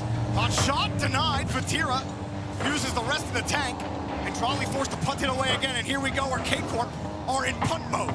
Oh, and that's 2 going for K-Corp. TRK had some help from Roas trying to bump the last defender, but K-Corp again wiggle out of it. Demo for Trolley. Gives some space to Vatira. Roas is on the ceiling. He thought Vatira was going up. Now he will. After Roas goes down, TRK takes the high and gets the 50. Trolley, low boost 50, pops straight up. Vatira will be airborne, tries to drop it down to Atto, does find it, but Atto is bumped off the ball. Killers sizes up Vatira's 50, couldn't find the right mark. Oh, Trolley racing in, a bit of a miscom again. Atto wanted to play the 50. Maybe a little antsy here at the end of the game, looking for a goal, a demo, in beneath. Here's the shot of the fake. Trolley saved by Killers. Ross will not allow a rebound. I don't believe my eyes. TRK earlier, Killers this time. Falcons defense is held, and they'll need to do it again. Atto gets the boost steal. Trolley gets deleted. Atto hopes Ross can hit it into him, but hope is all he's gonna get. Vatira underneath, 10 seconds. Vatira shot, but Killers recovered. Trolley can't find the touch, he lets it go, that gives them space. Atto, pass, no, it's done! Falcons will put it down! Falcons, one more to the grand finals! Roas saw that pass coming, closed the gap, and prevented the shot, but how did some of these goals not go in? And it went both ways. That ball on the K-Corp goal line, it felt like it bounced across 3 times before it was finally cleared out. And that last play, hitting it off the bar. K-Corp getting so close. And then that one off the bar for them, Vatira.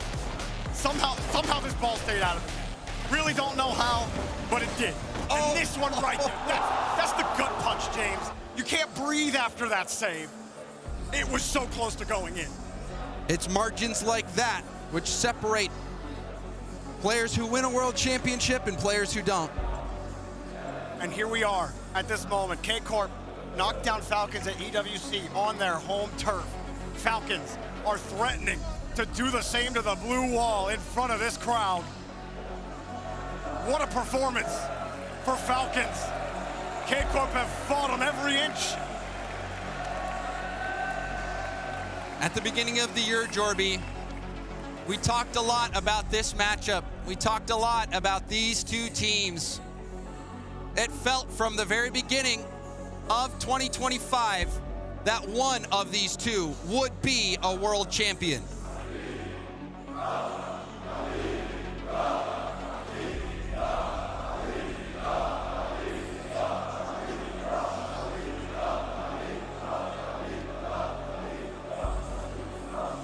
The crowd trying to will a Game 7 into existence.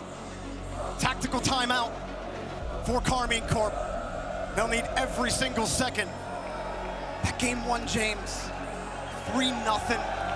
it looked like more K-Corp onslaught, a slaughter fest. But Falcons standing up. And we got a heavyweight bout between us here. Neo Tokyo is on the way. A storied map in RLCS history. No doubt it will bring us another banger here. And I asked early in the series, Jorby, how much is home field advantage worth? It seemed like we got our answer. It's been looking different these past few games, but maybe this is the turning point for Karmine Corp. Can Karmine Corp flip the script? Or will Falcons find a way to demolish the blue wall? TRK, a 50 pass, another shot, a little high. Tira doesn't have to go. It's a clear, but don't worry if you're a Falcons fan, TRK is there. Cameraman playing tricks. Team Falcons will not get one up that easy. Killers, an MVP, world-class MVP performance in this tournament and in this series. Trying to get this set up, but K-Corp will get a clear downfield. TRK, not a lot of boost, couldn't keep the ball tight. Roas gets demoed behind Killers. TRK posts himself up. Still holding on to this corner. In the scrum, Killers comes out of it, stuffed by Atto. Atto boosting, gets another one back to Drawley, denied by Roas. K-Corp, they've started the game well. They're having possession, keeping the pace of play high. Now possession back in the hands of Vatira. Vatira's shooting has been a little bit off. You hold Vatira to such a high standard, and they need top tier Vatira right now. Oh, Atto to Drawley, but the 50 can't put it through. A double save, one from Roas, one from TRK. Roas with no boost. Vatira doesn't even want him to get a snip of the ball. Atto's forced to drop it. Killers was right in his face. Roas in reverse. We'll leave it for TRK. TRK. Now Vatira, big boom downfield. Oh, Atto was the whole way down there. Ready to receive. No bump on TRK. He's forced to get down to the ground. Drawley sees Roas and bumps him off the ball. But Vatira, a touch that goes right into TRK. Demo on the back end forces Drawley to play some defense, and he does well enough, and a good catch here from Vatira, but K-Corp keep getting stuffed at Falcons third. Maybe this is a chance. The shot denied! Killers hanging out on the post. Makes the stop. But a demo in the corner. It's out, but Roas zips in and saves the day once more. It comes in at the last second. Roas, no boost. 50 out to the side. Killers wins that first touch. Drawley protects his own boost. And Vatira brings it down. He's got a little space. TRK steals the midfield. Drawley doesn't care. He's got boost to support Vatira. Atto also sitting close behind. Now he's ready, up off the ceiling with the reset. And it drops right underneath second man. It's Vatira again forced to buy time for K-Corp. The demo and both players getting boost. This could be good for K-Corp. Oh! Vatira's shot again saved by Roas. Oh, that came down for free for Vatira, and Roas saves the day again. That's two crucial saves for Roas in game 6. Off the bounce. Went up high, Killers. Has it over to Roas. Off the ceiling, reset. Not sure if he got it. Wasn't able to make the play work. Killers with a quick catch, turns. And Vatira sends it back into the corner. For all that we've talked about him, James, Drawley, we haven't really said his name in a while. He's been quiet. And the demo opens it up! If you can't beat him, delete him! Break the glass! Hit the panic button if you're Karmine Corp! A minute 39 left in this tournament for the hometown heroes. The crowd knows it. Trying to pump energy into these three players. Falcons. Here they go again. Killers trying to find a bump on the back wall. Atto, desperate for a clear. Drawley, desperate for demos. He gets one. Atto needed boost, but Roas tracked him the whole way. That touch actually gives it up to Killers. You can't give him the ball with the way he's looking. Another demo as well from Roas. Or not a demo from TRK. Roas takes the ball. Downfield, there's no boost, so he can't turn. He's got to play defense. Drawley, they're doing that a lot. Wait a minute. Pass! Shot! Save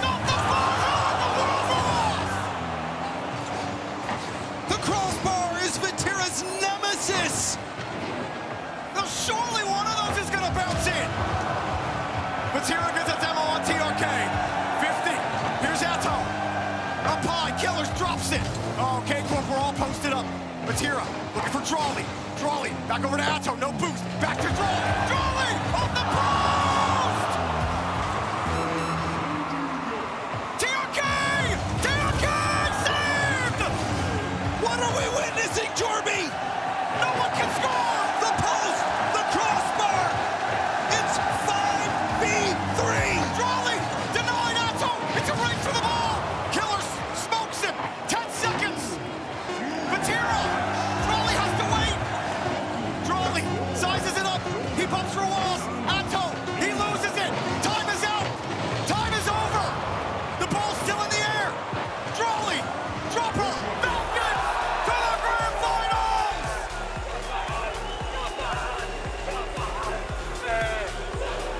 Team Falcons already made RLCS history this year, winning a major. But I don't think they're done just yet. What a performance from Team Falcons! Giving K-Corp a taste of their own medicine on their home turf, in front of this crowd that has given them the heat every single time they've been on stage. Killers, an all-time performance in that series. And He was unbeatable. Rawas as well. How many times did we see Rawas come out of nowhere? I mean, the blindside save. And TRK, he was the finisher. He was seeing the future, knowing where to be, to finish the goals, to get the stops off the crossbar bounces, which were quite numerous. I lost count. This was not in the script. Everything was set up for France to dominate. But the Saudi Arabians, representing Team Falcons, had another plan. Falcons are on the path to their first World Championship title. It's been a long journey. They've got one more best of 7 to go until they can claim that title. And what a step forward this team has taken, battling the adversity of this crowd, even the adversity of this tournament. And to have the weight of an entire region on your shoulders. But this team has been forged through the fire. They had their time where they would get to grand finals and crumble. This Team Falcons team are not afraid anymore. You talk about belief, they believe that they have what it takes to win it all, Jordy. Falcons make a statement to the other side of the bracket. That is what you're gonna have to contend with in the grand final. I'm excited to hear from Falcons, so we'll send it out to the stage to hear from the boys.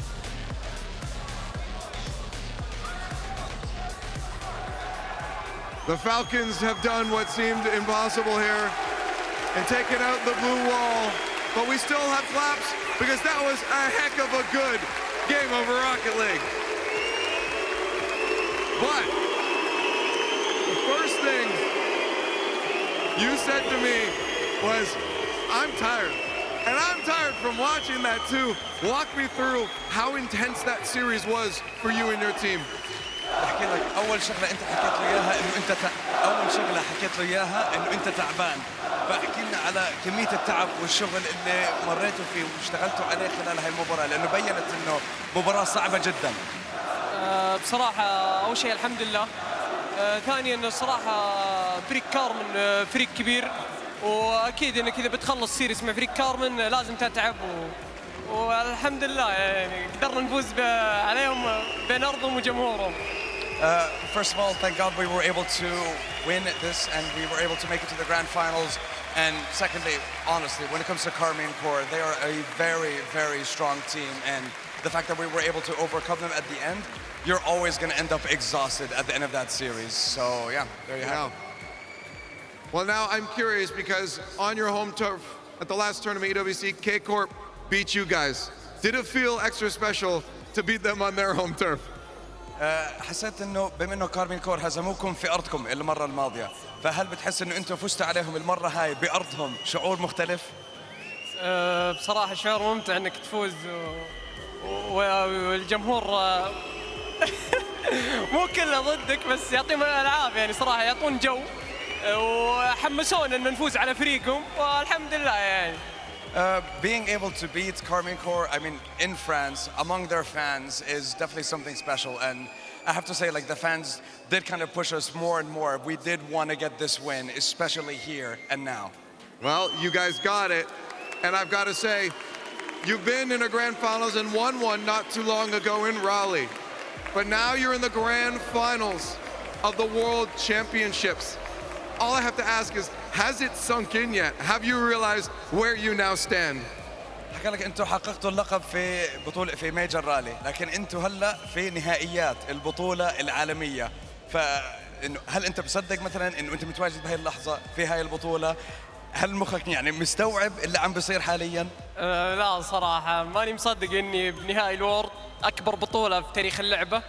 هذا كان حلم وان شاء الله باقي ون مور ونحققها. Honestly, no, like, I still can't fathom that I'm basically in the grand finals of the World Championship, the biggest tournament of the year, the biggest tournament in the history of the competition. Of course, it's the World Championship, but the job's not done. There's still one series to go. That is true, one series to go. They are in the grand finals of the World Championships. Put it together for the Falcons. For the first time in the history of Rocket League, a team not from North America or Europe will play for the title of World Champion. And honestly, if you're just tuning in, that was probably the greatest Rocket League match I think we've ever seen in terms of pure skill on the field. Both teams were absolutely lights out, and it was these small touches, a lot of those on the Falcons defense, to keep them ahead. That was a real difference here. And I, posted on social media saying, good luck to Falcons. Hopefully they can bring something today to battle against that KC that dominated Ultimates. They did that, and then some. I very much stand corrected. That was the Falcons team that, as far as I'm concerned, played perfect Rocket League. They made it look solved almost. It was insane because on both sides, both teams were doing so well when they would get an offensive drive to make that turn into about 1 minute and 30 of just being on offense, boot starving out. But you have to credit both defenses. Limited boost, and both defenses were playing out of their minds to make all these saves and keep this a low-scoring affair. I mean, both defenses were playing spectacular, but Karmine Corp's offense, man, we were just talking about it. They had 18 more shots. They had the ball in an attacking, I don't know how to describe it, offensive third, 80 more seconds. Falcons in general sat back there for an extra 140 seconds in their own defensive third. Karmine Corp, you saw in the last minute of game 6, they just kept shooting and shooting and shooting, but they could not crack the net. I think it's because you need to shoot so perfectly. Falcons made sure their defense was so rock solid that when KC had a chance to shoot, it had to be right on the post, it had to be right on the crossbar, in a corner, away from the player. Otherwise, Falcons would happily save it away. They had to shoot within such tight margins that you see towards the end, Drali hit the post, say 2 or 3 times, or KC did in general, and you think, oh, Drali should have just shot that a bit more central.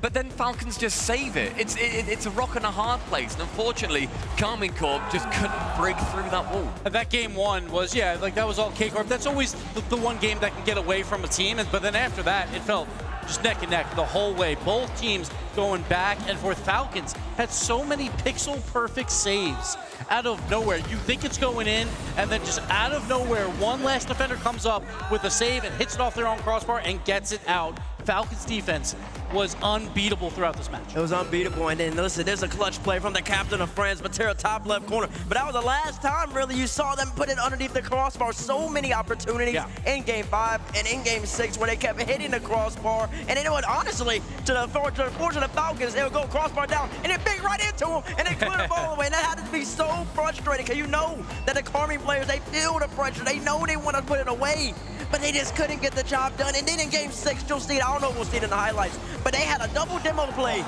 and Charlie was nowhere to be found. It was an open net. You got to be able to convert in those situations. And that was basically Falcons like one pure attack the whole entire game, and that's all that mattered. Oh, look at this. And that's the K-Corp's offense. By the end, they were shooting inaccurately. We saw there by Drali, and that's going to cost you. Yeah, and you've got to really just give it to the Falcons here, where they had everybody against them. We said that was the 4th to 11,000th player on the K-Corp side. Falcons didn't care. They came out, played their game, and they played that game better than Carmine Corp. And I'm so impressed. And if they can manage to do that in the final against either GK or NRG, then you know what? Maybe I'll revise my earlier statement of KC and just swap Falcons into there and say, hopefully, they bring their A game. Listen, and you guys got to look back at the first ever FIFA E where these 3 players finally lifted the trophy. I know it was not an RLCS tournament. I know everybody didn't bring their actual teams. But knowing that you can win, learning that, actualizing that, it makes all the difference. And we see that with the defensive numbers here. Falcons 58% of the time playing defense. And they got it done. It was unbelievable. So incredibly close. But yes, I think the main difference in this match was the K-Corp shooting. By the end, fell apart just a bit. Maybe it just got to him just a bit, those nerves, and that's the difference. 4-2 Falcons. The one thing we haven't talked about, like the last time we saw these teams play on an RLCS stage was at the Birmingham Major Finals when Carmine Corp walked straight through them, and we thought maybe that would be a a teaser of what was going to happen here. Yeah. The difference is between that time and now, Falcons have become Raleigh Major champions. They have finally got the monkey off their back of figuring out how do I win on the stage and RLCS when it matters most. They didn't. They dropped a series at EWC, yes, in between those two, so it feels like, oh, well, Carmine Corp still got their number. No, this was such a clean game from them, and even the best from Carmine Corp wasn't quite enough. It's just wild because all 3 of those players on Falcons are so talented. Every time they had the ball, you knew exactly what they were trying to do, and they would pull it off. And whoever has to play in the finals, it's going to be really tough. It's going to be very, very tough. There is one spot left in the finals. NRG and GK are going to play in the next matchup, and we'll see who gets the honor of playing for the title of world champion. But for the first time ever, there's a team not from NA or EU, and also, Bates, there's a chance that there's the first time ever of not having a European team in the finals. Yeah, there is a chance of that way, but listen, you keep saying chance a lot, and GK, they're kind of on a roll. They are. It's been 2,100 days since we've had a world champion that wasn't European. 2,100 days when Energy won it back in Season 8, and they had a European on that team. So they did. That wasn't even okay. And the truth is, I've always felt this way since Season 8. It felt so good to see Garrett G lift the trophy, and he earned that trophy fair and square, no question about it. But did NA lift that trophy? They did, sort of. Asterisk. So they could have been like the best, with the greatest of all time. You know, it feels like this is the chance for them to This is the chance for NA to get it done. NRG, with all North Americans taking on GK from Europe, is next.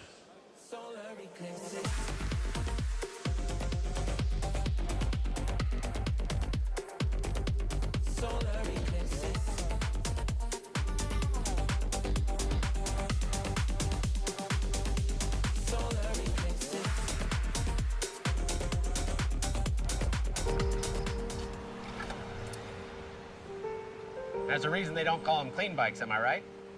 Yeah. Because it's dirt bike. Gas stations. Whew. You gotta start at the top and work your way down. You want me to do yours next? Oh, you're from Oklahoma. They have to fill the silence. The bathroom code's 9914. Progressive can't protect you from becoming your parents, but we can protect your home and auto when you bundle with us. Look at this hot rodder! T-Bates here, and today I have a special unboxing from Blacklight. It's gonna be something you've never seen before. ASMR. Let's get into it. Oh my gosh! Sorry, oh my gosh. It's gold. These are the instructions. It's a piece of art. Smooth as silk. And now, for the finishing touches. The Athena Pro. Blacklight. RLCS. Available for pre-order right now.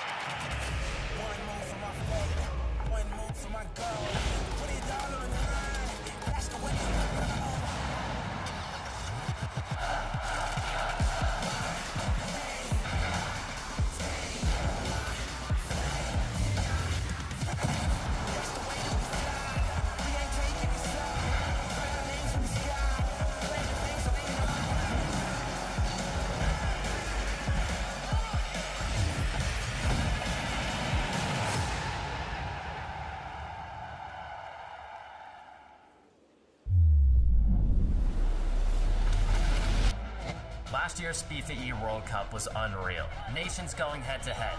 The energy, the passion, it was legendary. But this year, this is next level. Everyone wants this beauty, but only one nation will lift it. Fame your game. Let's go.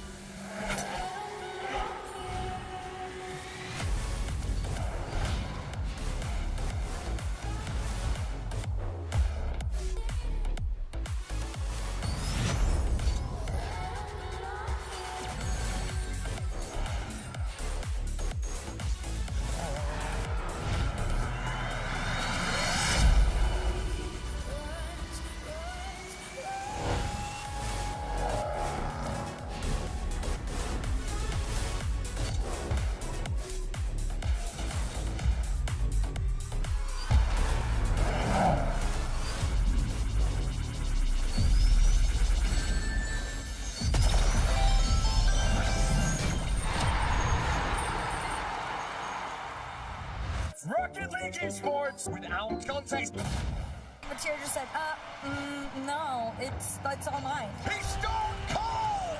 Can you read that? Oh, almost. Close. And then Jack just comes and ruins your dreams. See you later, Monkey Man! This is Rocket League!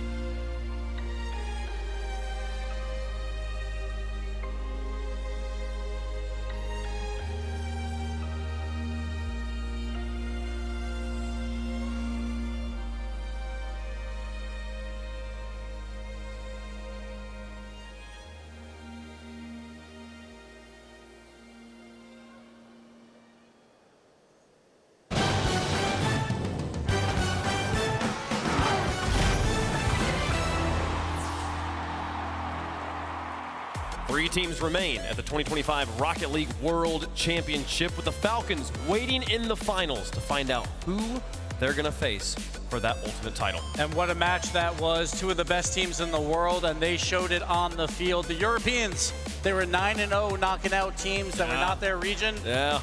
Technically, those were all in the lower bracket. This was back in the upper, so watch out, GK. You got energy coming up. And we were talking during the break and realized, Turk, we forgot to point it out. With the elimination of Drawley, it is guaranteed we will crown new world champions today. Yep, this is a very, very big deal. I also saw on the Reddit thread, people were like, oh, this is NA's time. I don't remember the exact number. What was it, 1,500? 2,100 days? Yeah, and then you go even further and you go, all right, take it a step further back from Madrid. The last time there was a pure All-American team, season 6. Season 6, which I don't even want to do the math on those the days that were between there and now. It's been an incredible run so far. NA does still have a hope, but so does EU, and they're not going to be going quietly into the night.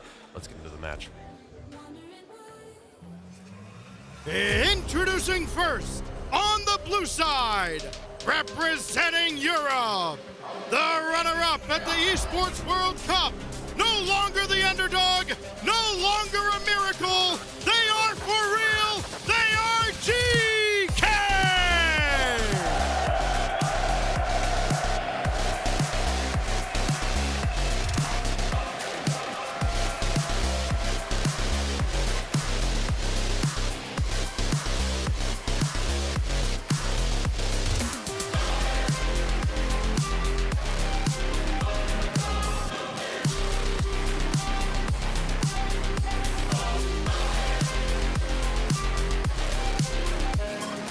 The European region isn't done just yet. GK is the last team remaining. We began the week talking about the K-Corps, the Dignitas, the Vitalities, but GK is the last one here.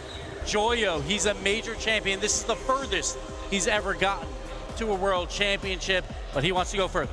He sure does want to go further. He wants to become a world champion. He just saw his former teammate, Vatira, drop out, bow out in the semifinals.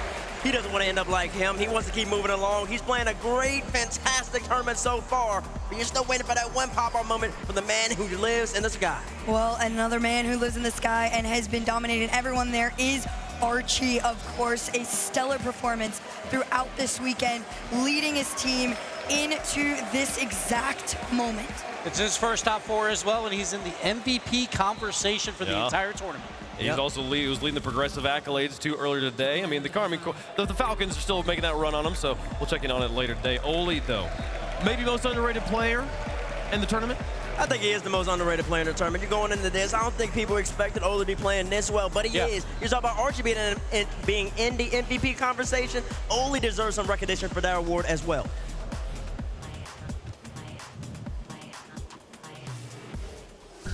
And introducing their opponents, on the orange side, representing North America, they are NA's last hope, with back-to-back Worlds Finals on the horizon. This is NRG!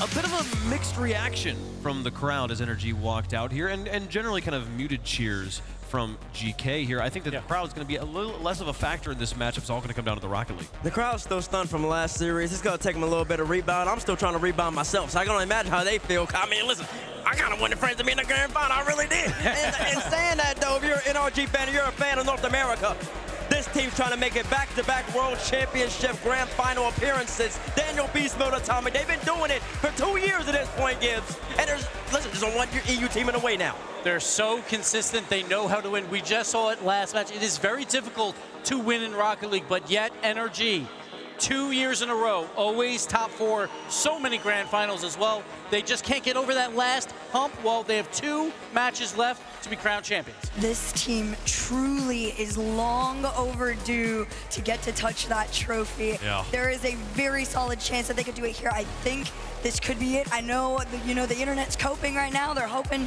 this is the moment that North America finally gets to see it. There's part of me that if I don't think about it that much, I just kind of like think about this NRG roster and a little bit in the back of my mind and don't like remember the results they've put up. I imagine them as world champions. That's how good they are. Yeah. It feels like they've already won it because they've been there so many times, and yet they've come up short every time they've had the chance. Yeah, but Bates, I'm not gonna lie. Like, this has been a down year for them, and they're still getting top fours. But the true power of a champion is you just find a way to win. And we saw that yesterday versus Ultimates. Game 7, it was sloppy. The whole match was. But they found a way to win. Can they do it again versus Europeans' last hope in Archie? I mean, Archie, look at the score, 455.91 goals. I mean, this man is just busy in front of the net. He's doing what he needs to get done. But Daniel, his numbers don't look that great, but I honestly think he's playing some of his best Rocket League that he ever has. But the playmaking ability, #1 there, and his goal participation is absolutely huge. Energy's not a high-powered offense, but their offense is slowly getting better, and that's because of Daniel. Yeah, because they switched it around. They got Daniel in the Octane, and honestly, he's kind of in the catalyst. He's been really high forward, way more than he was online, way more, honestly. During his whole entire iteration of this roster, he's usually their third man, but he's kind of been more of a first, second man this go around. I mean, of course, and when you see Daniel in that position, right, you know that it is a natural state for them. They never force him to do anything that he's not comfortable in, so seeing Daniel back in that initiator role is going to be a huge step for NRG to try and take down GK. And that's always been a question with Energy. Yes, you're so dominant in North America, so like I always have questions going into these international events. I'm thinking, oh, Europe's going to take 3 of the spots, Falcons with the other. But no, again, NRG, they just do what they need to do. They find a way to win. Doesn't matter what the bracket looks like. They get it done. They're here again. GK, this is brand new for them. Well, for NRG, they've been here so many times before. And it feels like in all of those times before, they had to survive to get to here so they could level up and become Championship Sunday NRG, which has always felt like a different caliber of team. Certain grand final results ignored, but especially regionally, especially when they're playing in North America, it's been insane. And even in those grand finals that they've lost, we've seen those moments of them proving just how good this team can be. Can they do it 2 matches in a row right now? 2 matches in a row, that's the big question. And first they got to go through a GK squad who's been comfortable there on the road themselves. Let's find out. Chat, let us know who you think is going to win. Herc, who you got? I look at Europe, and when I think of Europe, I think of Monkey Moon. And the only other person I think that could pull that off is Beast Mode. I think Beast Mode, I think NRG, NA today. Okay. I would love-hate relationship with NRG. Too. But they're just proven winners. They find a way to win when it matters most. I'm going NRG. Listen, you have the #1 ranked power team, the #2 ranked power team. They were in the other semifinal. They duked it out. One came out better. In this game, you have the #3 ranked power ranked team going into this tournament against somebody who's ranking like #6. Going by the power rankings, NRG's just a better team right here. They should be able to handle GK. They'll make it back to the World Championship Grand Final. All right, so Karmine Corp was able to buck the desk curse trend. I'm not as confident about NRG, but if I go GK, then they're not cursed, and then NRG wins, and I'm wrong. So give me NRG on this one, folks. They are the stronger team right now on paper. We don't play Rocket League on paper. We also play it in the ethers of the Rocket League gods. How does the coin come down? It's going to come down GK. Faithless, let's get it the right way up there for them. Caught like 3 that way this time. It's been an interesting day for the coin. It's also not been having the best of runs, but NA has woken up. They're going to be the favorites in chat. GK going to be the favorites in the building. Who's going to be the favorites on the pitch? Only one way to find out. 1 semifinal left to play, folks. We're approaching the ultimate moment of the Rocket League year, and yet, even in this final hour, there is still 1 ticket left to the fight. The Miracle of Birmingham making the run of their lives versus the 2024 World Champion runner-ups, hungry for another chance to achieve that greatest honor. It's time to settle the score. There can only be 2. Winner gets a shot at the title. It's GK versus NRG.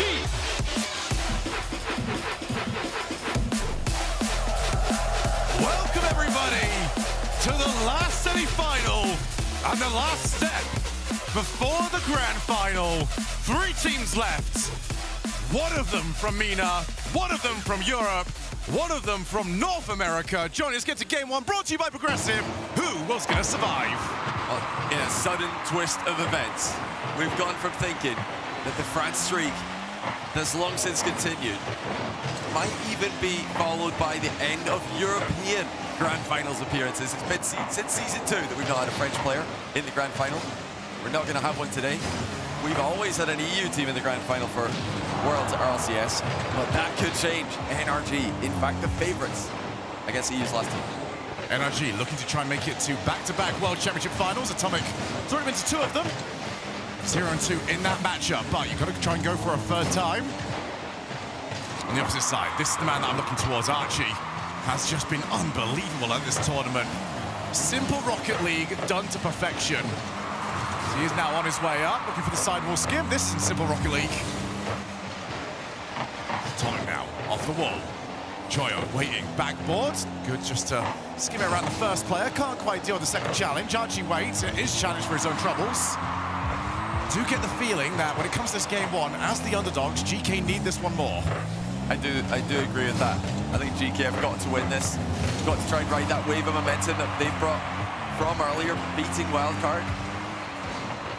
But NRG just have a way to grind out series wins. They can do it by running away with series, they could do it by coming back, they could do it in back and forth series. They just win, as the test said before the match. And this time they haven't got really to worry about the crowd being behind the rest of the backboard. Was the target, but Atomic beats the ball. NRG aren't doing it for the fans around them this time around. They're doing it for themselves, and very lightning fast reactions required from Daniel. Making sure that one's not on target. Yeah, it's important that GK don't give NRG too much respect. Of course, NRG are so mechanical. They're so fast. They're such consistent players. Probably the highest floor in Rocket League history in terms of the ability you can expect to see from them. But GK have to anticipate certain mistakes. They have to take certain risks if they want to have a chance here. But right now, GK are getting a lot of success in these 50s. That's something that NRG typically crush against the vast majority of their opponents. Almost halfway through game number 1. Nothing to write home about, really. Neither team with a truly great opportunity on net, and that first touch march isn't really going to add to our chances on net to this point. Another good 50. Archie's on the way. First one was a little bit too high, and Atomic can scoop up. Well, I'm not surprised to see this from game 1. Oh, that's a huge chance. That was NRG's best chance. GK were not ready to counter that approach. Nice clear by Archie, though, and now Oli has got an open net across the pitch staring at him, but he didn't hit it hard enough. Not sure if it was possible with how quickly Daniel got back. Yeah, Daniel should have had that no matter what. Archie collects ball, collects boost, got everything he wanted. Zoli, once again, on the clear. Archie might try and get it back to him instead. Another sidewall double. Archie's gone for a few of these now. He's passed a couple of players, 0 boost. Reed. Booming clear as the redirect from beast mode. A couple of warning shots, but still nothing to test either team.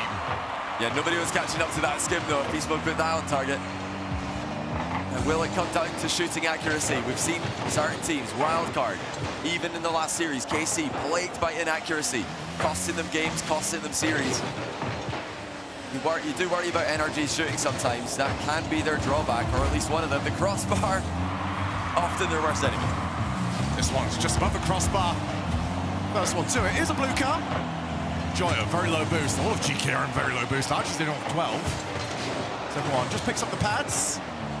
Atomic looking for the player, finds them. NRG, though, this has been one of the main criticisms for them.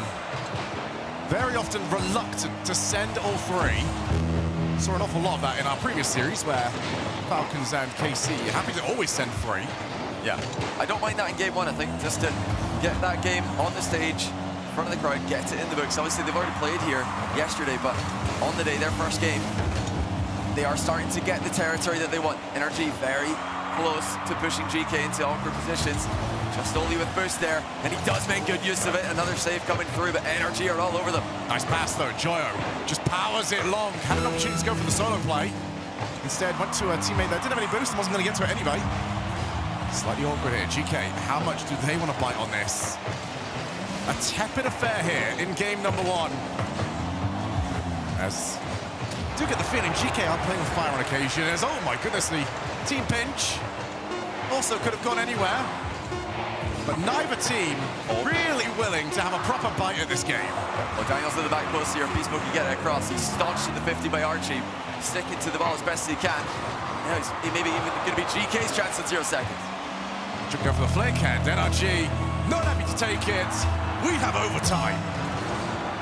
Like I said earlier, such an important game for GK to win, to keep the pressure on the favourites. You know NRG are going to come back at some point. You can't let them have this one, GK. And they're not for now, but here come NRG again. They're just shooting shot after shot. Archie does defend that back corner booth. But I think that first shot was actually off target anyway. Look towards the crossbar, which NRG do have a little bit of a habit of hitting more often than not. Joyo wants to go for the challenge, does get it. NRG have had this offense for so long. What can they create? Beast Mode drops down. It's Archie to scoop away the danger. I mean, just unbelievable saves from GK all tournament long. Now they're into offense. It's been a while. Been pushed back.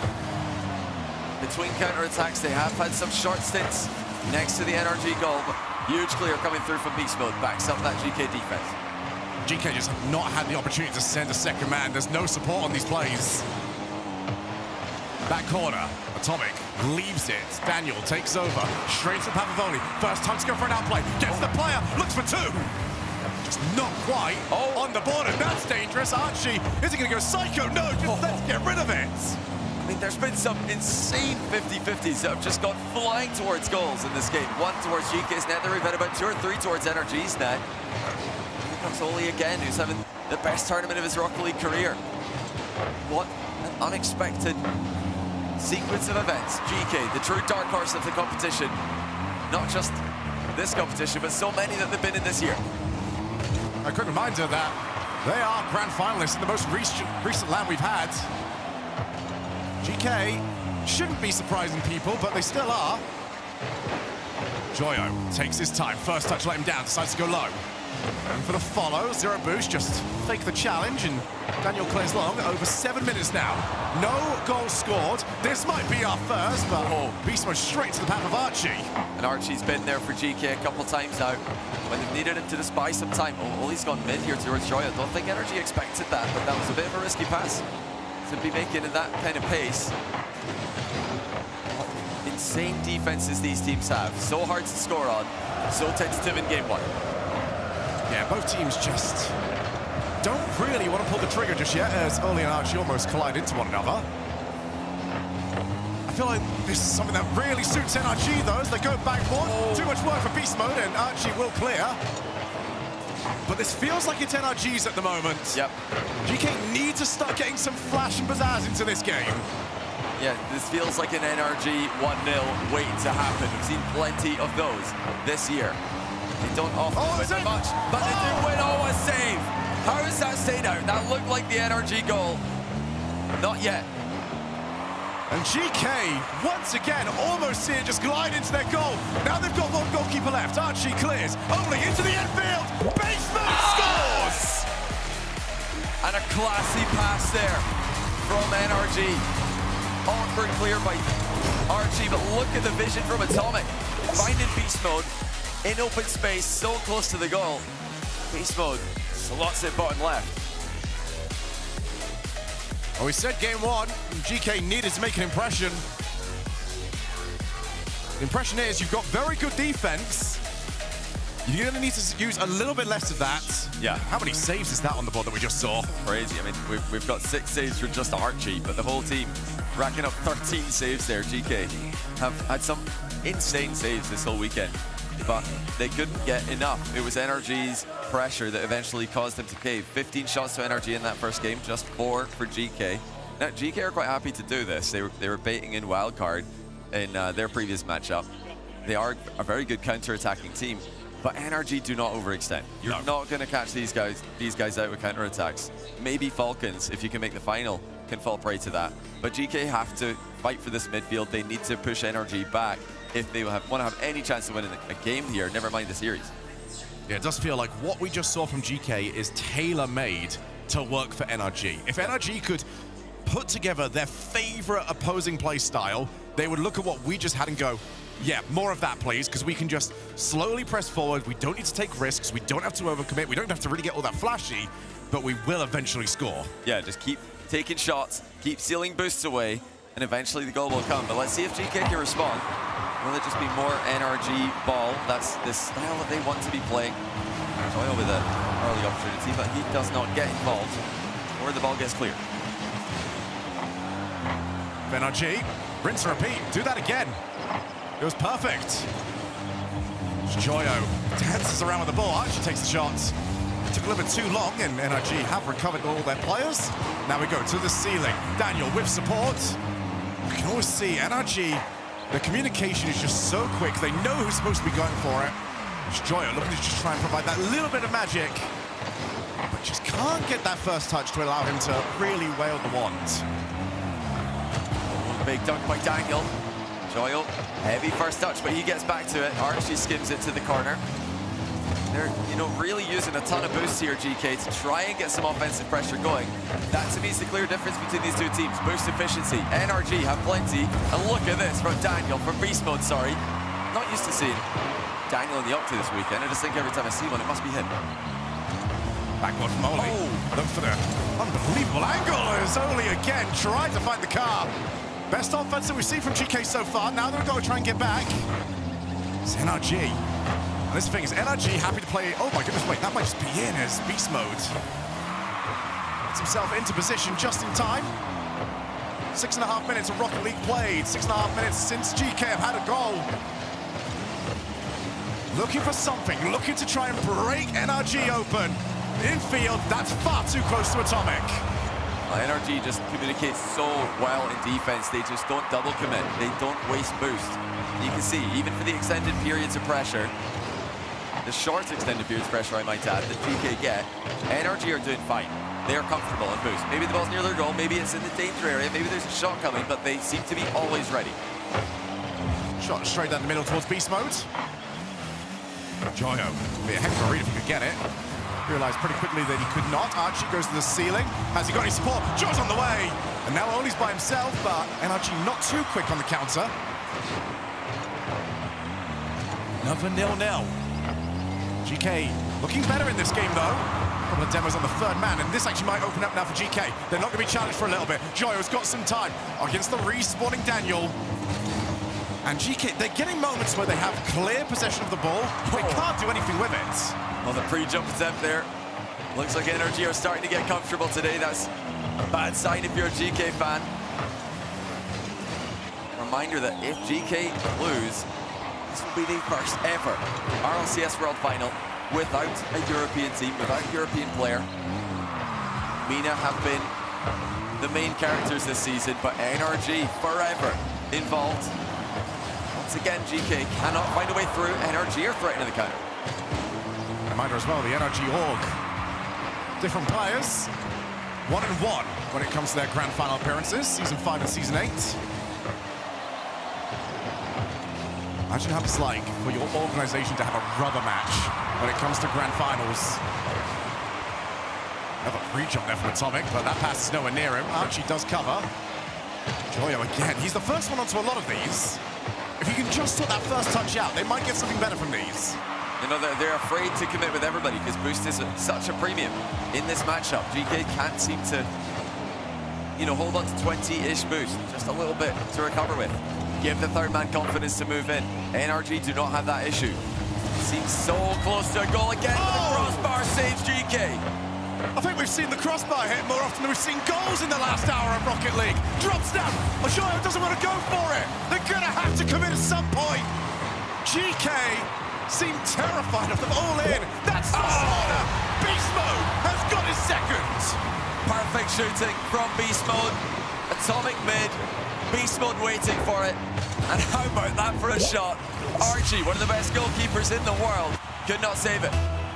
You have to put two Archies back to back and they might just barely get to the ball. Still nothing for GK Esports. 9+ minutes of Rocket League.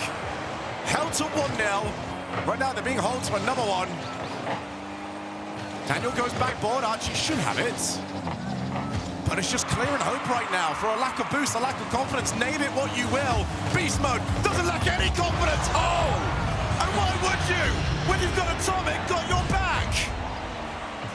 Well, it was almost just beast mode by himself initially. Atomic comes in, barrels through the goalkeeper. GK completely stuck in the mud as NRG take a 2-0 advantage. It's just not there at the moment for the Europeans. Joyo set. Archie gets there first. And most importantly, they've got 27 seconds to work with. The kickoff strat into the pinch pass mid. That is an insane pass by Joyo to keep that controlled enough that Archie can get there, but also get it across past the defenders. Still though, one more to go. And another kickoff play. Oli on the fake kickoff. Joyo. Oh, it's a nothing touch, but they might still be able to scramble for something here. Oli on 0 boost. Is that an overcommit? Archie scampering on back, but it is an overcommit. They couldn't get everyone back in position. They tried, but the missed touch from Joyo just set off the domino effect. Yeah, Archie a bit worried about getting beat there. He's trying to block the shot that didn't really come his way. He centers it. Look at the speed Atomic got up with. 13 seconds to go. Kickoff strat needed from GK, or it will be NA's NRG. Going 2-0 up in the series. Joyo has to score quickly here. To the corner, but it doesn't seem like GK have got anything on the board. As yet, the time has run out. NRG halfway to the grand finals. And this looks like exactly the type of series that they've been winning in their entire tenure as a team. The 2 years these guys have been together on G2 and now NRG. When they can keep a nice controlled series, everybody moving around, grabbing boost, feeling comfortable, finding space, that's where they do their best work. Now, they've been criticized in the past for lacking that commitment, the willingness to take those risks that will sometimes be needed against world-class opposition. But against GK and against GK's style of Rocket League, this is working perfectly. I mean, NRG, they're tailor-made for this. Thing is if you ask GK, all right, who do you want to play in this semi-final? There wasn't exactly a good option here for them. They'll take what they're given, and they're also taking a timeout. So what do you change here? We've seen GK throughout the year, obviously underdogs in this matchup. From the 10 minutes that we've seen, they've had 1 goal. What would you change? Well, I like the kickoff strats from GK, creating a bit of chaos, trying to get NRG out of their comfort zone. But you can't rely on only kickoff strats to do that. They need to find ways to make this game a bit more chaotic.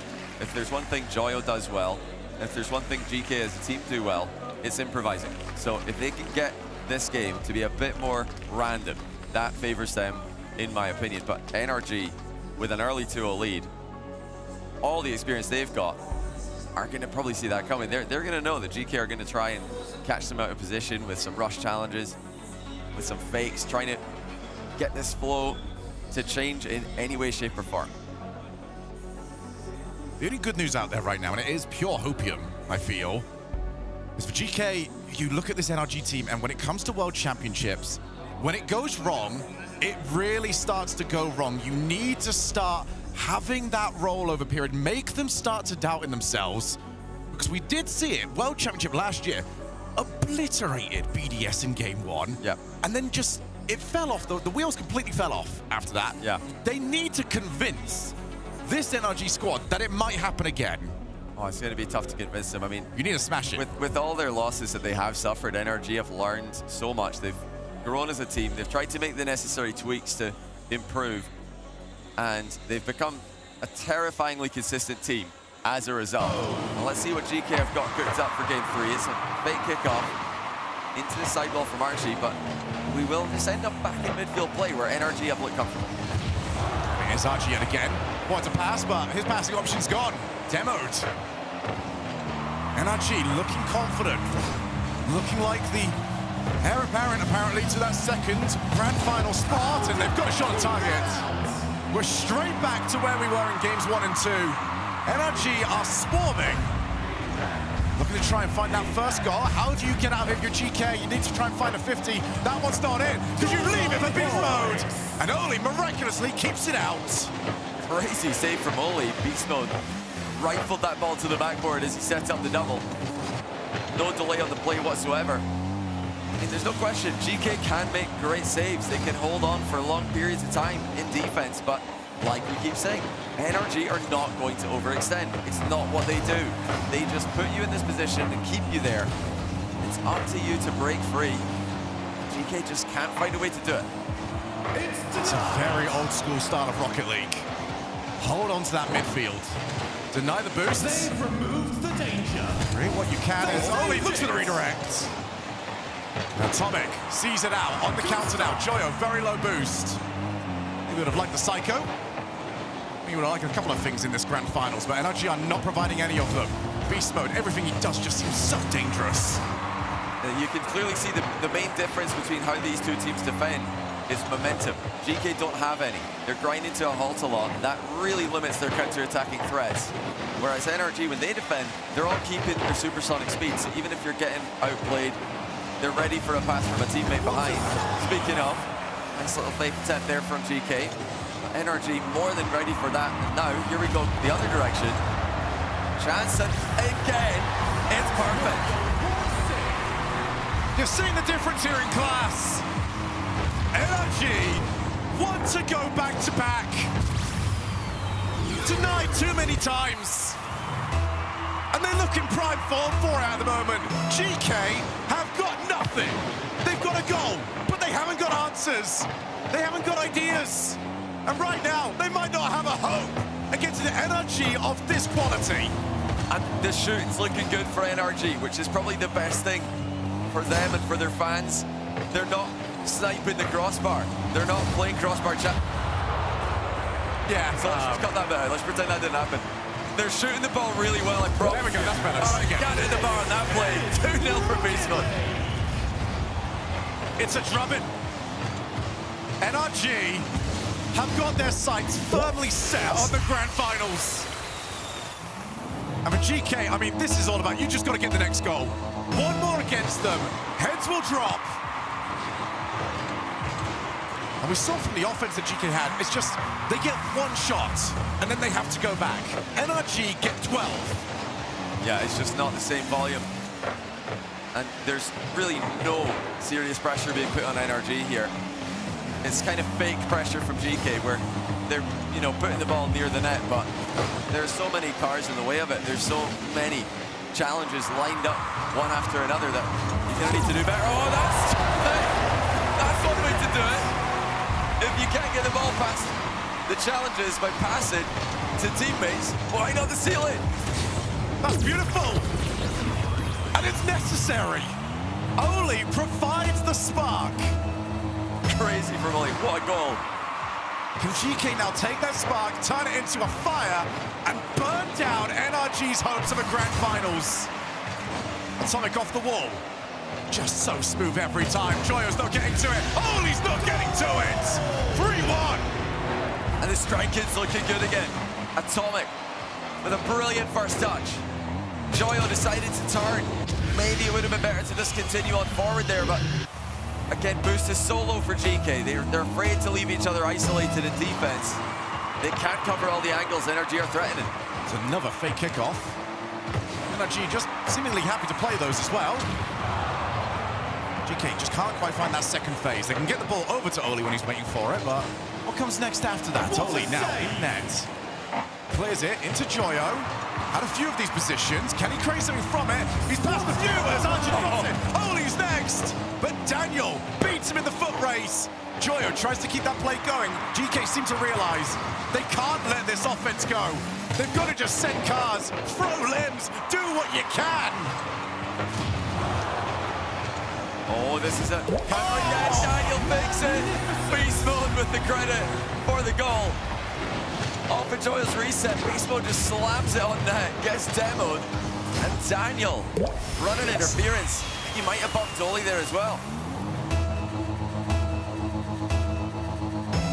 North America looking like they will stand on top this year. Europe on the verge of the first time ever, no players, no teams in the World Championship Grand Finals. And the way we're going right now, it would need a miracle for that to change. Absolutely. I mean, coming in and out of the timeout, no clear difference with how GK have been able to play. Oh, look at this. The double pass actually takes a teammate out of the game, but Archie gets it mid for the third. That touch is insane. Joyo didn't see it coming, but they had Oli in reserve, and they're within 2 goals. Still, though, I'm not seeing anything that would suggest a comeback's happening. It would take some help from NRG. As we do see the block kickoff this time, and Beast Mode somehow has got that covered. That is unbelievable. Oli, I think, wanted Daniel's car. Didn't quite get it. Archie, good challenge win. Oli on his way up, but again, they just always have each other's backs. Never leave one or the other out to dry. Joyo looking for a pre-jumping Archie. Daniel's on the way over to it, and it's a misread there on the approach from Oli. Time running out, and they're looking down and needing a reverse sweep. Oh, it's something that they've done before. It's something that I'm sure they will believe in themselves to do again, but against NRG in this form, playing their own brand of Rocket League, GK have not put NRG out of their comfort zone. This is NRG's style that they want to play, and they're getting to play it without any difficulty. It's comfortable. 5 minutes away. And the timeout has already been used from GK. They have now got to figure this out on the field. I think it was a bit better towards the end. Once they realized this game is as good as gone, well, yeah, they just started throwing everything. Once they're getting honestly, yeah, strategies need to go out the window here. You just got to try and outplay them, because whatever this, it's not going to work. Yeah, I think that right now we're just seeing a difference in efficiency when it comes to movement. And whereas NRG are able to put seriously threatening counterattacks on the board, GK can't do that. They're not keeping up their defensive momentum, like I previously mentioned. And that just means NRG can swarm them. They can just push them back and eventually wait for that mistake to happen.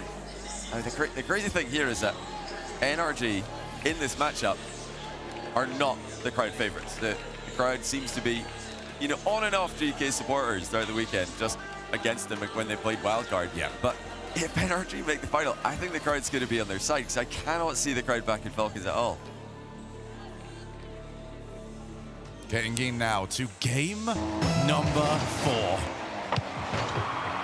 Is Europe about to bow out? Or can somehow, some way, GK make believers out of us? But everyone in the arena and everyone at home. Oh! Well, not NRG playing like this at the moment. Well, great reaction by Archie and a good follow-up as well, but that was almost a disaster. Could still be Beast Mode with the double tap backwards towards Daniel. He's going to fake it out for Atomic. Oh, insane save by Joyo. The ball's still on the goal line, though. They finally get rid of it. And Archie wants a 50. Nobody able to provide to him. Instead, his car is wiped off the field. Sent to the scrap heap. Now Joyo's turn. Good 50 from him. Recovers it. Oh, goal! Well, with no time to react, the ball comes flying across, and you don't have any time to process if that's on target or not. Daniel's thinking, oh, maybe it's in. I better hit that near post. Can't get enough on it. Puts it into his own net. But with that happening so quickly, I don't blame him for just trying to keep that in the near post. Turbo Season 5's looking at it and just going, yeah, it doesn't feel great, does it? Well, take them out you can if you're GK. You're going to need a lot more of them. Archie off the wall. First time NRG have trailed in this series. That's going to change anything for quite some time. They'll just continue to play their way. There's the booming clear. Oli off the backboard. Can't go too much further with it. That's backboard again, and a much needed touch there from Archie. And this is what NRG do. They've been put in the vortex. GK looking to try and find a way out. This is exactly what NRG need to, the last piece that we need to prove. For me to truly believe they can go up against Falcons and match them is, can they win this one from behind? They've been having it easy in this match, thanks to their own good play. But sometimes NRG play their best Rocket League from behind. They always play their best Rocket League at the end of tournaments. Slow starters, yes, but Champ Sunday, this is where they thrive. Atomic off the wall. Daniel in the background, he's just lurking. Might be tempted by this ball, he certainly is. Off towards the ceiling. Reset from the ceiling and immediately backs away from the play. As that one's on target, Oli. Much required save on that ball. Half the game left to play. Left over to beast mode. Wants to take Oli on the 50 and Oli crushes through. NRG have got time. They're starting to build that attack though. Another boost seal comes through. They've taken both of them and again, GK are completely starved. NRG creating the chance and taking it. It was messy. Archie misses. Oli couldn't recover. One of them's bumped as well.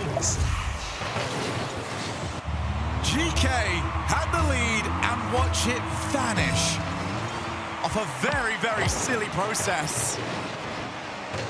Oli looking to try and put them back in the lead. Backboard has got the boost, not quite.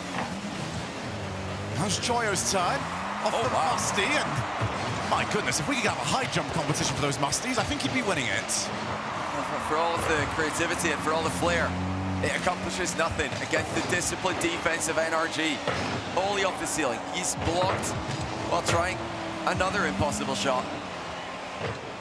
GK want to have any chance here. They cannot panic. They lost their lead, but they're still in this game. It seems like GK's strategy here is just to get a little bit weird with it. Catch NRG in a way that they're not expecting.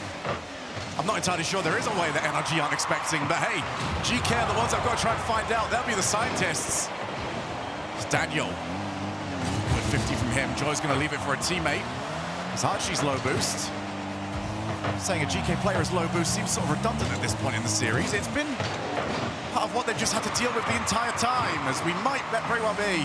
Next goal, sending NRG to the grand finals. Joyo only as far as Daniel. He's at a boost. Atomic's waiting. Goes back. Top bins! What a snipe by Atomic. Daniel with the aerial fake. Just let GK hit the ball for free. And Atomic puts it in the top corner. 2-1. And Hopium turns to Copium. Might be Nopium. GK have found nothing for NRG. Oh, Joyo with the skim. It's into the crossbar. Oli's there with the fake, but again, NRG are covering the option. Even when GK are trying to catch them by surprise, NRG see it coming. Back out, Oli, there again. Just a wall of orange cars that you've got to get through to take these shots. Oli out to Joyo. Into the corner. This might be playable here. Joyo again. Oli would have liked to have run onto that shot, but Joyo seemed to claim it. 40 seconds. And Europe staring down the barrel of elimination. NRG is going through the motions, continuing to apply the pressure. More boost steals, more pace about the pitch. As they try to make their second grand final in a row for RLCS World Championships. And the Falcons might have been expecting to have a little bit more of a break here. But if it keeps going this way, Atomic off the backboard, Oli will clear. 10 seconds and GK, they need to find the ball. Yeah, they've got a lot of boost. It's been the story of their series so far. Archie's bumped one, but clear it goes. GK need to keep it up. They won! Europe! Obliterated! Decimated! Eliminated! MENA versus North America in the grand finals. EU. 2 grand finals in a row. And a clean performance from NRG. Stylistically, they were perfect for this. They had the consistency that we expect from them. But today, clearly they've been preparing well. They've been in the training packs. They've been hitting up the striker training, because I saw a lot of top corner shots. Maybe 1 or 2 crossbars, but that's fine. Those could be good passes. But a lot of top corner shots for NRG. Even KC, wildcard, a lot of teams struggling with their shooting today. NRG in the past struggling with that. You know, the fact that I'm seeing those goals go in, they're taking the chances that they're creating. Are they ready to take that next step? It is a 3rd World Championship Grand Final for Atomic. He's 0-2. Crazy. A chance to right those wrongs. We all remember what happened last year, the heartbreaking way that Game 6 went down. And a close grand final as well. I mean, a very close grand final. We don't often get close grand finals in RLCS history. A 4-2 loss is a pretty good effort from NRG last time around. Of course, they're going to want to go one better, but now that they're into the final, I think they're going to love that they've got Falcons. They might very well be the crowd favorites for it. They march on. They march through Europe, who are out of it. For the first time ever, there will not be a European team in the grand final. Ladies and gentlemen, your grand final, NRG against Team Falcons.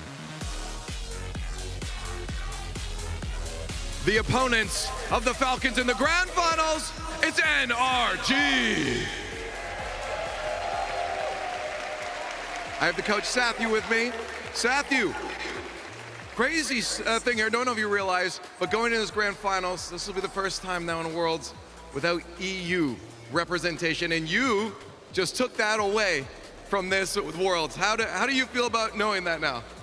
I mean, honestly, I'm happy with how NA showed up and Mina showed up and everything, so I think it's good to get some diversity, so yeah. Yeah, what about the chats about NA not doing so good anymore? I mean, I don't know. I think we showed good things this tournament. I think you showed them. Il lui a posé la question de, évidemment, on rentre dans une finale historique, malheureusement, pas d'équipe européenne. Qu'est-ce que ça fait pour lui d'avoir éliminé la dernière équipe européenne? Il a dit qu'il est content, évidemment, que sa région, comme la région MENA, soit représentée en grande finale. Et puis voilà, que les chats Twitch, finalement, n'avaient pas toujours raison. Now, looking at the match that just happened here, it looked like it went by pretty quick. We were hoping, for a longer series. So, in your eyes, it must have been not easy, but relatively easier than maybe you would have thought. Would you have liked a longer series to get you better warmed up for a grand finals? Does it hurt you going in this quick to a grand finals? No, I think it's good. I think it will help with the fatigue factor. I think getting that series over as quickly as possible will be good for us. I think it gives us time to talk. We'll know what we need to change going into Falcons. We know how they're going to play differently. The standard will be a bit higher, so I think it's fun. Il lui a demandé s'il préférait avoir une demi-finale qui était plus serrée et plus longue pour être mieux préparé pour la finale contre Falcons. Finalement, il trouve que d'avoir stomp un petit peu la game et gagner comme ça, c'était plutôt pas mal et que ça leur permet d'avoir moins de fatigue et potentiellement mieux rentrer dans la finale. Donc pour lui, c'était mieux de faire un match court maintenant. Okay, so we've got to find out going into the grand finals who Leon's cheering for, because there's got to be one team. So I want to find out if you're going to be the underdogs or the favorites going into this. You cool with that? Yeah. All right, Luti, let's find out who Ok they're les going gars, for. on va faire évidemment, bon ça va être difficile, mais qui pour la grande finale et pour Falcons? It's like a good sign for you guys, yeah? Et qui est pour Energy? Looks like more people for you actually, right? Yeah, okay, how do you feel about this then? Do you want it to be the underdogs? We'll always take crowd support, so yeah, okay, they'll take the support. Ils prendront votre soutien. For NRG! It's been said a few times already. It's worth saying again. And for the first time in the history of Rocket League, a team from Europe will not be present when the world title is on the line. And it's been 2,100 days.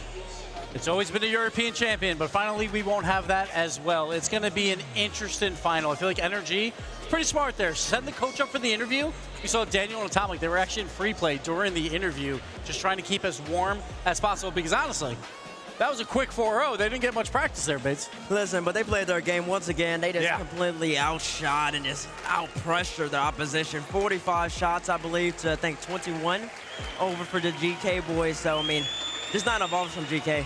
I mean, it's the NRG debuff, though. This is what happens every time someone goes up against NRG. They just look like they play bad. It's because NRG's challenge game is so incredibly good. Their defense is phenomenal. So it just looks like the other team is playing a lot poorer. It's going to be a big test, though, with Falcons, because obviously Falcons have looked lights out all tournament long. So see if NRG can keep it up there. Yeah, these are two teams that have already faced off twice in the head-to-head. It is tied currently. So whoever comes out on top truly, absolutely deserves it. But what a run for all these players. I mean, going back-to-back World Championship Grand Finals for NRG, though. They earned this spot under the name of G2 last year. They sure did. And they come in here, NRG, again. And it's not just back-to-back wave. Atomic is now tied Monkey Moon with the most World Championship Grand Final appearances since the Open Era began with 3. This man is also living in a World Championship Grand Final, but the difference between him and Monkey Moon is Monkey Moon's got 2, Masi has 0. And he's the only one that's lost 2 Grand Finals, I believe, as well. So he's got to break that monkey. But for this match, everyone's coming in thinking, all right, it's still Europe. It's going to be very competitive. We've seen GK all weekend long playing very good Rocket League, but Energy just quieted them down from the very beginning, and the shots were on point. The shooting packs have been coming out for Energy. It's always been their biggest weakness. Well, yeah, listen, and also the amount that the opportunities that they're getting has increased as well. So, I mean, when you're out shooting your opponent in back-to-back series by over 20, some of the goals naturally have to start dropping. So with this NRG squad, I do think the shooting in general, though, to your point, Gibbs, has improved. They do seem to be more accurate, and that has paid dividends. Now, the scary thing is the same can be said for the Falcons. That was some of the most accurate shooting we'd seen on their end in their match. So this is going to come down to the most pinpoint, clean Rocket League that we have ever seen. But at the same time, Energy, it's a 4-0. That is good for them. Save some of that energy for the finals. Falcons, it was TRK said, I am tired. It's like after playing K-Corp. He was very fatigued after that match. We'll see how they come back after that. Maybe but Energy, that was quick and clean. Maybe that's why they swept him. Well, don't give him any less, give him less rest time. Give him less rest time. I mean, listen, that's an excellent point. Get him out of there quick. Falcons just played absolute doozy of a series against Karmine Corp. They're both going Mach 90, and you can just tell the differences between the two series. Karmine Corp Falcons, the pace. This series in particular, very slow. But you know, NRG can play faster. Maybe they'll have to do that against Falcons. But they usually don't have to. They like to play this slow game. Make it sloppy, make it a little messy, and they will control the game. They've done it all year in North America. They've been top 4 all these times, and now finally back to a grand final. And then the biggest difference with his NRG team, honestly, the whole entire tournament is how much more they are converting and how much more they are on offense. 57.2% of the time, GK's in their back half. 42.8% for NRG. They're literally controlling the midfield, and now they're controlling your third. Yeah, and we see it with offensive demos as well. If you play more offense, you're bound to get more demos. Yep, this is an old school version of NRG, but of course the 2025 version, a clean, scary threat that deserves a grand final spot. And now we got a rematch of London 3.0 as well. It was Falcons versus G2 back then. Back then, everyone thought Falcons would run away with it, but G2 came on top. Don't say everyone, because trust me, one person in particular didn't go for that squad, and I remember who that was. And tell you that, though, that series was close. You go back to London 3.0, it was game 3, beast mode all the way across the map to Daniel, top left corner at 0 seconds. That paid big. That was a major factor. That put G2 up 2-1 in the series. They finished it in 6. And that was also Baby Falcons, too. Because once again, I'm talking about FIFA E. They know how to win now, and that's a different story. It was FIFA E as well as the Raleigh Major. They've won a LAN, and now they've won an RLCS LAN. This is going to be a different Falcons than NRG/G2 saw back in that London 3.0. A few other interesting facts. I mean, the story for North America has been tragic since the Open Era began. There are only 3 players in the history of Rocket League who have played for the title of World Champion twice without winning it. Oh, certainly. The original G2 squad, JNAPS, Atomic, and Chicago. Atomic had only lost his first at that time. And that JNAPS and Chicago lost their second one when they lost the first one in Season 7. And now they lost in 21-22. Atomic has now lost 2 because he lost one there, and then last year. 24? So he's getting his 3rd chance here. But North America, yet to win it. Fun fact, though, this is the first time since Season 6 where we are guaranteed to have a regional MVP win the world title with Daniel and TRK. So basically, the #1 seeds are finally doing work here. Finally, it's just going as expected. Good job, guys. Rocket League very top heavy, I guess. But no one expected this, right? No one expected this final. Everyone's talking about Europe and how good they are going into this event, and everyone's like, will Energy even make top 8? Because again, and I'll say it, like I picked Ninjas in Pajamas back in that round 1, game 5 overtime. Could have been completely different. We've seen so many upsets, but Energy, again, find ways to win. I mean, that's what they do. Even going back to last year, they go to Game 7, Game 7, Game 6. If it was for our unfortunate Mossy flip, they might win a Game 7 for that one as well. They love playing on Champions Field. They don't always come up victorious, but they always do push it all the way to the limit. They swept GK right there, which is an anomaly for them. They usually don't take out teams that quick. And going up against this Falcons squad, I'm honestly expecting to go 6-7 already, because I know both of these teams can bring it to the table. I feel like, I'm curious from all three of you, maybe we can start with you, Herc. Like what would it, Falcons looked so good against Karmine Corp that as this match started, I was like, I don't know if there's anything NRG can do to convince me they really have a shot. The Falcons aren't the clear favorites. Did they do enough in that sweep to convince you? I think yes and no, actually. I think what is missing is going to be the aggressiveness that the Falcons are going to be bringing to them. You know, at some point the Twins are going to just start open demoing on them, and that could mess with the cleanliness that we just saw against GK. So if they can go toe for toe as far as demos, bumps, but not breaking, you know, the play style that they want to bring to the series, I think NRG actually could do it. So when I watched Falcons K-Corp, that was the best Rocket League match I think I've ever seen. It was going to be very hard to change that. I don't think it's changed right now. I think I would still go Falcons, but NRG, if they can control the pace of play, they have a real shot. Okay, well, we'll see if they can get it done, folks. It's time. The grand finals are next at the Rocket League World Championship. We'll take a quick break. When we come back, it's Falcons versus NRG for the ultimate title. Stick around.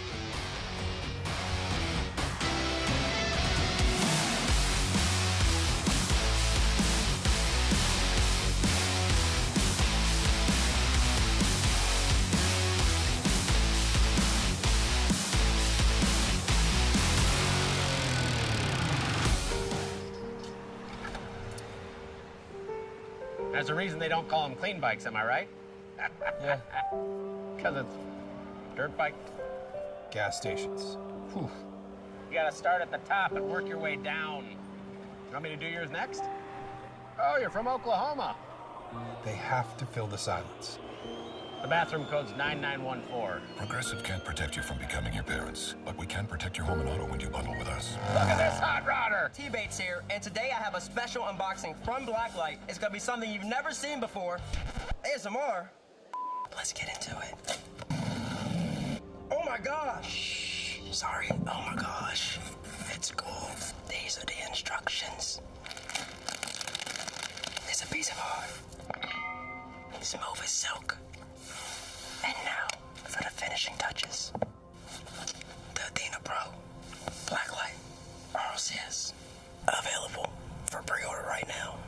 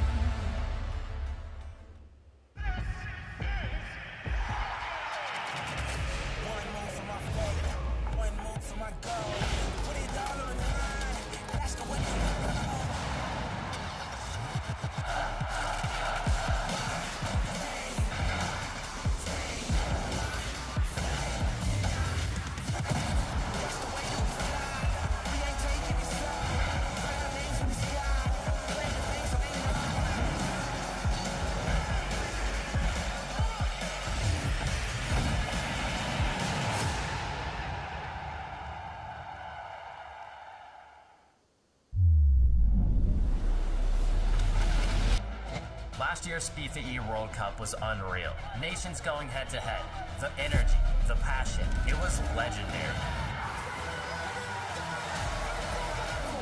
But this year, this is next level. Everyone wants this beauty, but only one nation will lift it. Fame your game. Let's go.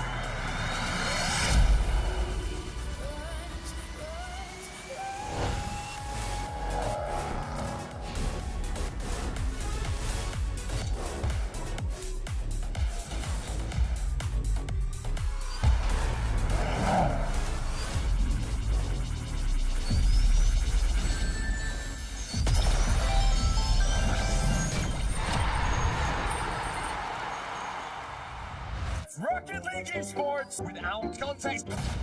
That was a clip! Daniel on another level. That's a big beat for beast mode. The arcade might try to cook here. Musty, a little weak. Oh, Dorian again! The second clip! This is Rocket League!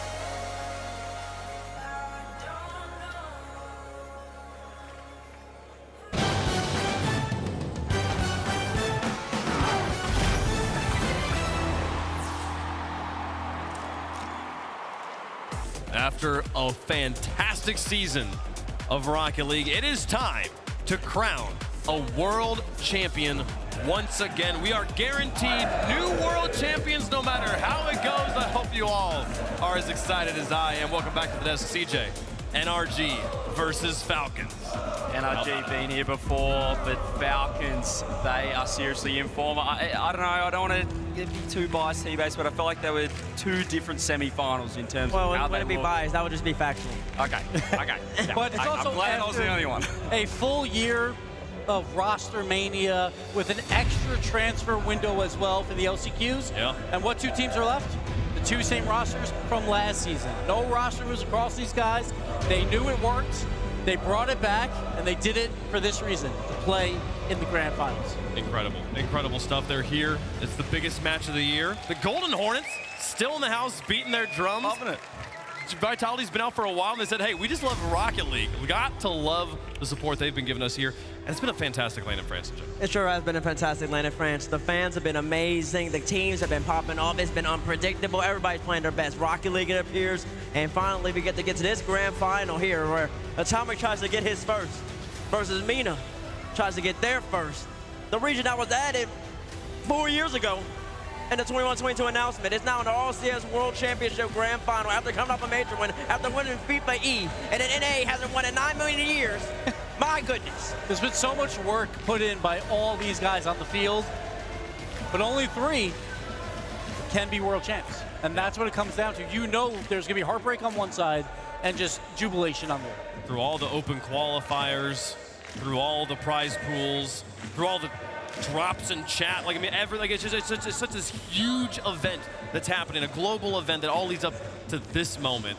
I'm so excited that we get to celebrate it here and see it again. A truly global esport, and really is. Just two teams where NRG, they know about grand finals in world championships. They do. Falcons, though, they've just learned how to win a final. And we just get to spectate and have a great time watching this great Rocket League year in and year out. Celebrating with esports greatest fans in the building. It's going to be a lot of fun. Well, we've had a lot of fun talking about Rocket League and talking about the 2025 Rocket League Championship Series.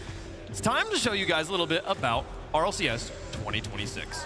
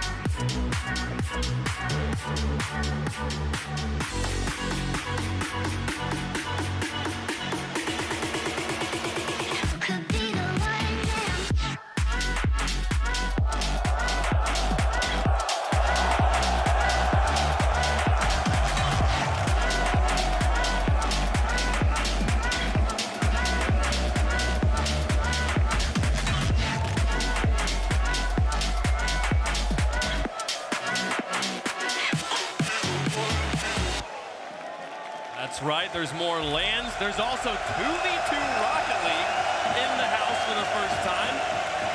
The fans are excited about that. I know the entire Rocket League world's gonna be excited about that. I'm excited to talk to Fairy Peak, World Championship Fairy Peak on the desk with us here. What's up, Fairy? Welcome.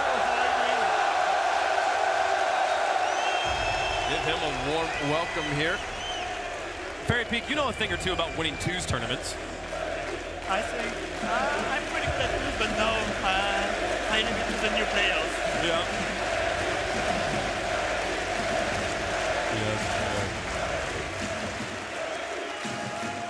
Wow. Wave. An extra land.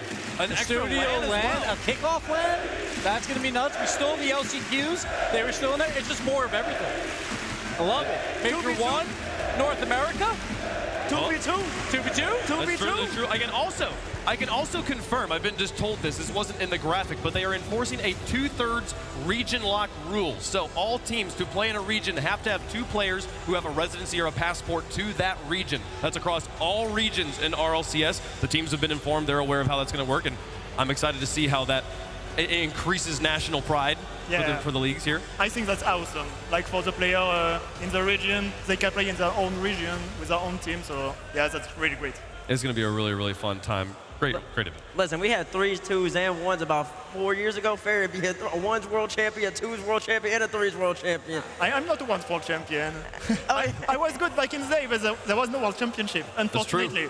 I know, that's what I'm saying. If they had it back then, you would be. Yeah, I would love it. I don't want to say I would have been it, but maybe. Just be careful. Be careful, everyone. All right? When you started competing back in the day, did you ever think RLCS would expand to having a 1 circuit and a 2 circuit? I was hoping for, but there was no RLCS for 1v1, so I stopped a bit, and like 3-4 years after that, now there's RLCS World Championship, and yeah, that's awesome. And now there's 2v2 too, so that's really cool. For sure.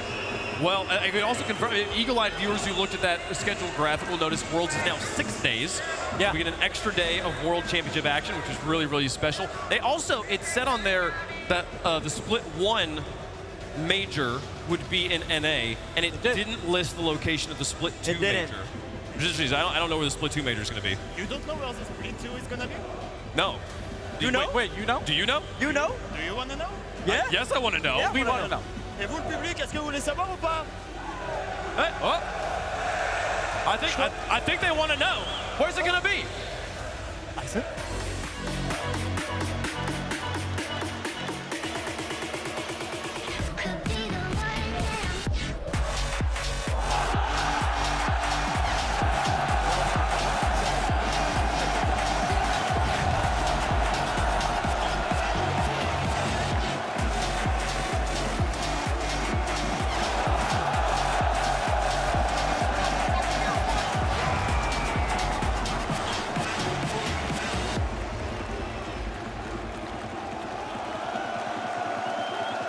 Tickets go on sale soon for the first ever Paris Major. It's about time we made it to Paris.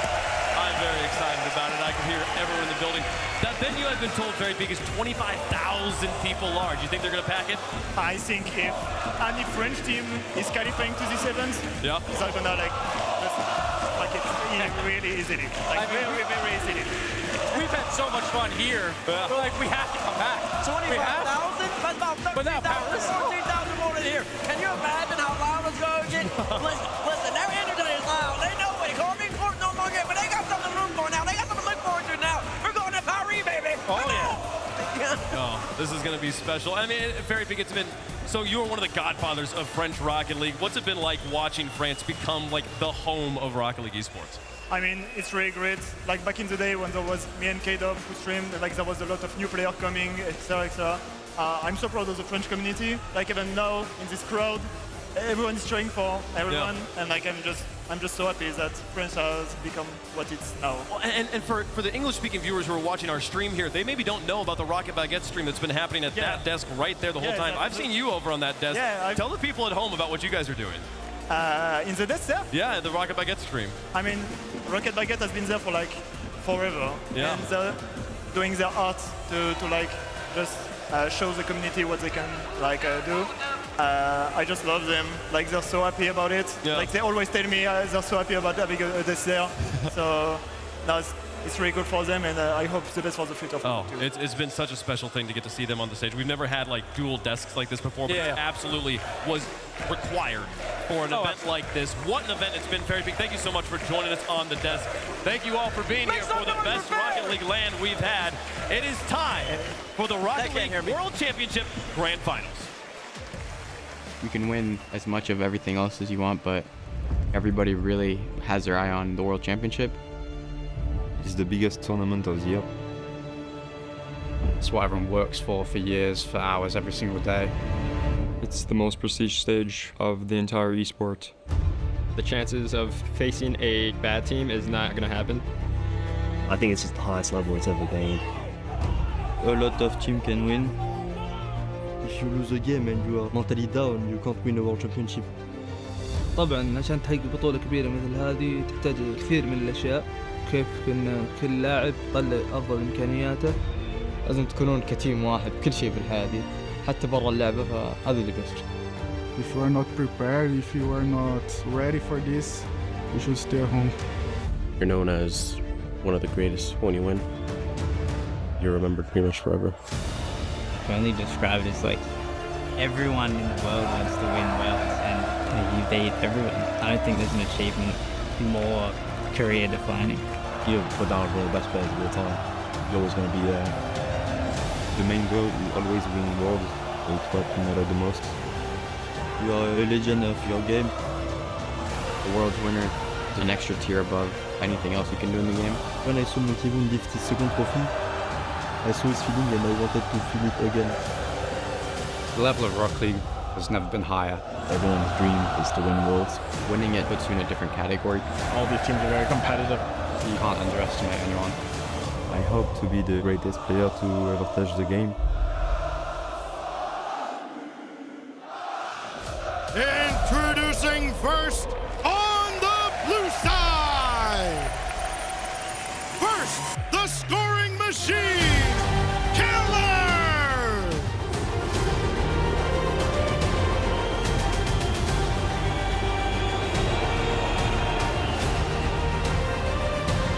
The Twin Terror,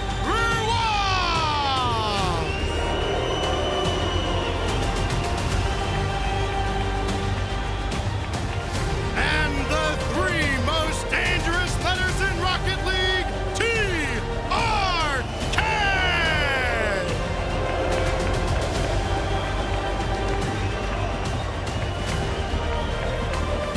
Together they are Team Falcons!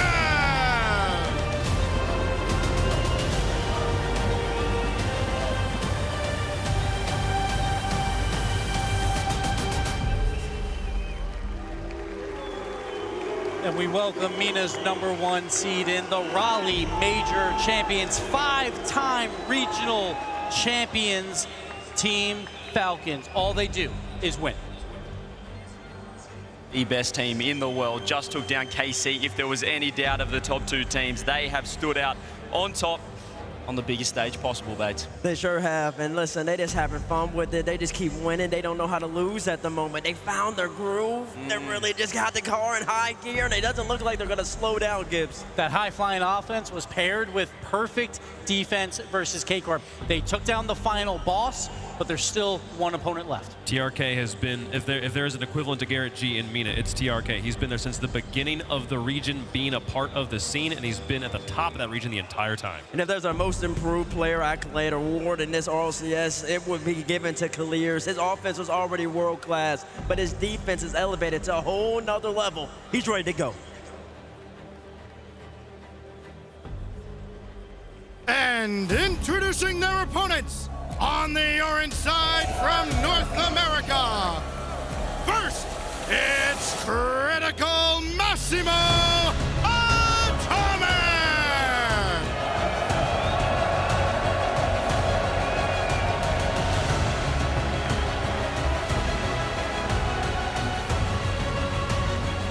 The upgrade, the Destroyer, Beast Mode!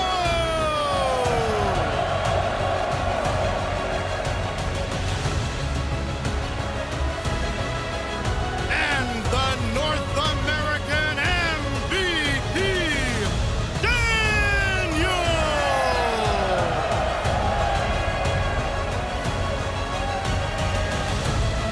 The Kings of NA, NRG!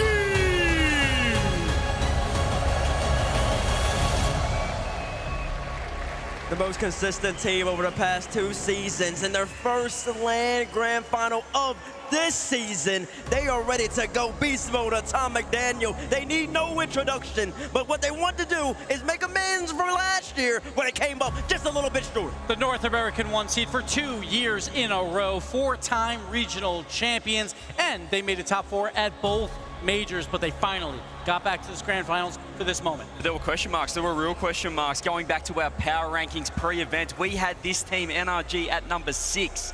They have found their way back to the World Champs final. This man, Beast Mode, that iconic photo from last year, staring at BDS, holding that trophy.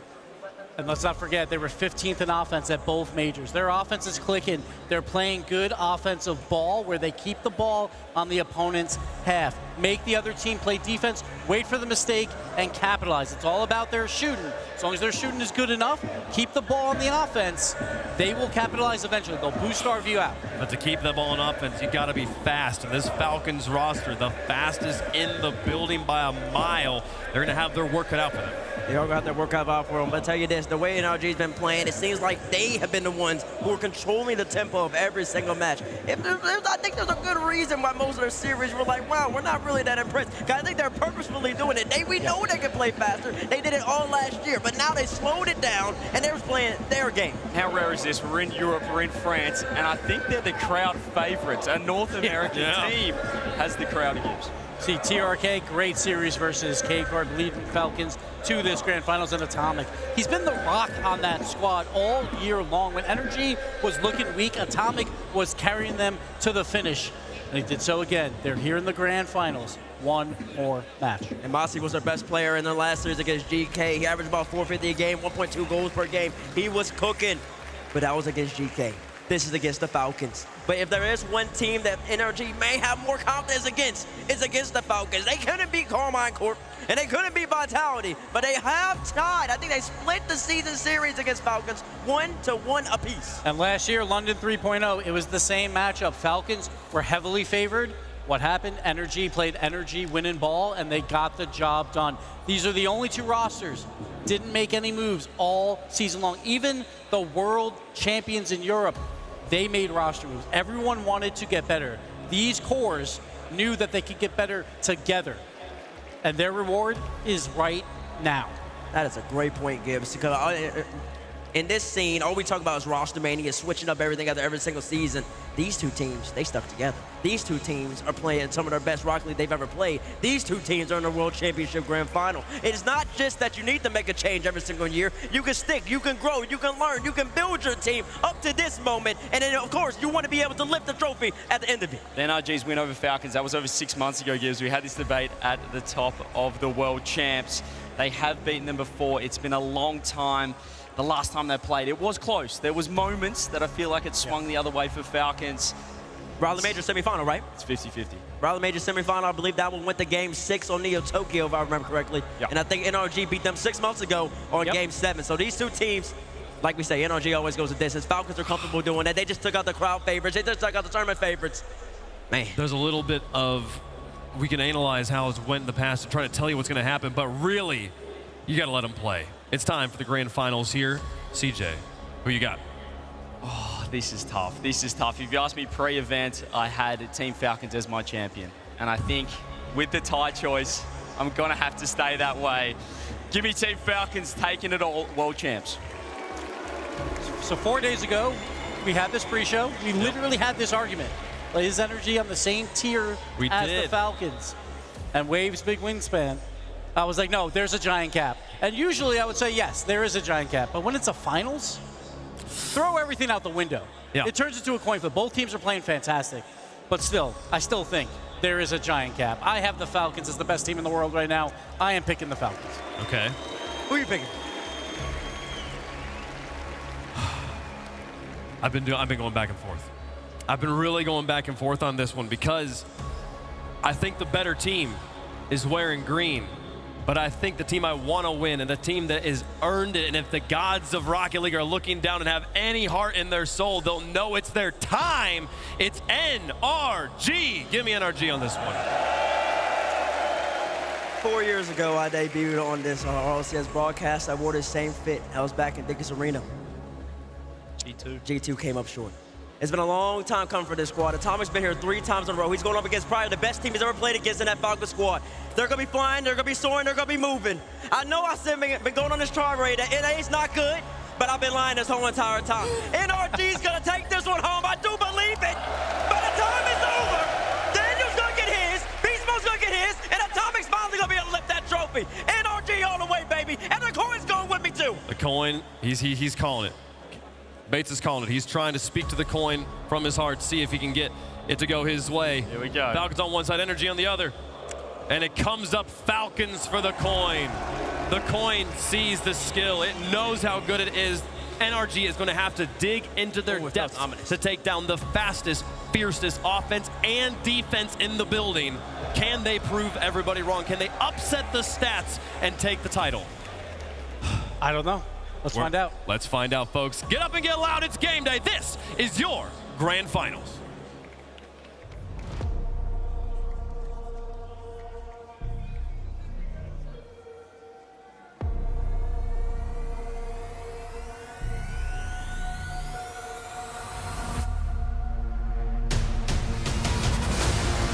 It's time to write the final chapter. One last contest in the center of Rocket League's grandest Coliseum. Every team's 2025 story opened with optimism. Optimism turned to opportunity. Opportunities to victory.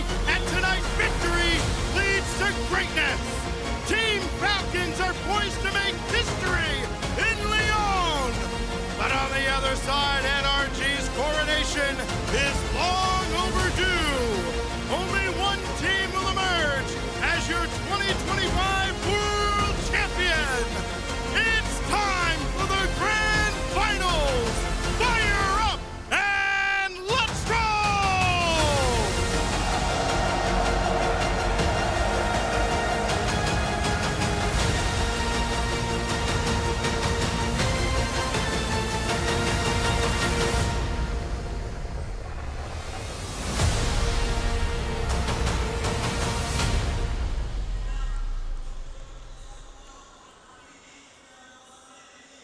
Rocket League fans around the world, welcome to your Grand Finals. It's been a long time coming to put MENA into the Grand Finals of a World Championship. Can the Twins deliver beast mode with the save initially? And that is the opening salvo of the 2025 finals. It's going to be on NRG here as well. Everyone's been talking about how efficient Falcons have been playing. 90% of their goals have been assisted here in this tournament. NRG's had strong defense. They've also had strong offensive pressure, but who can really handle the nerves at this stage?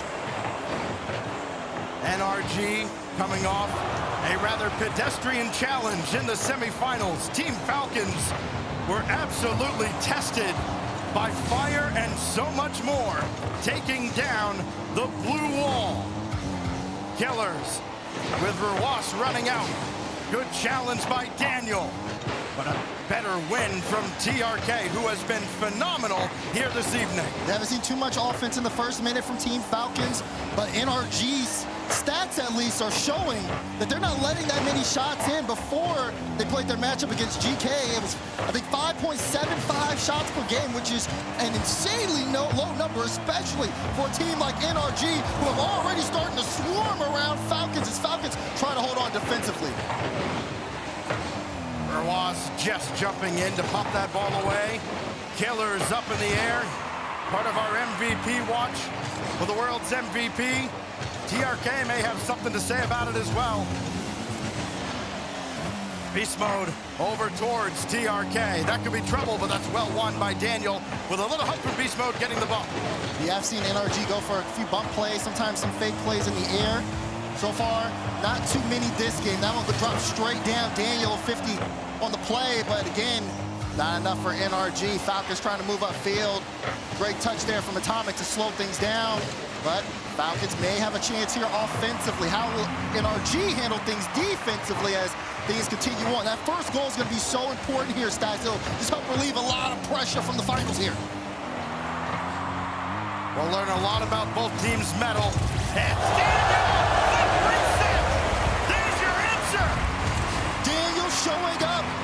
A lot of people talking about Daniel needing to be involved offensively, but a flip reset top corner. Oh, that's one way to start. NRG first on the board.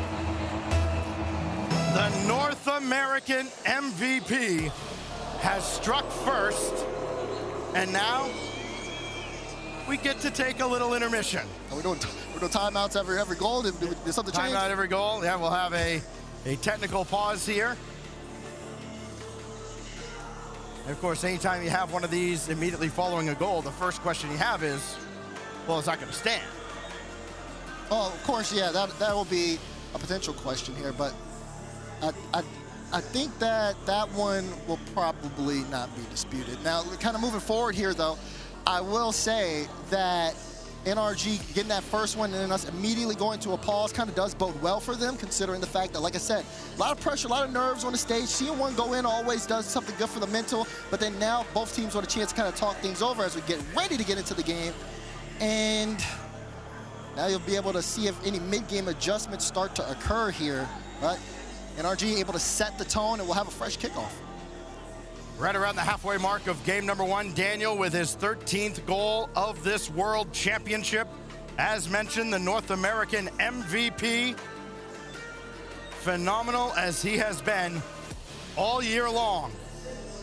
And when NRG needed to set the tone, it is young Dan who comes to the rescue.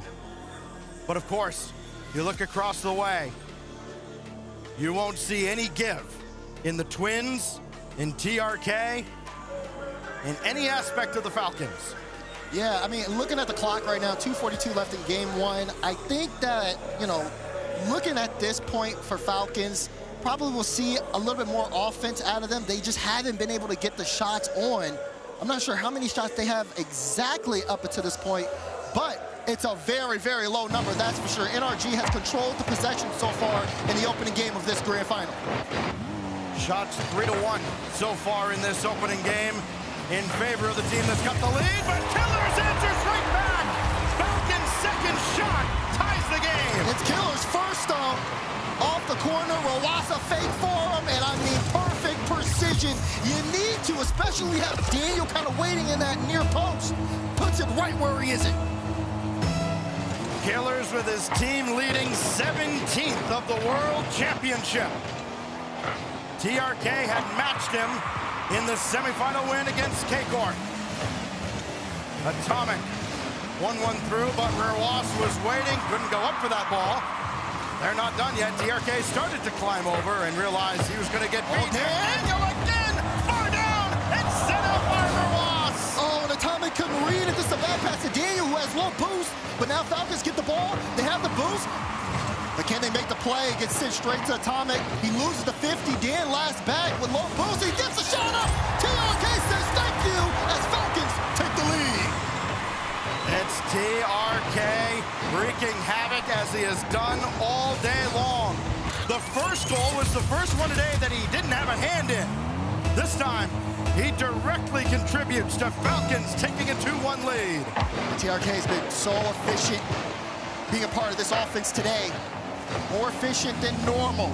You can tell people starting to elevate when you get to this stage of the game. NRG now trying to elevate their offense. But Team Falcons now holding firm. They've got the lead here. And they know NRG are going to be knocking at the door. Daniel did well to stay even in the vicinity of that ball. As Beast Mode stuffs it up. Now Rawas off the outlet. Gonna burn a lot of his boost. One last touch and Atomic's all over it.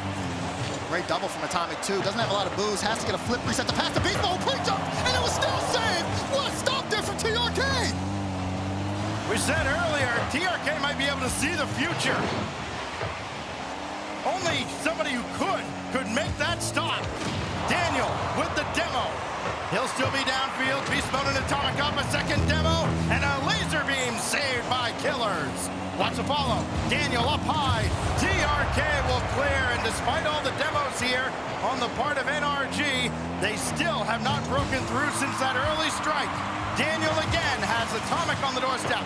Beast Mode has to climb up quickly, and NRG continue to struggle to find an equalizer. Down in front, Beast Mode! Look at the pressure from NRG. Daniel steals boost, goes to the wall. He receives a pass from Beast Mode, then gives it to Atomic. Perfect touch out of Atomic. Beast Mode with a clean shot. He knows he has to nail it, and he does. 37 seconds separate us from overtime in game 1 of the World's Final. Wouldn't have it any other way, but Rawas has other plans. TRK's got to get up quickly. He does. Two in the same area, Beast Mode and Atomic. It's B Mode that takes charge. And well won by TRK, down to 20, Daz. Now you see NRG kind of pulling Falcons out. They have such a great second man follow-up. It's been tough for Falcons to really kind of challenge them on the ball. That's a great pass to Atomic! Oh, Atomic burns through the defense! What a pass! Beast mode up to the sky. How often do we see it and it never plays out? Perfectly executed. Still narrowly saved. And there was so much traffic in that play as well, Stacks. Here's the kickoff, though. TRK's gonna be able to outlook this to Killers. TRK pre-jump. Daniel's up. He dodges the ball for TRK. It's sent to the corner. Can they get it down? They can. NRG strikes first here in Lyon. First blood to North America in a pretty game one. All the demos in the middle of that game finally softened up the Falcons defense just enough to get one strike through, and then in the last minute, Atomic. Some people would look at him and say he was certainly the MVP of the first half of this season for NRG, and that Atomic makes this NRG a serious threat to win it all. I mean, look at Daniel as well. 6 shots out of him, and at the same time, like I said, Atomic and Beast Mode both matching with assists. Beast Mode very all around this game, and a goal and assist, a save. He shot 100%. Daniel had 6 shots, applying so much more offensive pressure. And at the same time, you look at their defense, like I said before the series, they're averaging 5 shots against. Guess how many shots Falcons had that game? 5 on the number. You saw the pop-off from Sathiu as well. The emotion is certainly there, especially the combination of Sathiu and Atomic. They've been here so many times, in so many different places. They've come up short. Can they do it in Lyon? Game 2 at Forbidden Temple is underway. Have to see what Falcons have in store. Can they make some adjustments to kind of break through NRG defensively? Must be by Beast Mode. Starts us off. You can see Daniel leaves that one for Atomic. A little awkward here, but Atomic able to stay on top of it. Plays the 50 to Dan, who's trying to knock the ball away from Killers. The Twins get a demo on Daniel, and they're also looking to disrupt Beast Mode, but NRG still holding on to this possession. Atomic with a chance for a shot, and Rawas there for the block. Rawas now getting chased by Daniel all the way into NRG territory. Beast Mode watches Killers play over the top. NRG under a bit of duress. Rawas circling around, opting for TRK. No, it's going way over his head, and Atomic will collect it on the corner. Missed opportunity there for Team Falcons. Not quite done with the attack just yet, especially with Rawas picking up a full 100 down in front and stuffed away. A lot of pressure on NRG. They've been managing it pretty well, and that one does get through, but Falcons still holding on to that midfield line. NRG not able to get a good second man follow-up, but this one does work. There's a bit of a double commit, though, between Dan and Beast Mode, so it won't be a super effective push. Can they hold on to this one? Beast Mode off the ceiling with that challenge. Rawas not a lot of boost, but does get it over Daniel to try to see if they can give Falcons some offense. But look at this from NRG, constantly booming it back to Falcons, and they want to keep them stuck there all game.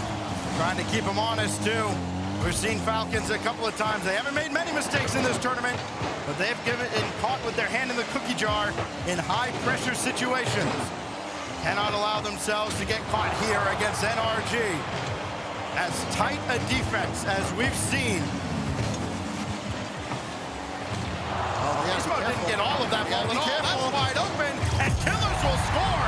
Very awkward from NRG. You said as tight as the defense that we have seen, sometimes there's a bit of mistakes. Beast Mode wanted to try to pop that more downfield towards Falcons back end. Daniel and Atomic were both on the back corner for Falcons, and Beast Mode didn't get a good touch. He also gets knocked out the play. It's an open net for Falcons as they set the tone on Forbidden Temple. Loss of TRK, it's TRK who takes charge. And the MENA MVP is sent packing back. Killers gave it a look, realizes he's got to bail out and let his brother take over. Out Beast Mode, flip reset, but nobody to pass to. Easy clear for the Falcons. That gets sent out. Beast Mode slides across the Dan, or no, Atomic. Atomic's the one that drops it for Beast Mode. And now they're playing it through the defense of the Falcons. Dan on the wall to help Beast Mode, but they both lose the challenge. So now it'll be Atomic who keeps this one in play. I like that possession from NRG too. Didn't result in a shot on target. That's fine. You're still able to pass around the defense and at least give yourself a chance. Beast mode getting back, avoiding TRK, and then a demo on the other side. Can Daniel make anything of it? Beast mode, full tank, but doesn't matter. Watts is up. Good awareness here for NRG. They're not just playing on the ball, playing fast. They're looking for each other and trying to see, okay, what's the best play? If we know we have Falcons on the back end, let's still boost and try to see if we can make a play with as much boost as we can. That awareness is working out, but they don't have the lead right now. They're down by 1, 2 minutes to go. They need something here. Oh, Beast mode, very patient. Here comes Atomic and TRK there. Killers, the next save on Daniel. Everybody shoots, nobody scores. Beast mode, bullying everybody around. Atomic high, Daniel the rebound. Trying to drag out the Falcons defense. They're not biting. And Team Falcons send NRG back for the moment. Oh, Atomic. Falcons low on boost. You see only 6, 12, and a 0. They finally get a corner, but this is going to be free for Beast Mode. Does get a 50 on the play, sends it out. Rawas was waiting. Falcons still under pressure, but NRG, they can't find the back of the net. Oh, they put on a lot of pressure late in game 1. They did finally break through. Trying to stay true to their game. Beast Mode away from Rawas. Killers is up, TRK alone at the back now. Atomic gonna try to play that central, and again, TRK all over it, going right at Beast Mode, and that's easily won by Landon. Atomic wants to take that himself, a bit of a double commit there. Twins, but Killers sends it way downfield. Daniel with a light touch, Beast Mode in danger. Killers straight down, Daniel there to help. NRG get out. But NRG need to do more than that. We're hitting the final 30 seconds of game 2. Despite all this pressure, the Falcons have held on to a 1-goal lead. They've built a green wall on the back of their net. 25 Killers. Atomic couldn't get it past Killers. That's a great win by Killers. Now TRK met by Beast Mode in the air. Ball still going towards the NRG net. That's a bane for them. Only down to 10 seconds now. 8 seconds, gotta get moving forward, and Rawas says no. Down to 5. TRK was lurking. Double commit out of NRG. Falcons hold all the cards to level the series, and they have. A 1-goal game, and Team Falcons even the series scoreline. Killers had 1 shot, and that was all Falcons needed. And NRG, despite almost insurmountable pressure, they just couldn't give themselves a good opportunity. They had 7 demos that game and still not enough to open up a clear shot chance. So Falcons make some adjustments, but this series is still as close as ever, Stats. What else would you expect? Even after London, you knew we hadn't seen the last chapter between these two squads. The name on the jersey is a little bit different now for NRG. Doesn't matter. Now you think, with everything so even going into game 3, truly a swing game here. You look back at the last time these two played in a grand final. NRG outscored Falcons 9-3. Falcons were really defensive around that time too. And Daniel had a bit more involvement in the offense. That being said, though, things seem to feel the same in that aspect, but there have been some changes. TRK is elevated. Killers, most improved player, arguably. And now, in this final as well, NRG playing strong defense, and the offense almost matched its stats. The iconic backdrop of DF8 Stadium got a little bit of a facelift lit in the air. It will break a 1-all tie between 2 iconic teams in the open era. Beast Mode cycling back to his own net. Daniel's got nothing. He narrowly avoids Beast Mode. And Beast was looking for boost downfield. That is just a rocket back the other way. And Killers almost converts. We'll take a boost defensively now for NRG. And Beast Mode is there at the doorstep to pop that ball away. TRK trying to keep it in, but Daniel will have enough. He's going to play a 50 here against Killers, and Killers wins it. Has Rawas looking for the pass. Atomic in a good spot, remains composed, but gets demoed on the play. And Daniel alone for the moment. Needs to get a stop here. Does. Killers will opt to take the boost. They know they have NRG trapped right now. Can they get out? Oh, TRK, quick turn. Got the demo from Rawas. That leaves Daniel with no boost to make a challenge, and Beast Mode getting up, burning all of his as well. NRG getting tested to the max here by Team Falcons early in Game 3, but they've answered the bell on every occasion. It's important, too, for NRG not to let Falcons get away with this pressure. Again, Falcons able to hold just a one-goal lead. Their defense, the best here in the world. But now, with NRG trying to knock at the door with their offense, can they find some holes? They're going to have to if they want to turn this game and this series around. 4 shots on target on one side, make it 5 shots for Team Falcons, none for NRG, as Daniel saves the 6th salvo from Falcons. TRK leaves that one. Here's Killers. Well, big shot. Beast Mode had to stretch. Got there in time. Rawas. No, Daniel's going to win that. Beast Mode jumped, though, so Daniel will need a big 50 here. Beast Mode playing close. Killers sees him. Gets a good pinch off the double, but not enough to stop Beast. Flip reset mid. Killers. That's a great read to send that one towards the sidewall. They want to follow it, but maybe NRG might have a chance here. Beast Mode with a big demo. TRK low on boost as he wraps around it to clear it out of danger. Daniel has Atomic in the mid, and Killers read the play well. Second touch to skim that towards DRK. Now up to Atomic, and another intercept. Team Falcons at midfield have been phenomenal, slowing down NRG and disrupting what would be clear goals the other way against almost any other team in the tournament. Good boost steal out the corner for Beast Mode. See Rawas using as little boost as possible. Just keeps the ball close. Very smart. He knows the position that the team is in. And as long as he can delay, it's great, but they have not been able to get that corner. Rawas gets 2 demos, though. That's going to alleviate a lot of pressure. But depending on how Atomic plays his ball, NRG still keeping this on the blue half. How about Atomic, too? 2 touches getting up to the ceiling and getting the flip. All that for naught. They're back on defense. Atomic will trigger this counterattack. Been a relatively low-scoring grand final, 3-2 in the first game. Atomic breaking the tie on a fantastic feed from Beast Mode with 37 seconds left. 1-0 in Game 2. And nobody has broken the deadlock in Game 3. Killers has a plan, and Beast Mode snuffed it out. One more attempt out of the corner, and that's ricocheted away by Daniel. Rawas with a little bit of space here could be dangerous. Look at the positioning on his shot. Forcing Atomic there to reach, to get there, and then Rawas back again, able to get boost, has a flip, looking for the dunk, but it just won't land past NRG's defense. Final minute. No one's been able to break this deadlock yet. You marvel at both teams defensively, but this time it's Killers! Clear for takeoff! But it's off of this! Rawas! 1, 2, it's an open net! And Killers can just cruise home. The runway's been cleared. They defend by the slimmest of margins for an entire game. And NRG gets broken by a pair of demos. But now they can answer off a kickoff. Daniel left it for Atomic off the fake. Everybody ends up forward, though, in Beast Mode, doing all he can to delay. NRG needs boost if they're going to keep this pressure on. They've got it, and they've got it!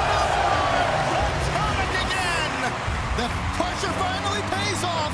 Big demo from Daniel gives Rawas a taste of his own medicine, and Atomic picture perfect right under the crossbar. When you make these saves by such slim margins, eventually someone's going to let one rip. Atomic has done just that. His second goal of this grand final, they've both been incredibly impactful. A winner and an equalizer. 20 seconds, and a shot that Daniel barely caught up to. Oh, man, but that recovery is incredible from Daniel. He was in the right spot. More pressure, though, for Falcons. They want to end it right here. Killers, no, he's going to leave it and go for the side boost. Now he jumps up. Can Atomic get it past him? Does get it to Beast Mode. Beast Mode got a bounce. TRK leading this one downfield to Killers, who pops it. Atomic low boost here. Pops that one high. And Beast Mode to the sidewall has the double. And TRK will let it fall. Overtime in Game 3. Navy Yard get real greedy very early on this week. And Falcons finally decided, no, we've had enough of this at 0. So we get to golden goal in game 3. Oh, that's there for Beast Mode, and it's gone! Beast Mode strikes. Daniel ran some interception, and Atomic a great 50. Roas didn't have the boost. Beast Mode in the perfect spot. And NRG are now 2 game wins away from being crowned world champions. Unreal as we look back at a roller coaster of emotions in game 3. And we thought this from Killers would have been enough, especially with how well they defended. But then critical Massimo off the feed from Daniel. NRG persevere in game 3, and it brings about in a 2-1 series, Daz, a timeout from Team Falcons. The Falcons had 13 shots that game. NRG had 5, completely kind of switching the narrative of offense from game 1. Still, it wasn't enough. NRG had 12 saves. So the math adds up there. That's how impactful NRG's defense was, but it also goes to show you everything that Falcons put toward the net. There was someone from NRG there. Not only that, do they turn it around, because you have to think Falcons' goal was scored because of that demo presence, that physicality, opening up a lane. NRG tried to fight fire with fire, helped them get back into the game, and then when it was all important there, the aggressiveness from NRG on Falcons' half led to a mistake that cost them the game. We've seen NRG be incredibly physical in this series. This was the first game that we saw Team Falcons give it right back to them, and it worked to great success. And I say great success, 1 goal. Yes, that's great success against either of these teams. You can expect a lot of 1-0 games. 2-1 isn't that much different. 30 seconds left here in this timeout. Will Team Falcons continue to kind of target anybody on the NRG side, or will they change it up now to try and tie up the series going to Utopia Coliseum? Lights here in the LDLC Arena in the grand finals. The beauty of it all. That's the prize. That's what they're playing for. New trophy. We'll have a new champion. This crowd has been phenomenal. Even with the French teams out, it's still a full house in Lyon. Here we go. Falcons have used their timeout. NRG still have 1, their own remaining. But NRG with the series lead, pressure on Falcons to bring the series back into their own hands. But they gotta stop the pressure of NRG when NRG are on offense. It's been so many close opportunities. And NRG looking to pick up where they left off. Just look at how they play around Falcons. It's been an awkward game. Who will strike first? Will it be a comedy of errors? Or will it be the high-level play we've come to expect from both these squads? Dropped off by Beast Mode. And TRK to the skies yet again. Denied on the backboard.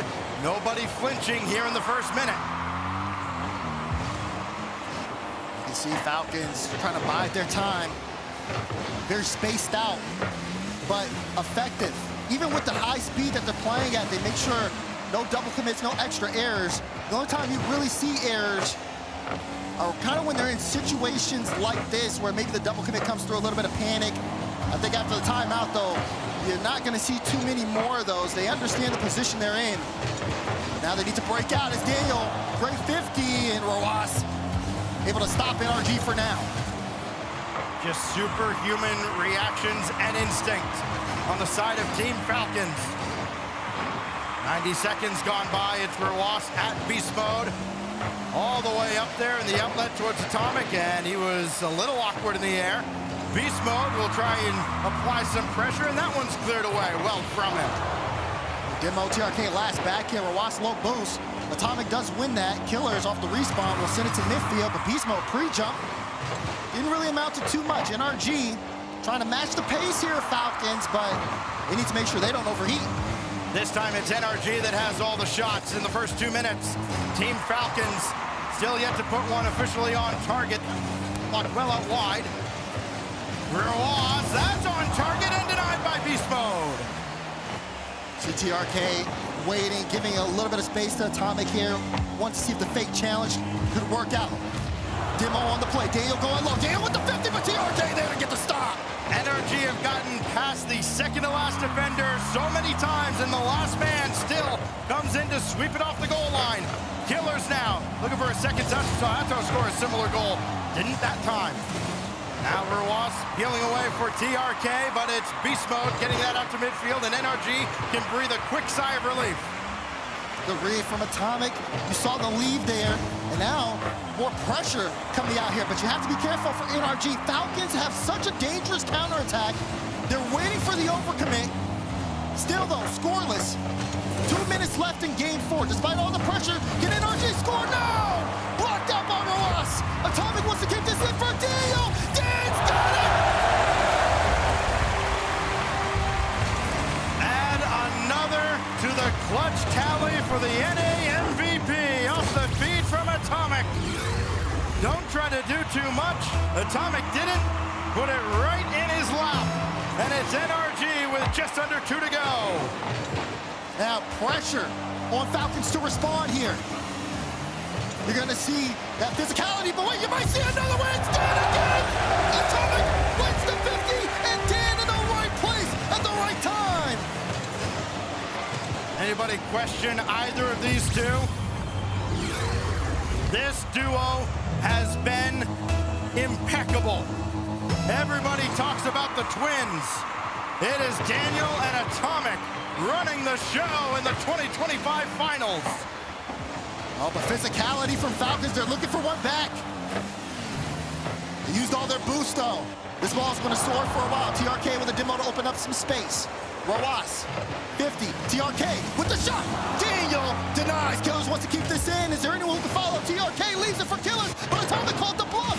Now Ruas wants to keep this in play. Falcons want one back quickly, and it makes sense. There's only a minute 10 left in game 4. There's only so much longer you can go before you got to start throwing caution to the wind, especially down 2-1 and having used your timeout. It's off the post. Just narrowly saved by Atomic.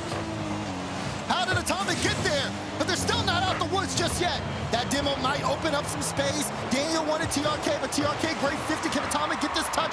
Big clear there for NRG. Now Falcons got to bring this one back from their own end, and NRG got a lot of boost in the tank. That burns a good 6 or 7 seconds just trying to get back where they were.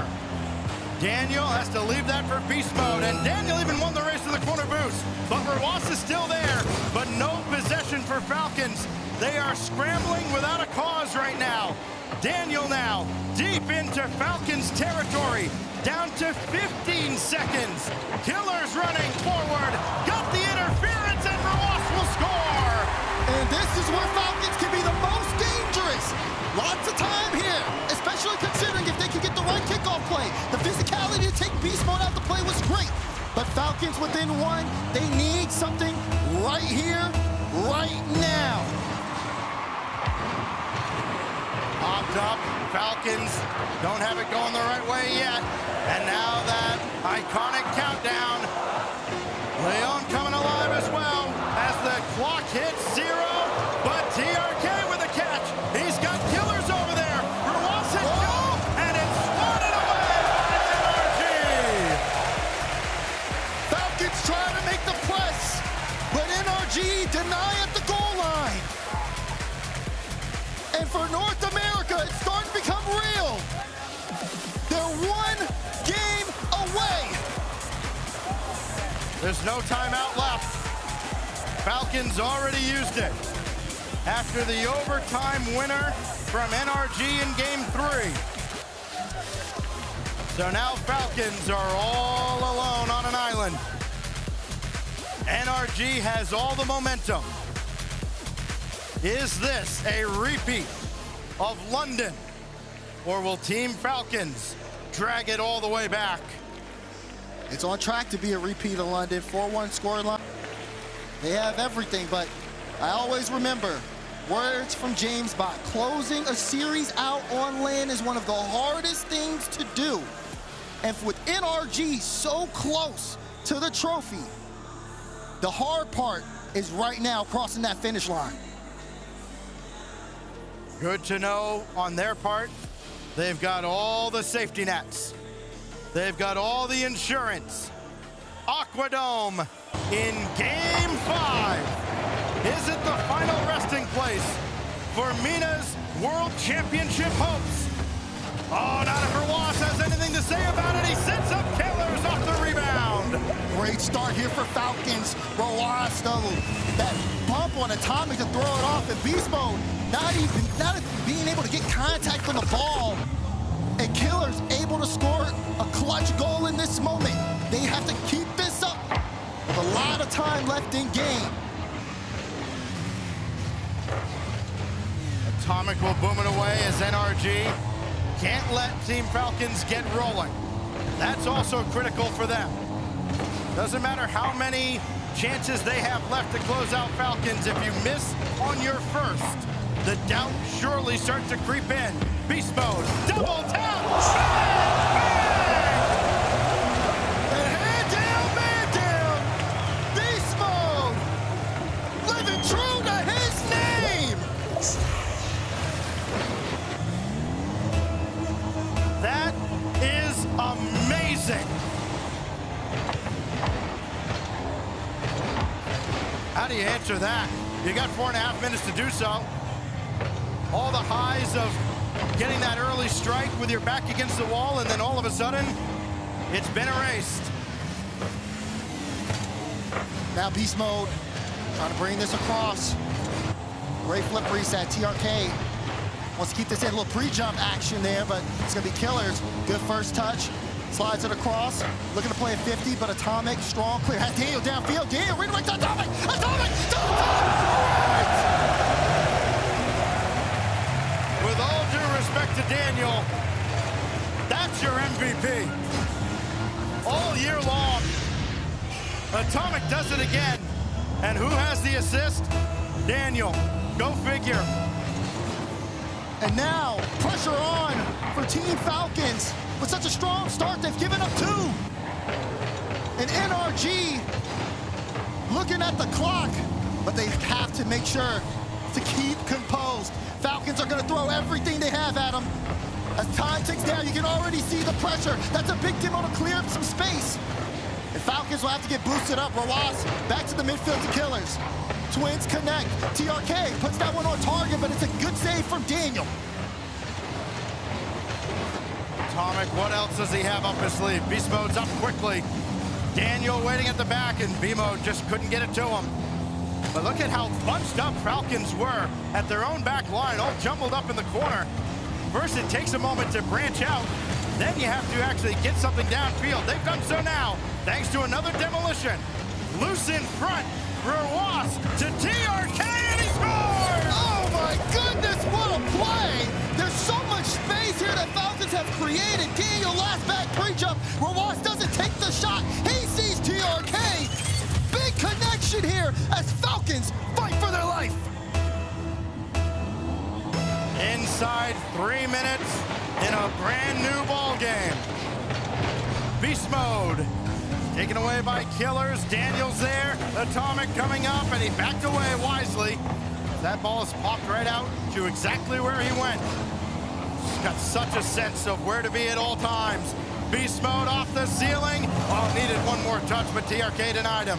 Oh, the touch there from Daniel. He keeps this one, and Atomic will take this up the ladder by himself. Met there by Killers. Now tension here from NRG. Falcons using that aggressiveness to create some opportunities offensively. The bumps have given them room, and their passing has been so effective that it's so hard to guard. As even Atomic there with that 50 still has to get bumped there while he's trying to make the stop. Killers was looking for beast mode, but beast mode privy to it. Got on the back wall as quickly as possible. It's TRK taking charge, looking for Killers.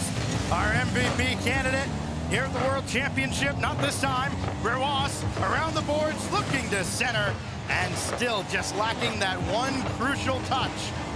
NRG lets you get so close, and then they rip possession away just like this. Beast mode as he arrived. Oh, it's on the goal, and it's saved away. Incredible stop for Falcons. They look to go the other way. Killers tried to run interference. Didn't work out. Atomic leaving this for beast mode, but it's blocked again. Killers, another save to his name. Atomic wants to interrupt that one, but Rawas sends it downfield. He's looking for beast mode. Killers tried to play it to himself off the back wall, but beast mode, a clutch stop.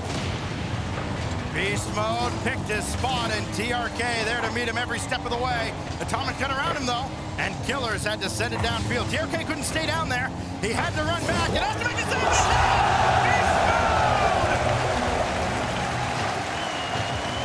Daniel, again, another assist. He gets the pop up to beast mode, and beast mode, the placement could be more perfect. A minute and 2 seconds to go until NRG, the kings of North America, will they be the kings of the world? A coronation long overdue for this squad, and they're oh so close. But you still have Mina on the other side, a relentless predator in Team Falcons. Everybody from NRG was jumbled at midfield. That could open the window for Falcons. Rewas, pop for Killers. TRK had to wait just a moment to read where that ball went. Nobody there to receive that ball off the corner, and Falcons will have to reset inside 30. Drop down to Atomic. Atomic wants to keep this one in. Beast mode sees the clock. He's taking his time. He's trying to get the dunk. But this one to the back wall. Falcons need to get downfield. But do they have anything left in the tank? 3 seconds to go. NRG just needs to drop this down. That one goes wide. Rawas can set up. Will they pump it up? Yes.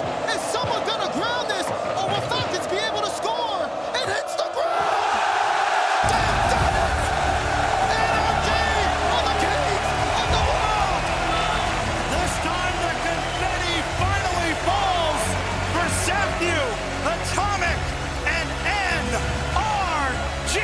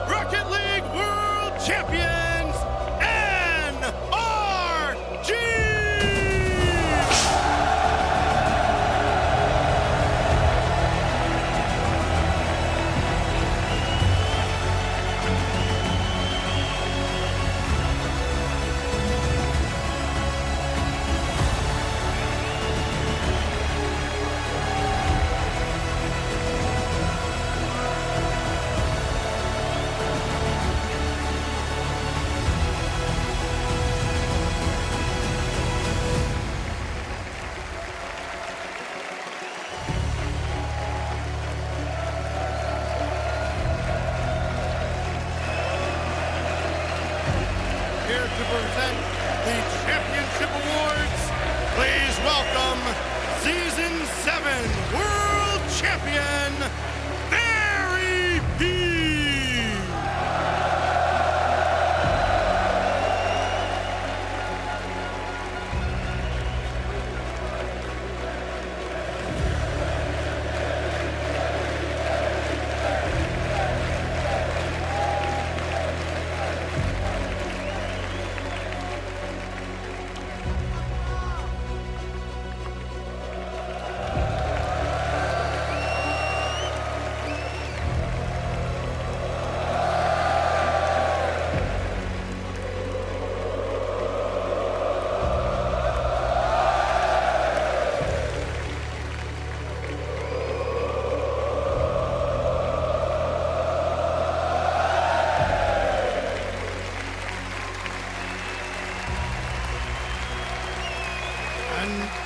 Now, please welcome Season 8 World Champion Garrett G to present the Most Valuable Player Award to Beast Mode!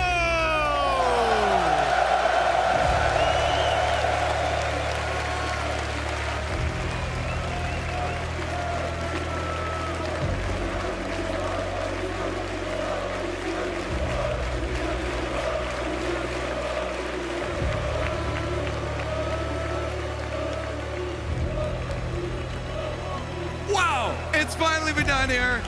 There's so many storylines from each of you individuals. Daniel, first up, Leon. Daniel!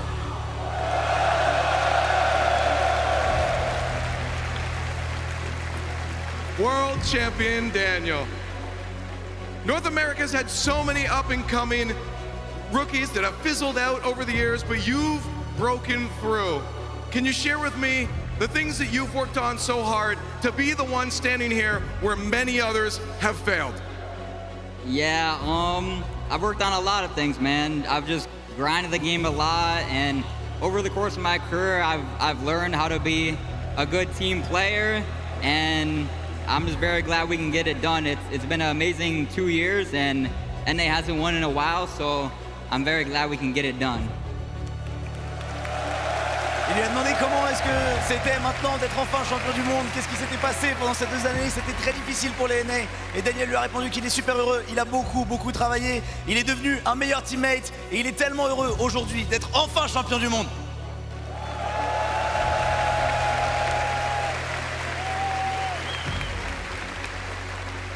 Leon, each of these players deserves their own big applause. So give it up for world champion Atomic.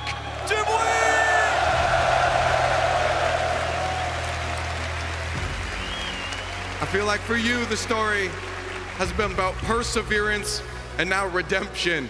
You've been at this for a while and you've been so close so many times, and this was the one you finally broke through. Tell me about that journey of redemption and how you stuck through. I don't know. I mean, I would have never guessed it was this season. We just showed up with so much will. We didn't care what the results were. We just, every game, we knew we had to earn it, and we did it. You did. Il lui a demandé comment c'était pour lui qui était passé si proche du titre à 2 reprises, finaliste maudit. Il sait pas comment ça s'est passé, mais quoi qu'il arrive, à chaque match, il s'est donné à fond. À chaque match, il voulait l'emporter. Et aujourd'hui, ils l'ont fait.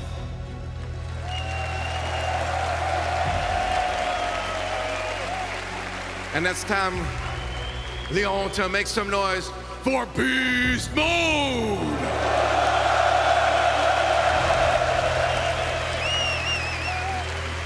Beast Mode. We talked about this on the stage before, but never as a world champion. You've been a bastion of kindness and family. I've seen everyone that's backing you. I want to give you, as the MVP, a chance right now to talk to the world, talk to your family, talk to everyone that's been there for you, and the message you have for them. Man, my heart. Thank you guys so much for everything, man. The greatest crowd of all time, man. Thank you guys so much.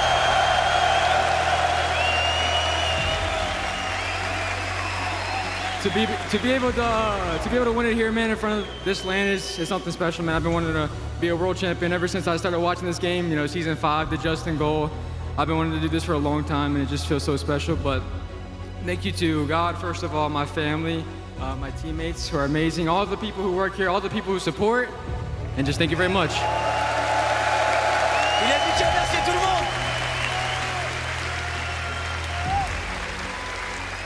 All right, guys.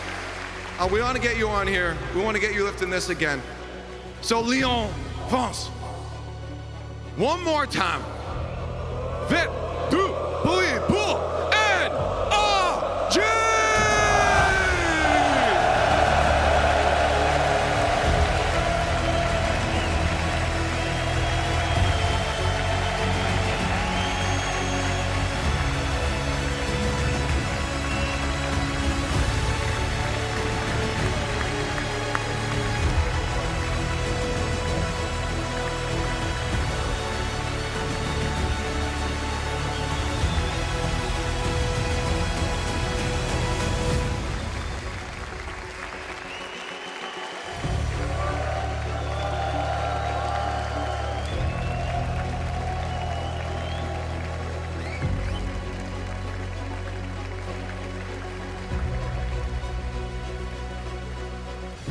2,100 days since North America has been on top of the Rocket League world. They are there once again. Second time's a charm for these guys. NRG again, too. And NRG. Wow. And what a year it's been with North America. Like, it's been a little bit of a down year, but they show up at the right time, T-Bates. Oh, all three of these men showed up at the perfect time, and they delivered a fantastic grand final. It came home! It took home to France! It took home to France! The most unlikely year! The year we might not have never had it. I mean, listen, G2, NRG, and they have to switch organizations. And they got the job done, CJ. This was the one they weren't meant to win. Yeah. Where they were most doubted, where we power ranked them number 6, North America's best team. And they went out there and played like a team that knew what it was like to lose a grand final. They went out there and said, that ain't happening again. And this crowd, it goes full circle. Let's go back to Zen in Boston, where the NA crowd took the French team and cheered them on. And now the French crowd cheering on the North American squad. And there's been 2 French champions in Texas.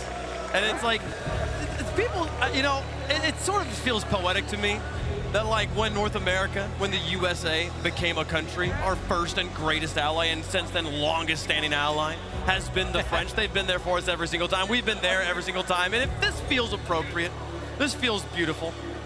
That looks like the chair I built. And now they're signing. Listen, that's a great chair, y'all. You can really, you can do a lot of things with that thing, I'll tell you that much. Oh, listen, get them signatures out there. I mean, before we give too much credit to NRG, I do want to say incredible season by the Falcons. Oh, my goodness. I do. Oh, yeah. I mean, they were balling out. Major champions in their own right in Raleigh. And then, honestly, they're kind of following G2's NRG script from last year. G2 won the London Major and lost in the World Championship Grand Final in that type of fashion. Yeah. And then they came right back. And listen, you know them Falcons. You're a person from Saudi Arabia, a fan of Mina, you should have had your head incredibly high of them young bulls. So proud. So all it takes is 1 year of London. It's the first ever World Championship Grand Final. You can't win them all. And if one person can tell you that, it's Atomic. 3 trips over the course of 4 years. Finally got the job done. And if there's anything that Rocket League has proven to us over the years is we can have an amazing World Championship, we can have an amazing RLCS season, but it's never quite perfect. It's never quite perfect, right? The French don't get to win in France, right? You can have, like, I literally in season 5 when Justin scored the Justin goal, I literally sat there and was like, if they win this World Championship, I might just quit esports because it's literally the best story ever. So of course they couldn't win in that one, right? And for this one for Mina, you won the 1v1s, you won Raleigh, you were the first team ever to be, the first team not from NA or EU to win an RLCS LAN, you were the first ever 1v1 champions, you were the first team to make sure there was no European teams in a grand final for the first time. You don't get to also win it, okay? Next time, they'll win it. The Falcons are absolutely going to win a world championship. It's just a matter of time. It's just a matter of time for now, but listen. How fitting for the World Championship MVP. That iconic photo last year, staring at BDS, lifting that trophy. Beast mode now, the most valuable player here in Lyon at Worlds 2025. the same team alongside him. Listen, he's got a quiet tournament too, but in the grand champ. Oh, he showed up. In the grand champ, then the grand final, he was balling out. That double touch being in game 5. Listen, if they won game 1. Talk to him. And we were like, well, they won game 1 last game. Then they lost game 2. I said, oh no, oh no. Game 3, they end up getting down. I'm like, oh, hold on now, wait a second. Beast Mode struck in game 4. I said, hold on a second. They're up 3-1. They got to be able to close. And then Beast Mode double touch game. Look at Matt, man. Matt. Well, he's so gassed up.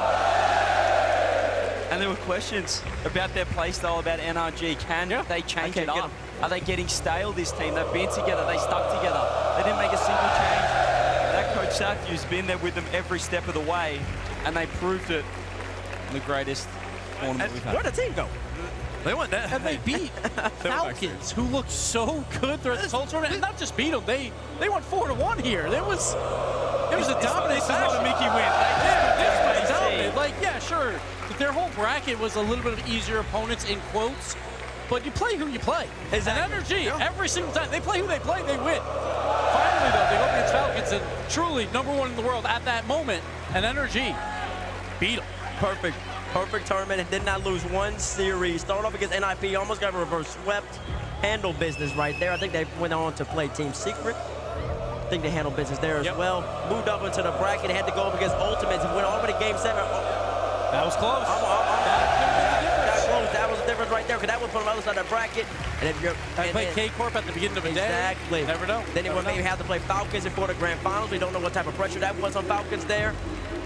But the point is, they got back to the grand final yet again. Their first time getting back to the grand final in a year. Yeah. And they don't waste the opportunity. They handle business. Matt Ackerman, former coach of G2, current coach of NRG, handles business, doing his lap around Lyon. He's excited. He's happy.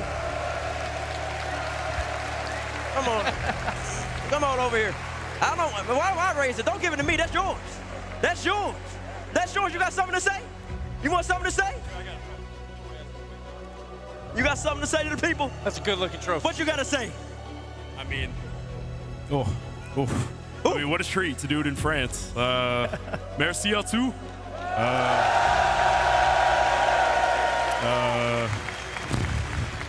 I mean, je vous aime. Je vous aime. But yeah, I mean, you know, it's so hard for us to do it in the U.S. and just to do it here is fantastic. I mean, this is really where Rocket League is living through right now. France is fantastic. Their support for the esport is fantastic. To compete against their teams is amazing. They're the best in the world, and to take it all home, you know, especially with all the doubts this year. And world champ. Did it offensively too. Yeah, I mean, it woke up at the right time. Hey, look, it was never our intention to be defensive, but we did it. I think we changed it up for this one, so couldn't be more proud. How's it feel? It's been 4 years, 21-22. You remember it? We sat up there. We had that whole entire Dickens Arena rocking. Yeah. And it came up short. Last year, short as well. It's been a long journey. I mean, some will say that those who have lost just feel to win that much more. Yeah, I mean, I think the experience kind of showed in that finals. My guys were doing hits that we wouldn't have done a year ago. My guys were making plays that we wouldn't have made a year ago. The composure was fantastic.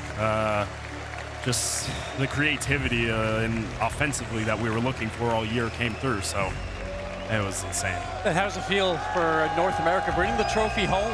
Yeah, I mean, all those players there, all your friends that you compete with day in and day out. Yeah, we just wanted to show NA still can compete. I think some people were asking if, maybe we were even not a major region anymore.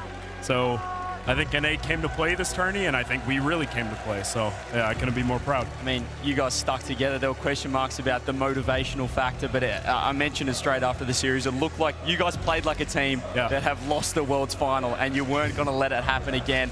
I was talking to Garrett G during the series as well. He said that the pressure, they wanted the aggression. Yeah. I mean, you must be so proud and got them firing. I mean, since we formed as a team, it's always play for the guy behind you. It's play as a team, stay as a unit, shape is everything. and we kept it. We kept it in the finals. So it was just a great effort from the guys, and it's insane. And finally won it with the best-looking trophy too. So you waited for the perfect time. Yeah, we did. We were just. That's a beaut. We wanted a good one to take home. So I mean, to beat Falcons as well, of all teams in the grand final, that must be even extra special for you. It is. I mean, that team is special. That final doesn't do them justice. They'll be back. I know for a fact. They have a great coach, and all the players are amazing guys and very humble guys. So they'll be back for sure. I want you to give the fans one more hoist of that trophy, my boy. How did you go celebrate with the squad? And listen, dap me up, give me a hug. Give me a hug, bro. Congratulations. Congratulations, bro. Oh my God. Give me one more lift. One more lift. As you get on out of here. Oh wait, never mind. The lock in the fridge.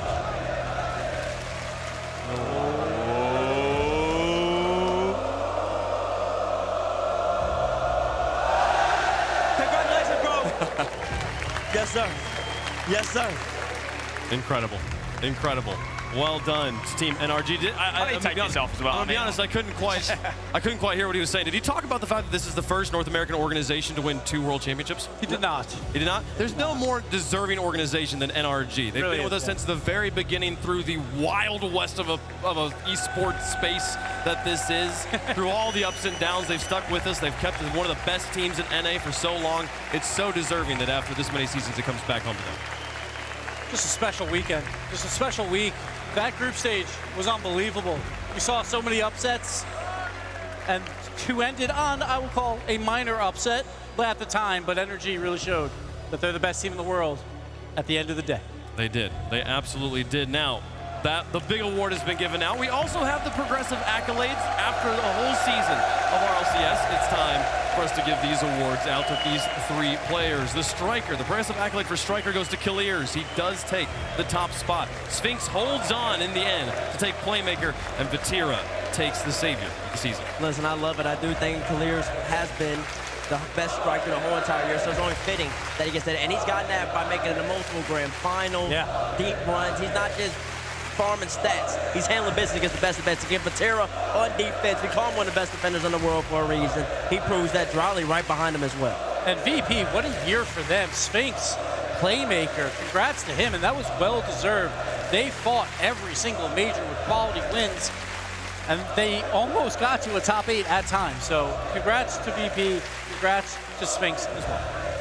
Incredible awards from those players, and we'll get to see their stories continue next season. We've already learned how it's going to go. CJ, you were off the desk. We gave Fairy Peak your spot. Twos is coming back. Twos is coming back, and this season's starting a whole lot quicker than I would have thought it would be. November start, Twos is inbound. The most played game mode from all the pros in ranked as well. We finally get to see it at the biggest stage. So exciting. It's going to be so exciting. Such a brilliant space here. NRG, your Rocket League World Champions, after a long, grueling bracket, having to go to 7 against the Ultimates, sweeping GK, and then having to handle a Team Falcons that just put up the best series we'd ever seen against Karmine Corps. Importantly, they avoided Vitality. That was their one boogeyman. The one boogeyman that NRG had, Vitality knocked out. But NRG... What a final day. They lost 1 game out of 8. They dominated GK, then they go up against Falcons. You're like, okay, let's see what happens here. Falcons is a different beast. No, it didn't matter. They did it anyway. And they just make their opposition look inferior as well. Yes. There's going to be people saying, oh, well, you know, Falcons didn't look as good as they did against Karmine Corp, but they're just an awkward team to play. They put you in places you don't want to be, NRG, so you have to give credit to them because they just make one of the best teams in the world, Falcons, look second rate. And, of course, it is appropriate. It makes a lot of sense that the year NRG wins the World Championship, James Bott wins the prediction contest. I haven't seen the final graphic. I'm pretty confident he is the prediction champion. I'm shocked. And they won it. Teammates didn't win it. But we'll give it to James. No, but there's no one of the Rocket League pundits has been a bigger NRG supporter throughout the years than James Bott. Look at him up there. Congratulations, bud. Congratulations to him. I'll take a top row. I'm happy with that. Look at that. All guys come to the top row. Very well. Let's go. Oh, we're all. Where's CJ at? Not great, guys. I tell you what, the coin is really creeping up on us as well at 19. So yeah, you know, coin going about half, about 50%. It's job. Good job, coin. What a year. The 3 of you thought, T-Bates, Dazzard, and James Bott all thought NRG would win, and they got it done. They got the job done, man. Listen, they did it their way. They played their best tournament, man. It was absolutely great. France has been absolutely amazing. Yes. The fans here, I mean, you got the There's still so many people here. I know, yeah, they're still over there. Man. Like, give yourself a round of applause. Having a good time. Merci beaucoup. And honestly, they're so great. Why don't we just come back next May in Paris? Yeah, let's do it again. Why not? Yeah, Why not? it's down the road. Yeah. Betty. Let's go to Paris. Oh, it's going to be a great time. Next season's starting very soon. It's going to be so exciting. Make sure you're signing up with your teams out there if you are somebody who looked at all this and said, this looks cool, this looks fun, I'd like to be a part of this. You can. All the tournaments are open bracket. You can sign up and be a part of the RLCS. And, well, I mean, CJ, for people who've been watching this weekend but who haven't played Rocket League, what would you tell them? Just pick the game up and see if you can find the ball is step one in Rocket League. These guys make it look so easy, the touches they're making, but this esport, man, we mentioned it a lot, just a truly global esport. One, a great day for OCE, well, a great tournament for OCE, but North America had their doubts. It's just Europe, it's only France, it's only MENA. Think again, NA's back, and the other regions are right on their heels. Any final thoughts? 12 World Championships, and finally we got the same org to win one. Congratulations to NRG. Congratulations, NRG. Why couldn't this have happened 4 years ago? I would have been so excited. Come on!